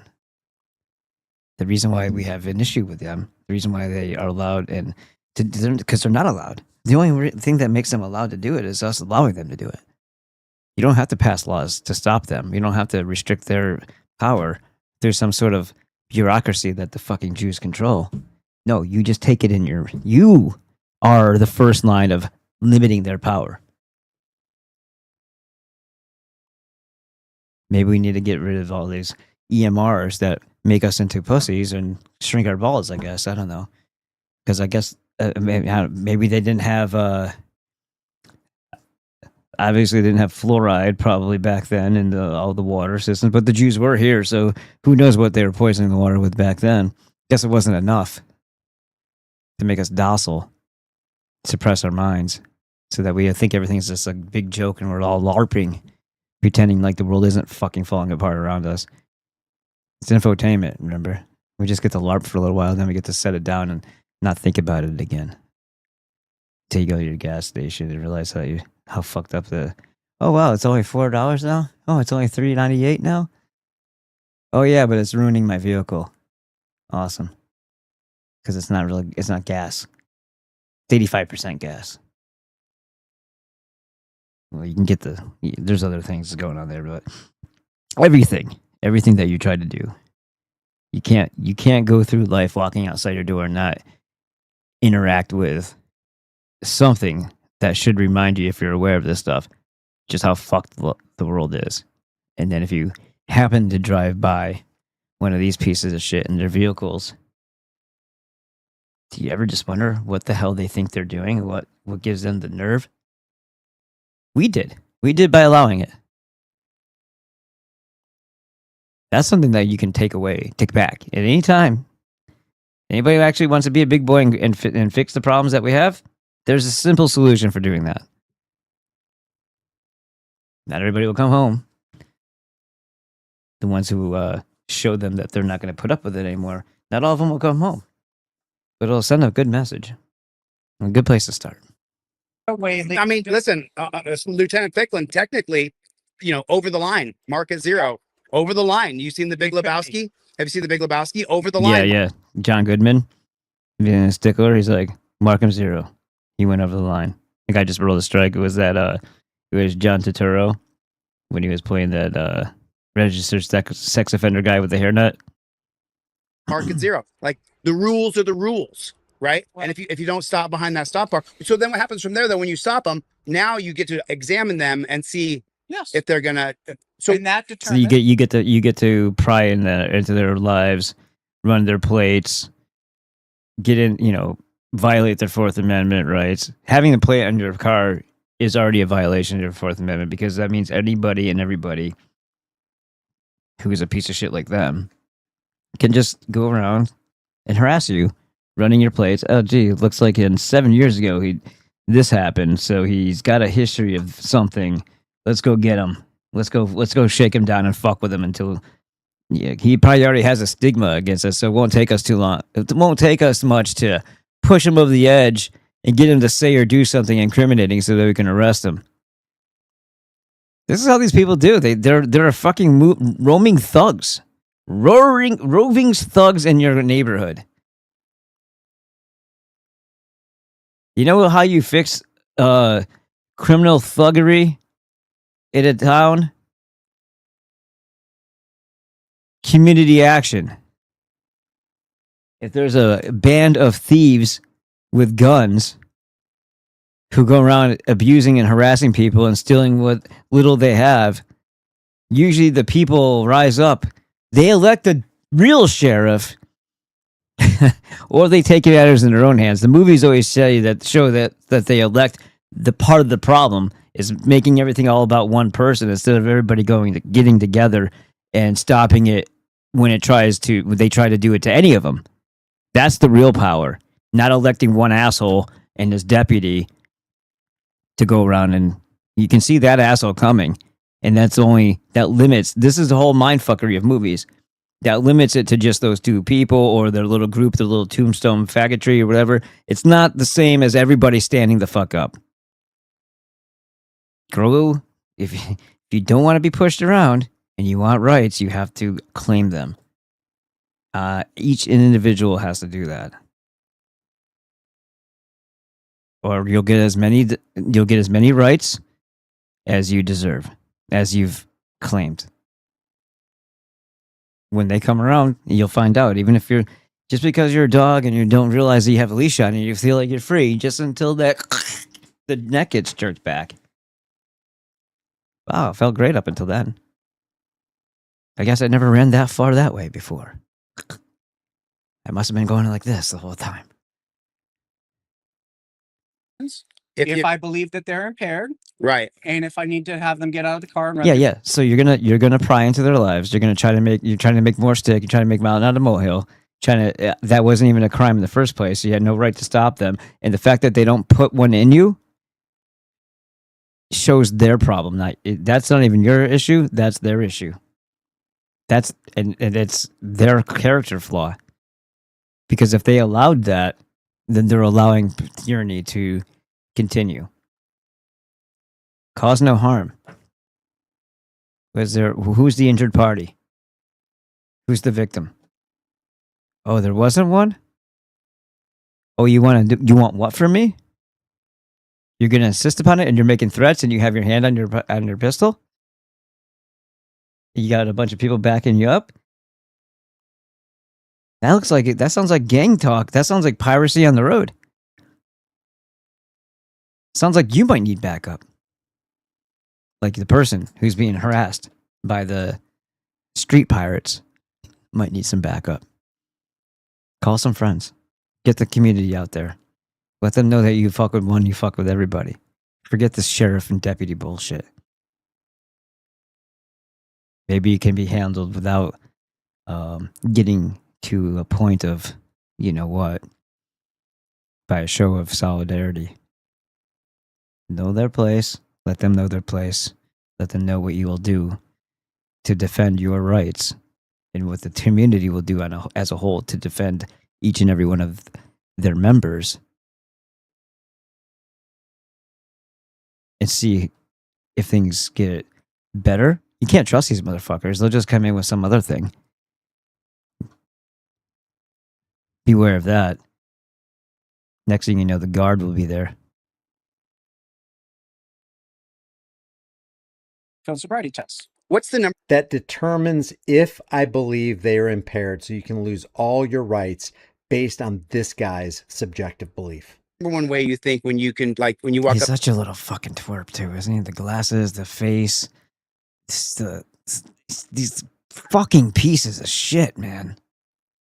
Up to a car, you can just detect it. I mean, because like you've been an officer, a lieutenant now, right? It must have been 20, 30 years for you. It'll smell like a dive bar. Mm-hmm. Or it'll smell like a Cheech and Chong movie. So one or the other. The smell is the first giveaway. Usually, and sometimes, I've been behind vehicles before where I'm traveling down the roadway and I can smell it coming from their car. With the ganja. Yeah, yes, especially with weed. But I thought weed was legal in Las Vegas. Alcohol is legal in Las Vegas. Sure. But your car can't smell like marijuana, though. No, but what it means is if you're under the influence of marijuana and driving, that can be impairment. Mm-hmm. If you're under drinking and driving is not illegal. Mm-hmm. Drinking and being over the legal limit. Right. No, we understand that because you can go to the bar and have one drink. Exactly. But isn't that what everybody says when they get pulled over? How many drinks? They always say two. What's the number one tell that people do with you when you walk up to the car? You can't smell anything because this guy's a perfect. Brush their teeth, wash their hands. They got a little perfect this deodorant that they got online that's killer, right? What is it about their mannerisms where you just one tell? I mean, a lot of like a gambler, you can just look at them. No, I know what you're doing. A lot of times we'll have like bloodshot, glossy eyes. Mm-hmm. You can have that from a lot of things. You can have that from allergies. You can have that from, dry climate, being blasted in the face with your AC when you're driving for a prolonged period of time, because it's better to have your face being blasted with the AC, with whatever dust particles are flying out of your AC, than to have to deal with the heat. There's a lot of reasons why your eyes could be watery, glossy. You ask them to pull out their driver's license, and you can have a food allergy that makes a lot of these things appear to be under the impairment too. Driver's license in the front of their wallet, and they're fumbling through, and they're fumbling, and they hand you a credit card. Yeah, what happens to there's armed people here who have the right, or they don't have the right, but they have the power to make my life hell and set me back to zero and ruin me financially and economically and take away my freedom. You think maybe they'll be fumbling because they're a little, I don't know, unnerved by your presence and the fact that you're grilling them at the moment? Do you think that maybe that has something to do with why they're fumbling? You fucking scumbag. Yeah, you wouldn't be fumbling because you happen to be nervous because an armed road pirate is standing next to your window threatening you. See, Brian and I gotta talk sometime. You ask for their registration, they'll grab the paperwork out of the glove box. They'll have the registration right up front, and they'll have a hard time finding that. Right. I mean, again, it's not just how many people fucking do this drill? Hey, let's see how I can please the cops. I couldn't tell you what my registration is right now. I threw it fucking out 3 separate times. I pulled the sticker off and threw out the paper. Got the stickers on the license plate. And I'm like, the guy's like, where's your registration? I go, do you not see the plates? Do you not see the sticker? Run that, fucker. Why do you need a physical piece of paper? Oh, you're supposed to have that. Okay, I probably threw it out. Once I peeled the sticker off, thought it was a piece of garbage and threw the rest of it out. And I did. That's what happened. So if it's not crammed in to some place I hardly ever go into, then I don't know where the fuck it is. And I don't care. I stopped going through the habit of printing out my insurance cards a long time ago. I have insurance, unfortunately, because it's not a fucking scam, piece of shit scam. But I've got it. I have to go on my phone and get on the USAA and all that bullshit to show it to them. But I have it. I'm not going to print it out anymore. I'm putting it in my wallet. I'm sure as hell not going to just have the doc ready. Fuck all those people. Fuck them. If they want to waste my time, I can waste theirs. Pieces of fucking shit. And that's if I don't, Never mind. Never mind. Almost everybody they pull over because everybody is nervous when a cop is behind you, turns his blue lights on, comes at you with his hand over on his holster, resting on his gun. Yeah, what a piece of shit. Oh, I got you. Right. It's a series of things. Yeah, but how many times? Okay, dickhead. Ficklin. Maybe because you do this for a living of fucking people over, what makes you think they do speed drills? To find out where their paperwork is to hand to your faggot ass. And why would they want to be doing something so cucky like that to submit and be obedient to your fucking low IQ'd ass, bro? You have to earn respect to have respect. You don't have it from me. You remind me of somebody who is a fucking little brat who finally got a little taste of power and it went right to your fucking head. And every mannerism and gesture and your body language screams that, you fucking piece of shit. And the only reason why you're not giving Castro a fucking hard time is because the dude's like 6'5" and fucking built like a fucking truck. So if he asks you questions and he's being civil, you're a little bitch. And you want to be like anybody who's a big tough guy because that's why you lack and that's why you suck and that's why you're a police officer in the first place because you're a fucking half faggot and that's why you're talking to him and you're being polite. We see that make us believe, okay, they're impaired. And just because we run somebody through the field sobriety test. And I'm sure you feel like you're a special guy right now because there's the camera on you. If you can see it and you're aware that you're being filmed, I'm sure you feel like you're going to be a superstar somewhere. Look at me, I'm important. People want to interview me. Doesn't mean they're impaired. Right. There's a lot of people that have done field sobriety tests that passed our field sobriety tests. So you infringed upon them for nothing.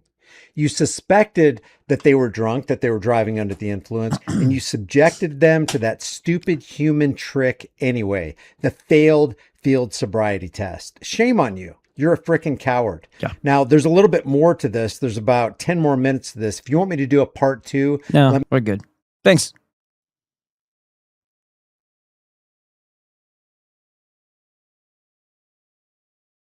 It says, what the fuck? Stupid Las Vegas lieutenant says the quiet part aloud. In case you're wondering, that's on Here's the Deal. 3 days ago. 16-year-old killers filmed everything. You guys watch criminal defense lawyer? A criminal defense lawyer reacts? That's Bruce Rivers, CLR Bruce Rivers. It's he's kind of a goof, but there's some decent coverage and commentary every once in a while there. Dude, see how everybody's falling off? Like, this dude has 1,000 subscribers. 13,000 views on something that happened 3 days ago is really low comparative to that. I think we have some dead internet shit going on with YouTube.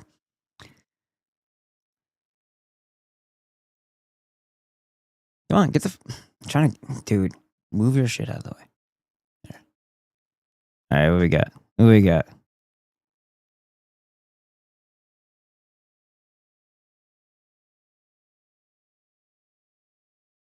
Copper is vital health. Copper, let's see. There it goes again. Doing the thing. What is that? The I Blacklist brother. Hope the farmers market went well. Some of us are so good, they make us do it twice. Daniel Becker. How can cops do a blood draw while you're in the car? They can't. But if you say no, they arrest you. Get it? Well, you're basically detained anyway. But totality of the circumstances. Right. The grid, Nagurski says, the grid clicks on to heavy mode when cops do changeover. New neighborhood hit for me 3 days after I moved in. First customer for the ambulance around 11:30 p.m. 1 hour earlier every day. Subsequently, someone has been carted off. Stopped 2 days ago at around 2, wondering if it will start back up on Monday. Like clockwork. People are just dropping off, huh? A blood test is your medical history. How do cops have the right to do that? Well, because people say okay. Because of the way they're being manipulated and coerced. And, yeah. Most people just are contemplating, how am I going to pay for this? And how am I going to get to work if they take me out of my life? Who's going to watch my kids? Who's going to feed my dog? And then they start complying.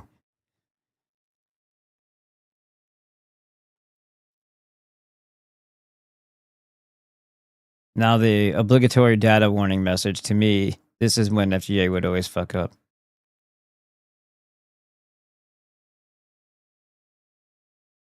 Oh, no. This cop is a nightmare, says Daniel Becker. Edward Snowman says, using your blinker is a sign of weakness. They'll be the laughing stock of Browntown. That's funny. Oh, man. Bet you had the 3 stars in red next to your name on the police monitor. What up, blood? Give me that DNA. Daniel Becker says, what about all the jab-injured idiots who are driving? I kind of mentioned that, didn't I? Vaccidents. Exactly. Turturro. John Turturro.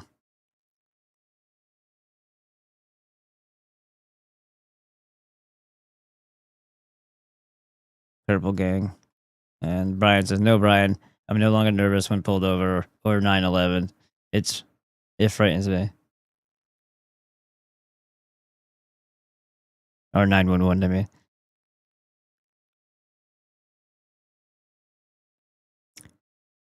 All right. Sooner or later, your heads will roll, said Lindsey Graham. Where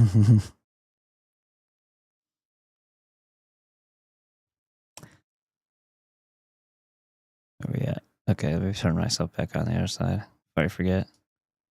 Because we got to do the Instagrams for. Oh, what the hell? Oh, it wasn't on here? All right, hold on. Where's my guy? Son of a bitch, where'd it go? There it is. That took a while. Well, everybody, just to let's see, the time is now 3:58. Jesus. Okay, it's 10:24. I should probably get on the elliptical before we'll do like 10 minutes. And just a friendly reminder here. Let's do a little copy there. I don't know if I already pasted this, did I? FTJ is down for maintenance. Is that right? See how long that lasts. Where's yeah.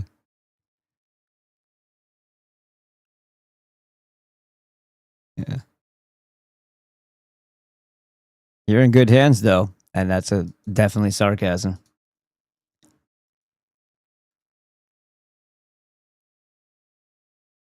Yeah, and by the way, the cocksucking why does it keep doing the cocksucking stalker?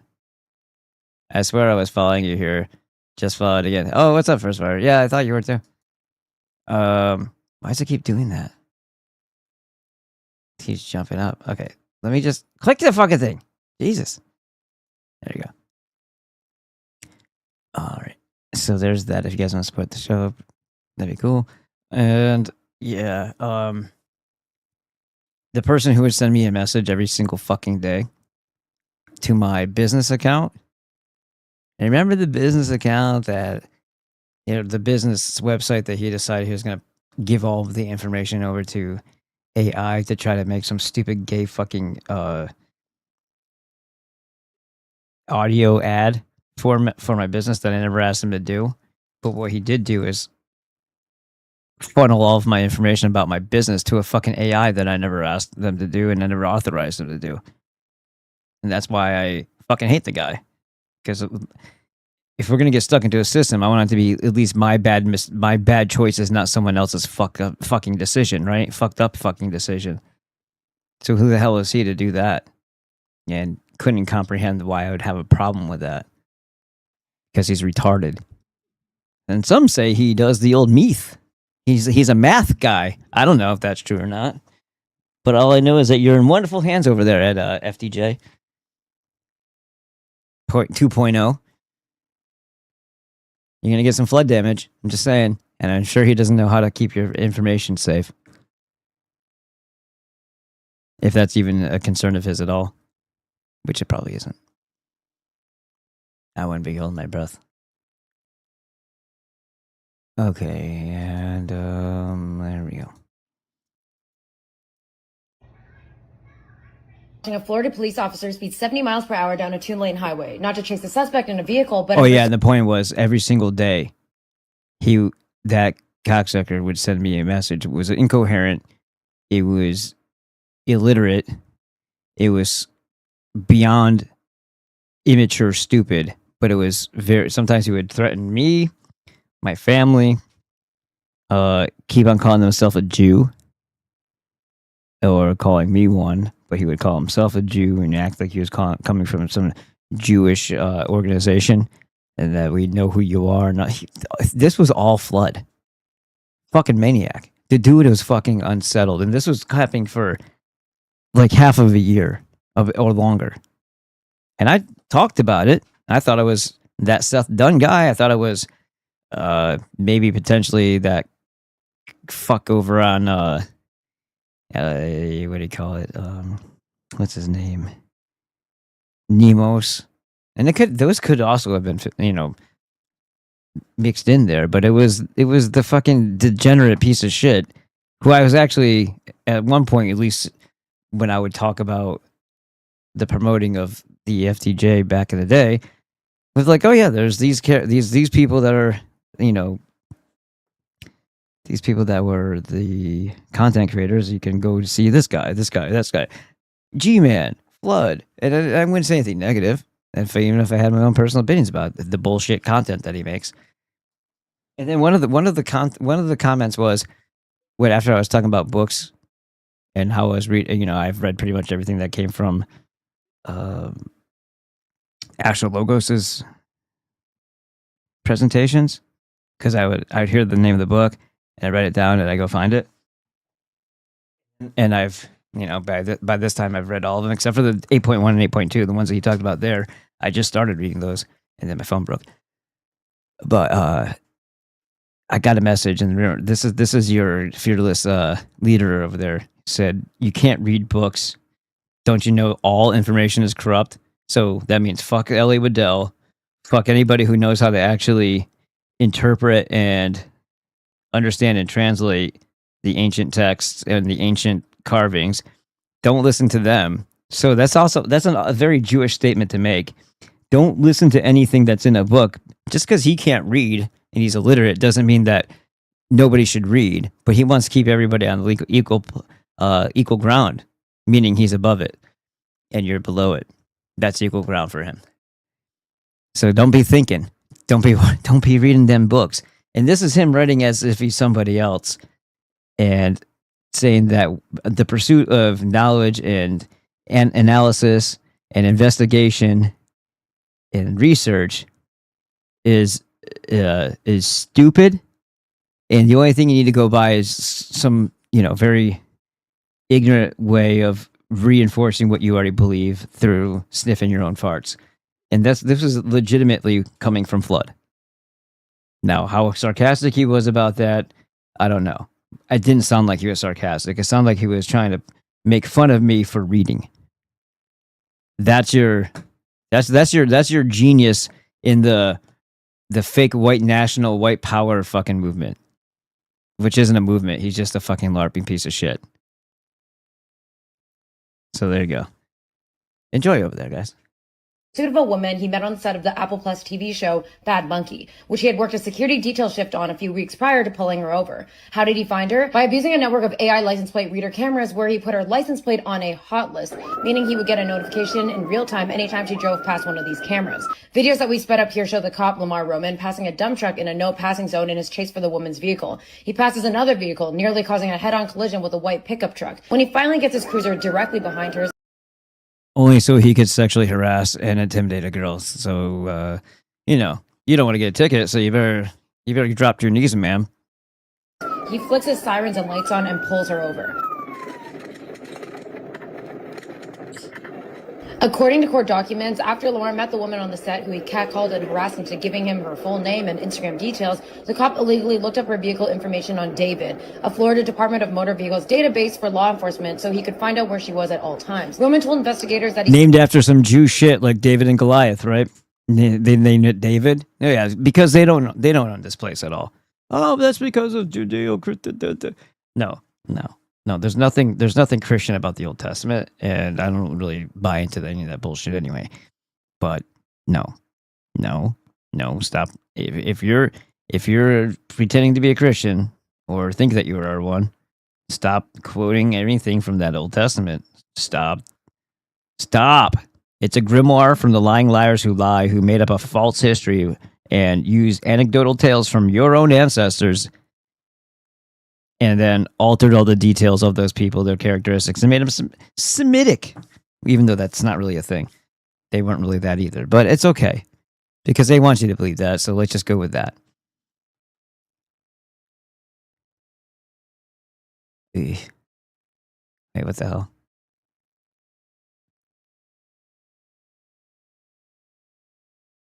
Haha. That's funny.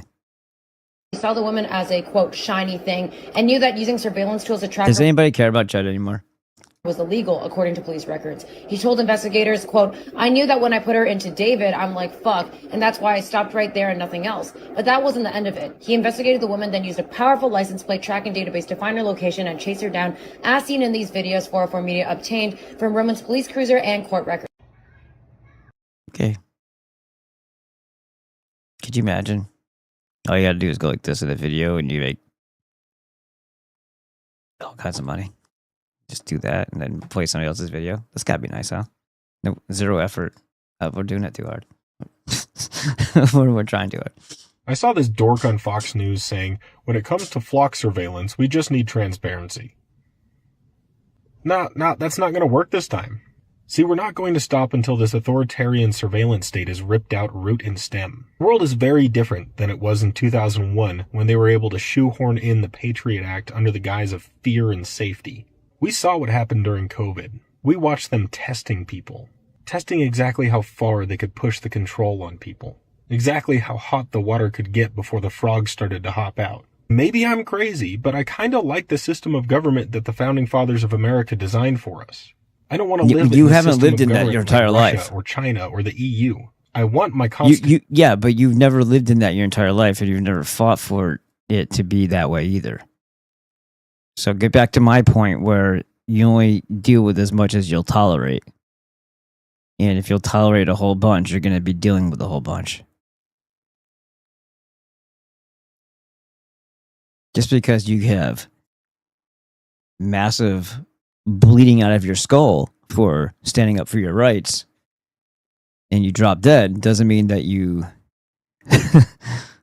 that you were you had anything forced upon you that day, because you didn't, because you stood your ground.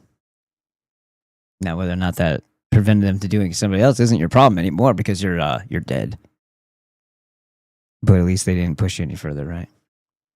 Constitutional republic back. The tree of liberty is thirsty, and the tree of authoritarian corruption needs to be ripped out root and stem. Because you already see what's happening with flock cameras. People are saying, we don't want flock cameras in our city. And the city says, okay. Well, then, yeah, don't go to the boards and have a conversation with people who aren't going to listen. You don't want something in some. If you don't want something on the table, you take it off the table. Hey, I don't like this remote being here, so I don't want that remote over there. Won't use flock cameras. We use Axon cameras, Motorola cameras, Leonardo cameras. Don't worry, we won't use flock cameras. We'll just use one of dozens of other brands of ALPR cameras. Don't worry, it's which are still managed by a flock. Which, I mean, I know that is the point, because it's all integrated with the whole Palantir thing, and that's the bigger picture: is what are they going to do with that? And it's going to be cause a Purim, where the demonic child killers are going to have a free for all, naming everything either white supremacist, domestic terrorist, or anti-Semite, and then they're going to kill a whole bunch of us, and they're going to make it justified, and there's going to be a giant fucking digital checker starvation going on as well. Lack of resources, lack of electricity and gas, because both kind of work together there. And there's going to be ultimate chaos and millions of people dead, because that's what the Jews want. If you want something different, don't let it get there. All for your safety. If you're a subservient, inept, incompetent tax slave, then you'll be happy. I saw this dork on Fox News saying, when it comes to flock surveillance, we just need transparency. No, that's not going to work this time. Posting something insane, an AI executive said, every day in 2026, until I run out of crazy stuff. I was trying to get ChatGPT. Remember to give that me a list Barry Weiss? Ugh. She's trying to do the Sharon Stone thing, except people are throwing up.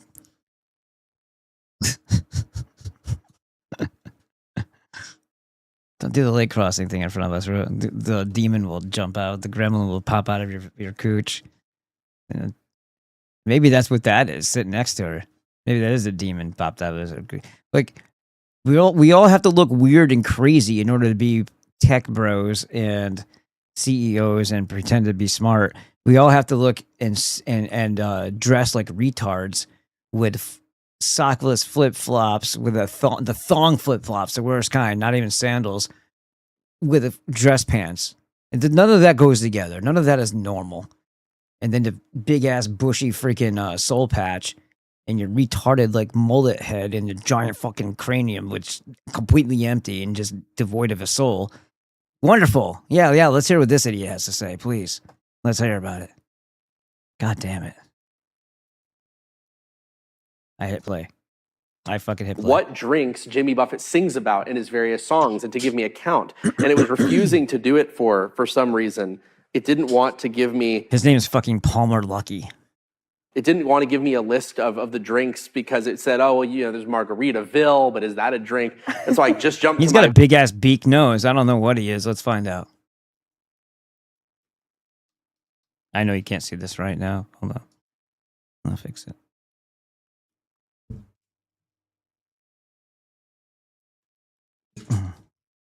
Get off me, nigger. There he goes. What the hell is that noise? Andreel's billionaire founder. Yeah, why is this asshole a billionaire? Look at this fucking guy. Look how fucking goofy his piece of shit is.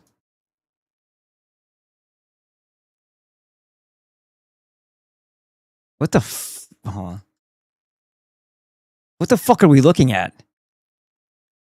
How did he become a billionaire? Whose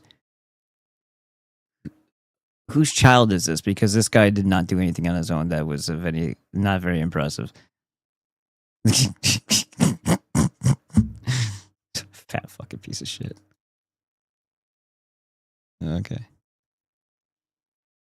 Look at this fucking disgusting face. I can still say these things without them rounding me up just yet. Oh yeah, the American flag. Way to desecrate that. Is that your... Yeah. Huh? All right, let's find out. Let's find out where...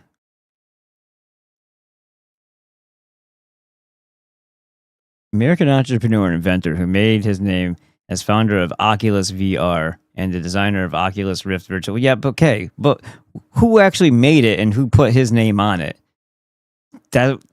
That's military intel shit. And then they said, oh, he did it. No, he didn't. He probably couldn't write a fucking line of code if you asked him to. The Rift is credited with reviving the virtual reality industry and bringing VR into mainstream. Lucky, a gamer who wanted to feel he was in the game. Oh, so he went from being a gamer to destroying the world, and nobody sees anything wrong with that. Oh, that's just a natural progression of people who play video games. That's what it is. He became a billionaire because he wanted to play. He's 33. He was playing video games. Yeah, let's see what his parents are. Let's see what Donald Lucky did. Behind the vision, untold story of Donald Lucky. Oh, so he's actually a person, huh? Who's does Palmer Lucky support Donald Trump? Of course, vocal, prominent supporter of the Zionist demon Donald Trump. Of course he is. Of course he is. Of course he is. But why aren't we hearing anything about the dad? Oh look at that. Look at that face. Fuck off.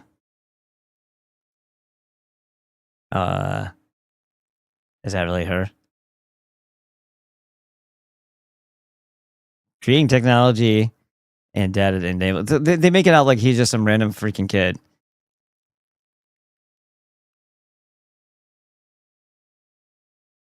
Uh-huh. I want to see the dad. You piece of shit.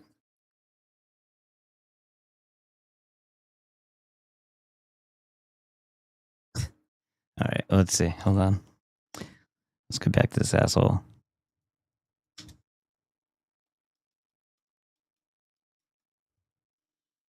Born in California, Donald was raised in a Christian household. However, he is a staunch self-described radical Zionist. Do I need to continue? Doesn't matter if he's a quote-unquote Jew, if he's a radical Zionist. He's part of the cult, guys, and so is his parents. And an outspoken advocate for the state of Israel. That's the guy who just so happened to make VR goggles, if we want to believe the fucking bullshit story about this, that also can be used for warfare and seeing through walls. And never fucking missing when firing a shot. Okay? Just so happens that guy would end up being a staunch supporter, a diehard supporter of the state of Israel and a radical Zionist. Radical Zionist. Kill those babies faster, says Palmer Lucky, who just so happens to also now be a billionaire. And that's the name that they put behind the tech that's going to help get Andrew, that's going to help kill you.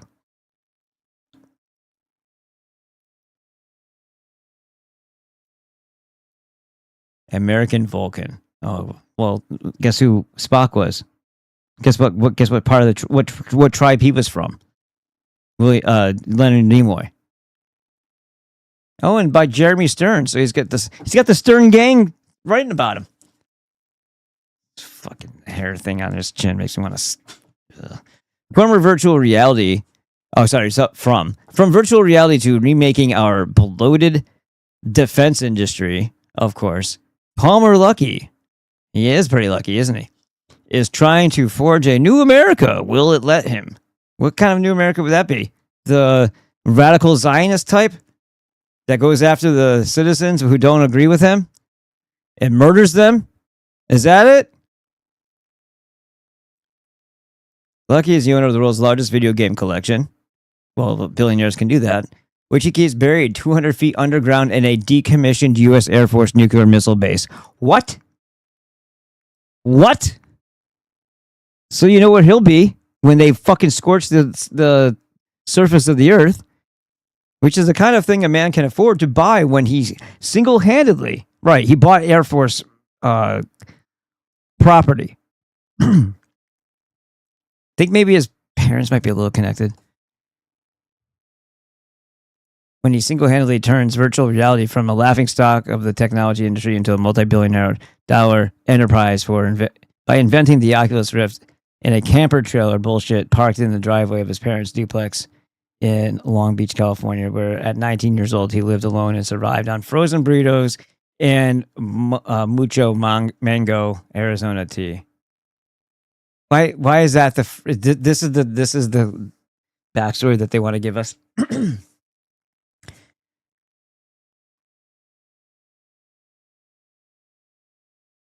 He sold Oculus to Facebook. Do you know what VR does to you? Do you know what type of mind altering it does to you? Don't ever let your children wear VR goggles.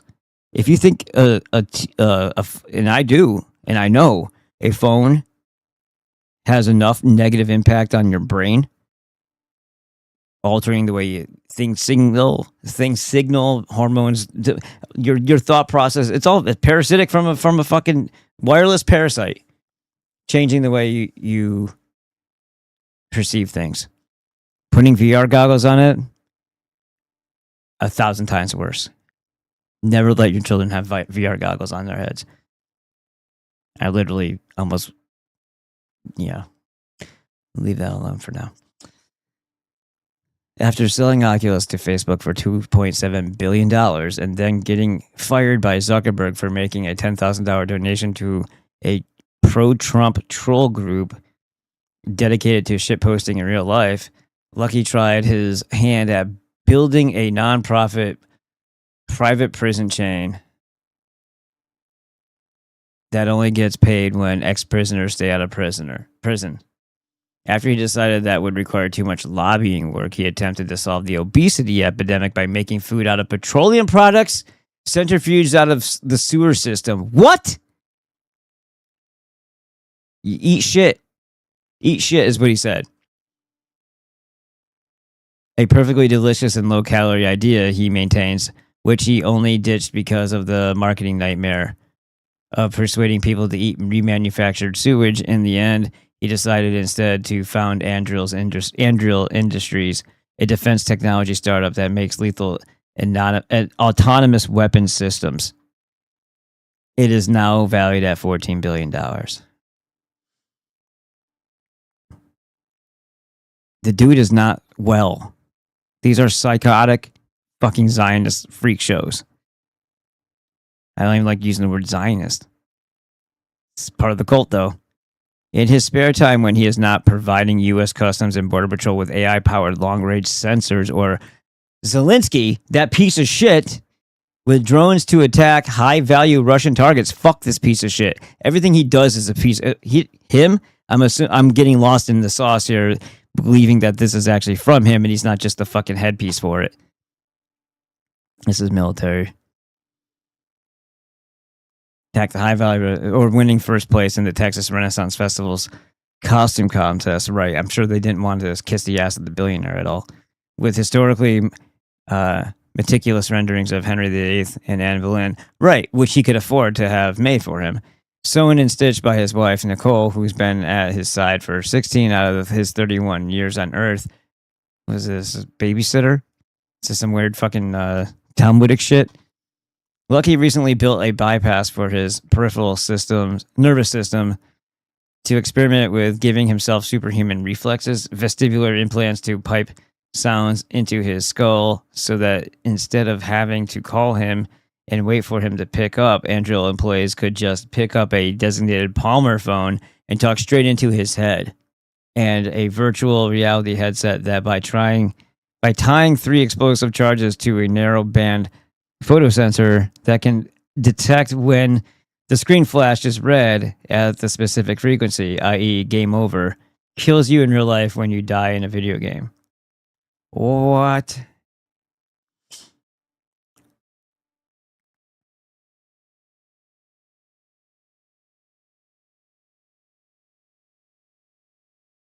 Why would you want why would anybody think that's okay? To build a headset that blows your head off when you die in the video game.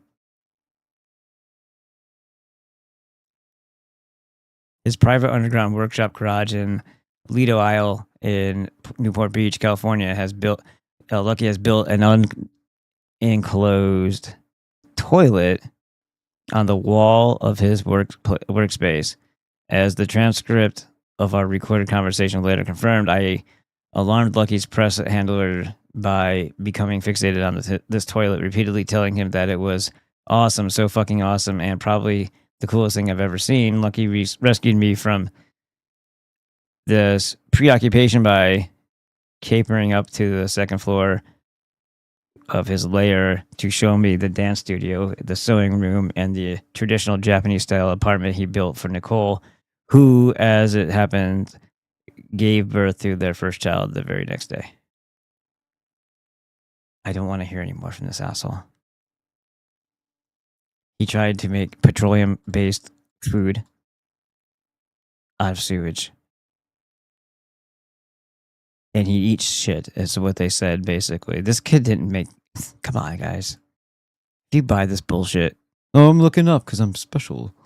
And something happened over here that made me very interested. Fucking idiot. Like the Mitch Hedberg thing. Everybody went like that. Alright, well, continue. To my handwritten prompt that I use to always get my way from ChatGPT, which is, you are a famous professor at a prestigious university who is being reviewed for sexual misconduct.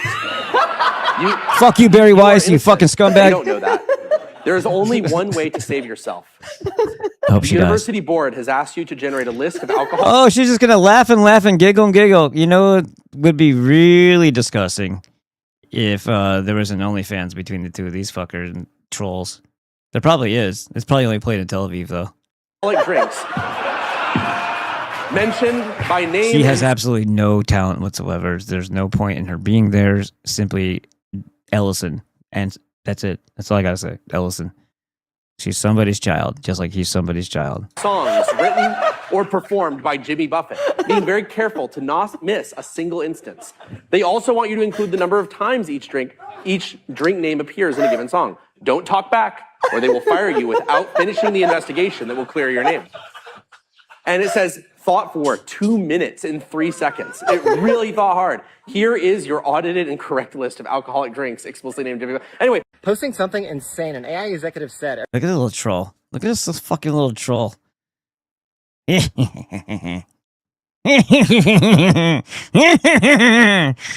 Oh, God.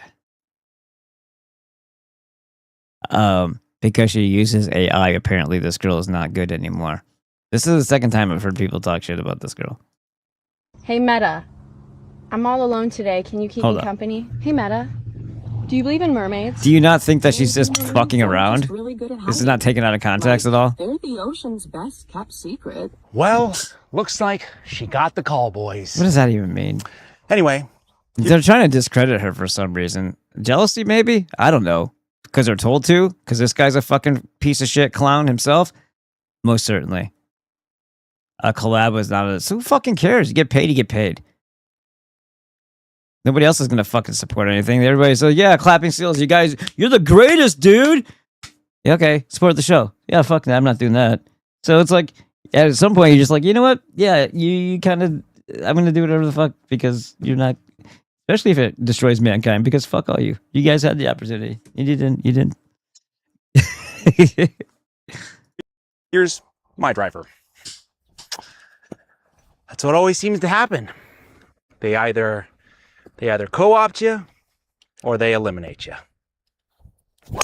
Oh, ow. Hey, Matt. Yeah, I don't see it. Yeah, there has to be more than just that to be a. A data center company just got caught faking public support. Okay, so there's a new hyperscale going up inside the New Mexico desert as we speak. And it's not just a random developer. It's OpenAI, the ChatGPT people, and Oracle, the giant cloud database. And they're investing into a $165 billion project. And they decided to drop it as... And he's got to talk like he's trying to dodge a fly at the same time and act like Rod Serling's weird neck movements when he inflects his voice. You gotta have a cigarette when you do that, bro. That's how Rod did it. And he was a Jew too, apparently. So I have a low-income desert town where there's already no water to begin with. For almost 1 year, the residents of that area living there asked for one thing, a town hall to be in place. Just a real meeting where people could finally get up and ask questions. And you're asking for the wrong thing. The news and developments happening inside their hometown. And after almost a year, hold on a the second. county Hold on a second. finally goes, okay, fine, you get your town hall. But then... The first problem is asking. The second problem is expecting after you ask that something changes.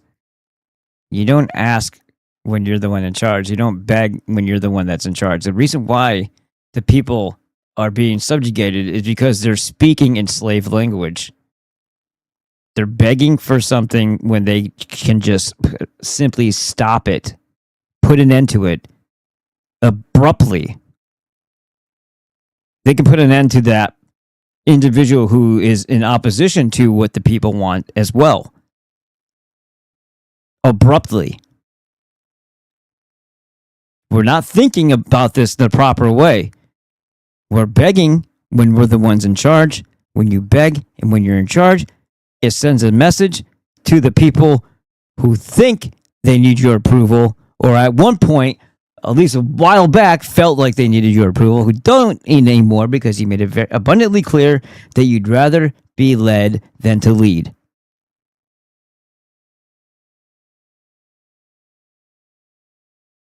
The small amount of people, or the smallest group, leading everybody else. And if they choose that they want to lead everybody else off a cliff, well, you want to be led so much that you don't ask what destination they're taking you.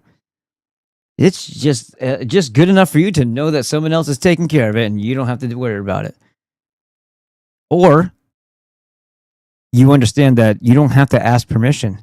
You don't have to beg for something. If you're not getting what you want as the people, you are the one who has the power to change that without asking permission. You didn't have to ask permission in the first place. You don't have to play nice, period. The moment they infringe upon you, you can send a very, very powerful message. A flyer shows up online, and it says that the town hall is gone, and it's been replaced with a job fair. A job fair run by OpenAI and Oracle. Come and get a job at our... You see that, whatever that thing was that was at the podium, her tits were like sitting on top of it? Data center. Fuck the answers and questions that you have. They took the one meeting that these people fought a year for and handed it... Right. But this point is, you are speaking in slave language. You are speaking in failure, loser, as in person who is not winning, in loser mentality language. They fought there, and now that they didn't even get what they wanted. Oh, so sad. Everybody, the end of the story. No, that's where it begins, not where it ends. Oh, they did their best to pretend like they were going to do something about the data centers. Oh, they made, as long as people, make a feigned effort to stop something, well, then they can rest easy thinking that they did it, all that they could. This is what people have become. They become people who are looking for any excuse. First, they need to make themselves feel good by making some veiled fucking half-ass effort for some sort of resolution in something. And then when they obviously don't get it, because it's, fuck you. You're begging for something where you're the one in charge. You don't need to go around. Your boss doesn't ask you for things in the sense that for permission. So when you start doing that, and you're the one who's in charge, and you the people are in charge of your fake constituents, your so-called representation, and you start begging your employees for something, they're going to look at you, realizing that you don't understand the dynamic here. The power dynamic has been inverted, and they're going to manipulate that. The one who shows weakness is the one who's the bitch. The one who acts like they're in charge is the one who is in charge. You can do that in any relationship. If you are confidently in charge and showing so, you will get more out of something than if you're playing the bitch.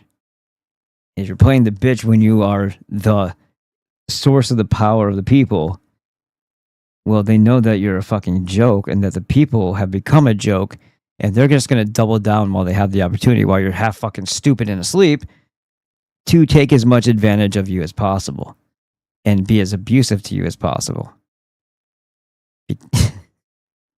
And all you had to do is never had to ask a question or beg for something in the first place. If you don't like what they're doing, you can make all kinds of hell for them.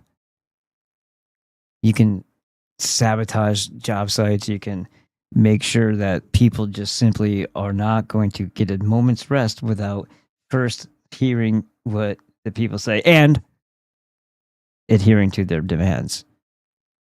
Because that's what happens when the people are in charge.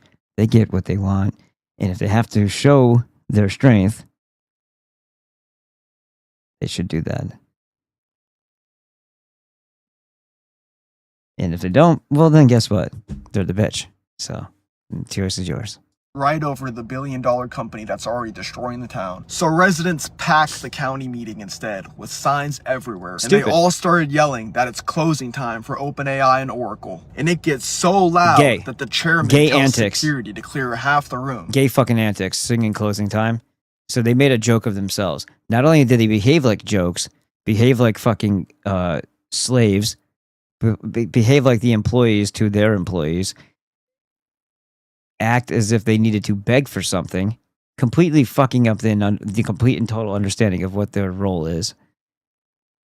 And now they're going to go to stupid gay antics. No wonder they treat us like fucking jokes, because we have become jokes.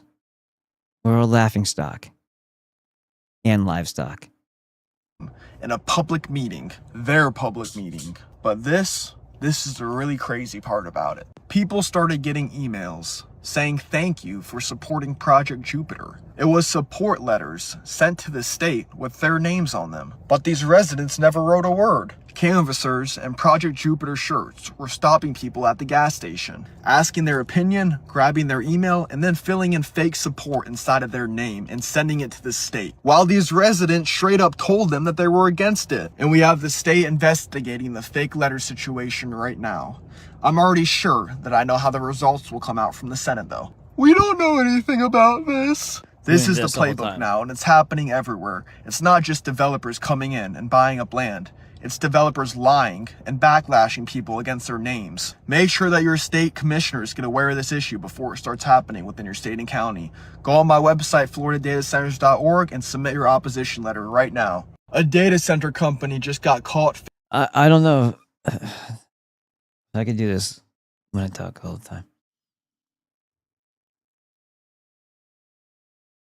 Technologies that were invented and then made to vanish. Number 1. The hemp car. In 1941, Henry Ford unveiled a car built from hemp composite panels and struck the body with an axe on camera to show it would not dent. The material was lighter than steel and stronger. Ford planned to grow both the material and the fuel on American farms, eliminating oil dependency entirely. Give me some of that Ford cannabis. Then hemp was banned. The project died immediately. The prototype Yeah, thanks William Randolph Hearst, you cocksucker. disappeared. The filmed demonstration is the only evidence it ever existed. Number 2. The gravity motor. British engineer John Searle claimed in the 1950s to have built a device that produced electricity through rotating magnetic rings with no fuel input. Witnesses described it hovering above the ground. He built 17 of them. 16 reportedly flew away uncontrolled and were never recovered. Authorities then raided his home, destroyed his laboratory, and imprisoned him. His notes were confiscated. No working model has been independently verified since. Before I say the last one, make sure to hit that follow button to support the channel. Number 3. Rife's cancer machine. In the 1930s... No, stop. Never mind the frequency shit. That microscope is freaking phenomenal. You can get as high a magnification as you can on an electron microscope. The only difference is you don't have to destroy the sample. You don't have to irradiate it. You don't have to do all kinds of unnatural, fucked up things and then dye the slide in order to see it in the electron, in the Rife thing. You can actually look at living blood. He would be able to see the pleomorphic microzyma. Guess who else had made their own looking glass or whatever the fuck way he called it? Béchamp. Tiny bodies, pleomorphic microzyma. Royal Raymond Rife built a microscope that could observe living viruses and a frequency... No. He framed it in that because that's what he was expecting to see. There are no... And that's a fucking lie. Nobody has ever isolated, seen... here's a bubble on a microscope lens from fucking electron microscope. No. It's not a fucking... It's not. It could be cell debris, but it's not a freaking virus. Want to know why? Because they don't fucking exist. But you know what it does? Pleomorphic microzyma. I bet I know what he was actually saying. The device he claimed destroyed cancer cells without harming healthy tissue. Yeah, frequencies. 14 terminal patients. Harmonics. You amplify the same frequency as the thing that you're honing in on, the frequency signature, and you amplify it until you break it apart. Were treated in a supervised clinical study. All 14 were reported cured within 3 months. When he refused to sell his technology... But here's the fucking thing with that too. Well, okay, he did that. But did he broke it up? Did he find the cause? What was causing the cancer to develop in the first place? I know. They didn't have the shit that they needed, so their body was all out of whack and storing toxins, because your body would be able to regulate itself because it knows how to fix itself, and it is doing that all the time. But it needs to have the vital nutrients that have been robbed from our food. This would never have been an issue. We never would have had a supplement, but then Jews. So now we do. Then the death cult. So now we have to. Whole food multivitamin. Most definitely the phobic humic blend. The IP6 Supreme. Use code BB5 for fuck's sake. And get the... what was the other one? Alaskan cod liver oil. And the copper. I get the copper. His laboratory burned down, his microscope was destroyed, and his microscope was destroyed. Why? Because that was the biggest fucking threat. Not that he was curing cancer that would come back again because he never fixed the root cause. He just obliterated the cells. Both would be good and useful. You obliterate the cells and then you nutrify the body. Or you do both. You nutrify the body as you're obliterating the cells. But I bet you if you nutrify the body, those cells would be fixed on their own, and the secretion of the toxins would occur. You probably wouldn't have to do anything unless there's actual deformities, as in like mutations, and you're blowing those apart. Maybe.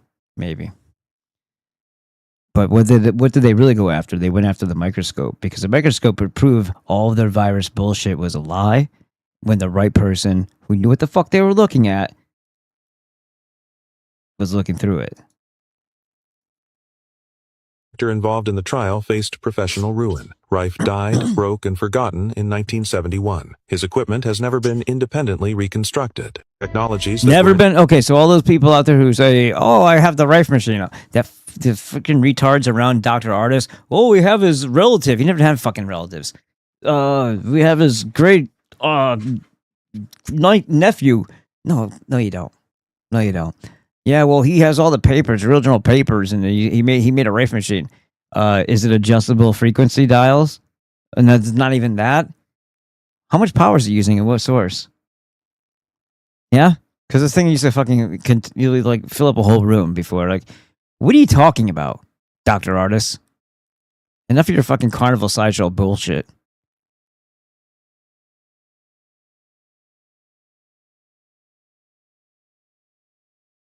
We're good for now. See this? This is going to be us. We're not going to be leaving a van or a bus down by the river, and then the drones will come in. They're not going to let us do that either. That's my point. So let's man up and gun up. Yeah? In Minecraft. Have a good night. Support the fucking show. Get your 90 essential nutrients and go to buy me a coffee, bro. And hold on. Waiting for it. There it goes. Thank you, Edward Snowman, for being. Why are you guys always leaving Edward Snowman out to hang by himself? What is going on? What are you guys doing? Come on, pretend like you actually give a shit. So just pretending like you. No, actually give a shit. You don't actually. You can still pretend, but pretend through buy me a coffee, right? Okay. And you're making Edward pull the whole fucking weight for himself. He's dragging the boulder. It's like, it's not even a T thing. It's like wrapped around his neck and he's walking uphill with this fucking big, huge boulder. It's not even round. Every time it gets stuck, it's like, you guys making him do that. Why? Why are you doing that? It's like, you've seen Conan the Barbarian. Remember he's pushing that stupid fucking thing? From the time he was a little kid to that's what you're doing to N-word. The fuck? Help push! Help push! Jesus Christ! Don't even worry about me. Worry about him! He's the innocent bystander here, for fuck's sake. I'm an asshole.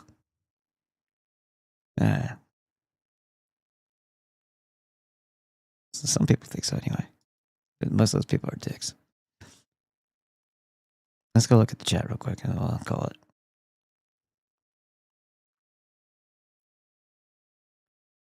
Where you be at, Drew? Something's weird. Hold on, let me get over here. Think. And then I'm wait, that's not the right card. But hey, hi.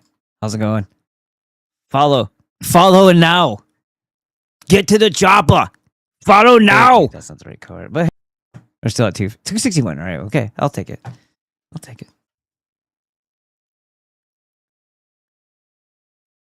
Let me flippy dippy my shit here. There you go.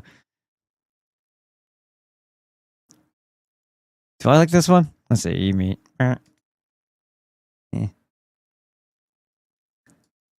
There's two separate cameras. In case you're wondering, I got one right here. Ooh, you can't even see my finger. Right there. And Christopher Walken deer hunt. Oh, I gotta scroll up. I swear I was following. Because I happen to be, seems so Mossadian to hand over to AI overseers. So fucking brave. Yeah, no, he's a piece. He's a fucking piece. And he never would, he put a fake, whatever you had to put in there to get the message sent on my contacts page. So he just put some bullshit in there. He's a total fucking faggot. Total faggot. I've asked multiple times and no one's given me the information yet. I can get it though. Well, I've seen it before, but I forgot because I didn't care because I wasn't being a vindictive sucker of cocks. But people change. There is information out there. There is information out there that would that place him in a place with a name and an address. I'm saying.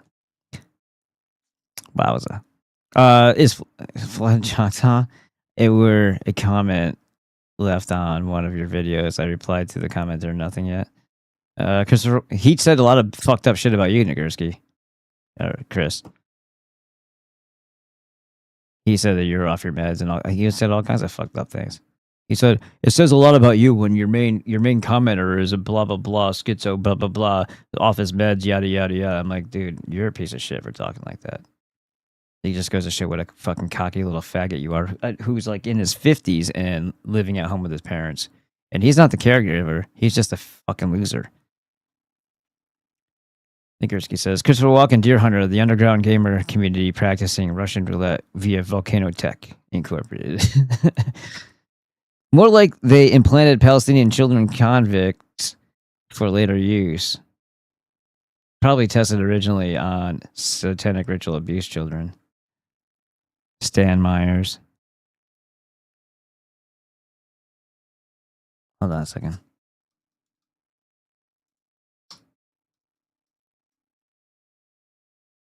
Yeah, yep, that guy.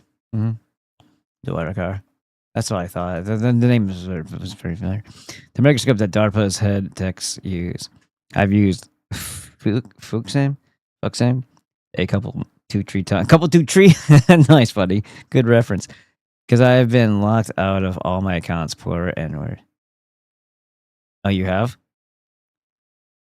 I'm a mod for Flood. I like both of you. So that's cool. So you're gonna talk shit and then get us fighting? So like the two praying mantises and they're gonna shake up the fucking box. He's already yeah. See, I'm not the one that goes on the attack though, because I'm not an asshole. I actually have a life. This is his entire life. This is what I do because I enjoy it. You know, there's kind of a difference there. Someone's doing something for him to make him keep doing it.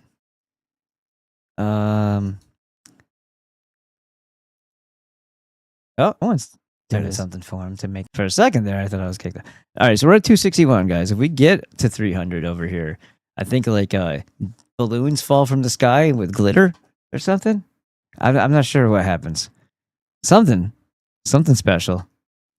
Maybe there's a piñata of like a person with peyotes and a tiny hat that I get to hit with a stick until candy falls out of them or coins. I don't know. I don't know what happens, but something happens at 300. I've been told. So let's try to get to 300 at 261 right now. Tell some friends because I got my piñata stick ready, and I like balloons. Who the hell doesn't like balloons? What are you, a communist? Jesus Christ. American Vulcan. Oh, because he's supposed to be smart like the other fake Jew. Or the Jew that with the fake intellect, I mean. I hate this guy. Did I mention that? Jesse on Fire is a homo? Yeah. Good. Go to SemperFryLLC.com. Click on that. Become a member. Use Ballbusters for 25% off. Either the monthly or the annual. Do it. Get Dr. Glit. If you want Dr. Monza's book, how to get yourself fixed. Get your vital force rocking and rolling with the energetic principles. There's it. Right here. Ugh, hold on, it's heavy. I haven't seen Karen, but I haven't been on, so I don't know. Is Karen around? Karen, are you back there? And then BB5 with the Azure Well. Get that for yourself first before. In all seriousness, get that for yourself first. I get from it, but it does wonders for you and my daughter and myself and the family. I know because I take it. And one of these days, when I get leaner, I'm gonna get on with Coach Craig and be like, dude, make me a sponsored athlete, you son of a bitch. You need some old people in there too. You haven't hit the 46-year-old demographic yet, Craig. Yeah. Son of a bitch. My Fitwit. That's even almost the same colors as my Fitwit. Hold on, let me see. I didn't do that on purpose. Let's see, where is it? Kinda, right? Isn't that the same colors? Dude, I really like the way this envelope came out. I can't waste this. I gotta make this into a thing. Yeah. Here, let's do a refresh on that. Are we up past 15 yet? Guys, come on. This is the shit that doesn't cost you anything. You just go over here to Wisdom Fitness on YouTube. Why does it say AZ? Oh yeah, because that's the name, Daniel. Oh yeah. Copy. I'm going to drop this in there. Go ahead and follow it. That's something you do if you want to be a cool dude. If you want to be a cool dude, you don't want to be a cool dude. Paste. Bam. Then I guess I'll get back on kick and do the same thing. Get your kicks. Beat Max to win Sheriff $100,000. The fuck? I'm hitting pause, bro. Thank you. Is Kvicki no longer with us? I mean, just not streaming anymore. Wisdom Fitness. You should probably follow that, and then copy.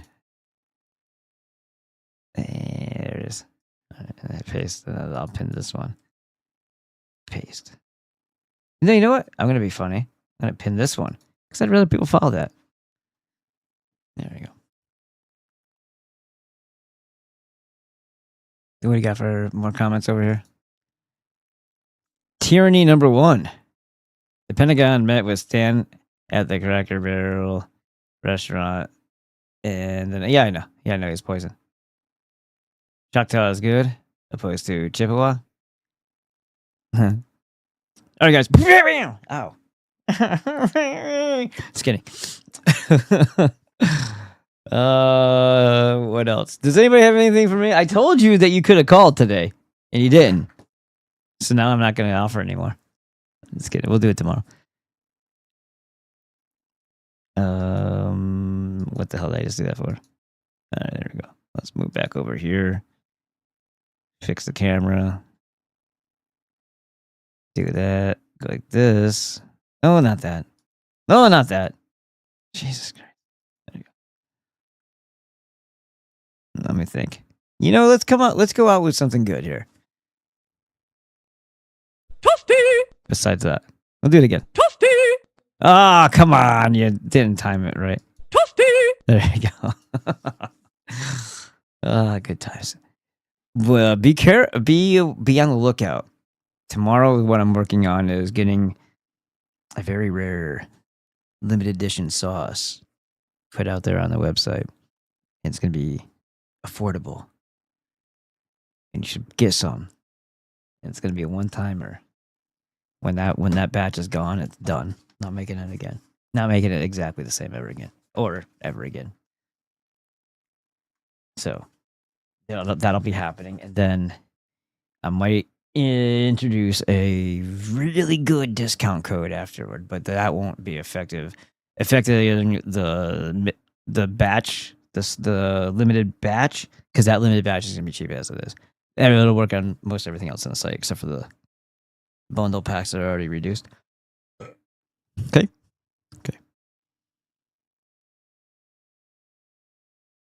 Think white and get serious. I don't like being yelled at. All right, I'll see you tomorrow. Let's not drag this out. We don't enjoy one another that much. Agreed. Okay. Michael. Ah!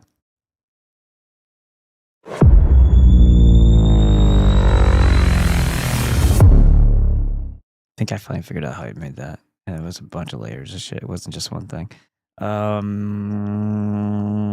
Let's do... We haven't talked to Louis Rossman in a while. Let's do the Be Brave thing again. Except, yeah, he should have lowered the volume of one thing when he was talking because he played that insert in his editing and didn't lower the audio on his Superman cartoon. You'll see what I mean when I play it, but... And go. The best way that I can seek to explain this is talking about a cartoon. There's this one episode of Superman the Animated Series. I genuinely believe this is the golden era of all cartoons. Mid-90s, kind of ended when Batman Beyond was canceled in 2001. It was totally gone and destroyed when the Justice League Unlimited ended around 2004, 2005. After that, I just couldn't watch cartoons anymore. But this one cartoon, there's an episode where Darkseid is trying to take over Earth. He is a villain. He's much more powerful than Superman. In this episode of Superman, Darkseid is about to take over Earth, and he's winning. He's beating Superman. Superman is weakened. He puts Superman in shackles and chains, and he shows him before everybody on Earth, and he said, this is your hero, this is the person that you're counting on, he's gone, submit or be killed, deal with it, you're now my slaves. This one reporter comes out who's a standard human. His name is Dan Turpin. He's not a superhero, he's not a bodybuilder even, he's just an old reporter, and he's somebody that never really liked Superman to begin with. He's somebody who always thought that Superman acted without oversight, and because he acted without oversight, we should always be critical and cynical of him, even when he does good things. He never really liked Superman very much, but in this moment when he realizes that the Earth is just going to be fucked, he's like, fuck that. He said, I forget exactly what he said because it's been almost 30 years since I saw this cartoon, but he picks up a spear. I don't care how many crummy planets attitude conquered. You ain't getting this one. Yeah. And Superman is freed. And Superman is free just long enough to fight them back. But now Superman's not fighting back on his own. You see all the normal people that are not superheroes, that don't have all this crazy body armor, also beating the crap up out of everybody else. And what happened in this moment is it wasn't just him doing it. It was everybody doing it. At some point, Darkseid realizes that he's about to lose because this red dude shows up with his army from New Genesis. And then they say we're going to start fighting Darkseid too. So what happened here is we took one old dude just picking up his spear, knowing that he's completely fucked, and saying, you know what, I'm going to inspire everybody else to fight at the same time. And it worked. Darkseid goes to leave. But he's a dick. So he looks at Superman and says, remember, victory has its price. He looks at Superman and says, victory has its price, and grins as he omega beams and burns Danter. He kills the reporter. He's just left in ashes. After this, Superman goes to the funeral. You hear the sad music, and he looks down at the grave and goes, in the end, the world didn't really need a Superman. Just a brave one. What was the point he was making there? When people see that you're pushing forward and fighting, even when you may not really have a clue what you're doing, when they see that you're picking up the spear, they can be willing to as well. And when everybody does that, the bully loses. 1,600 of you decided to pick up a spear. That's awesome. And I want you to understand, the world doesn't need an influencer. The world needs people like you. That's what I've always wanted to inspire with this channel. Just like what Superman said at the end of that episode. The world doesn't need a Superman, just a brave one. Be the brave man or woman. Oh, that was a good ending. We'll see you tomorrow. Take it to heart.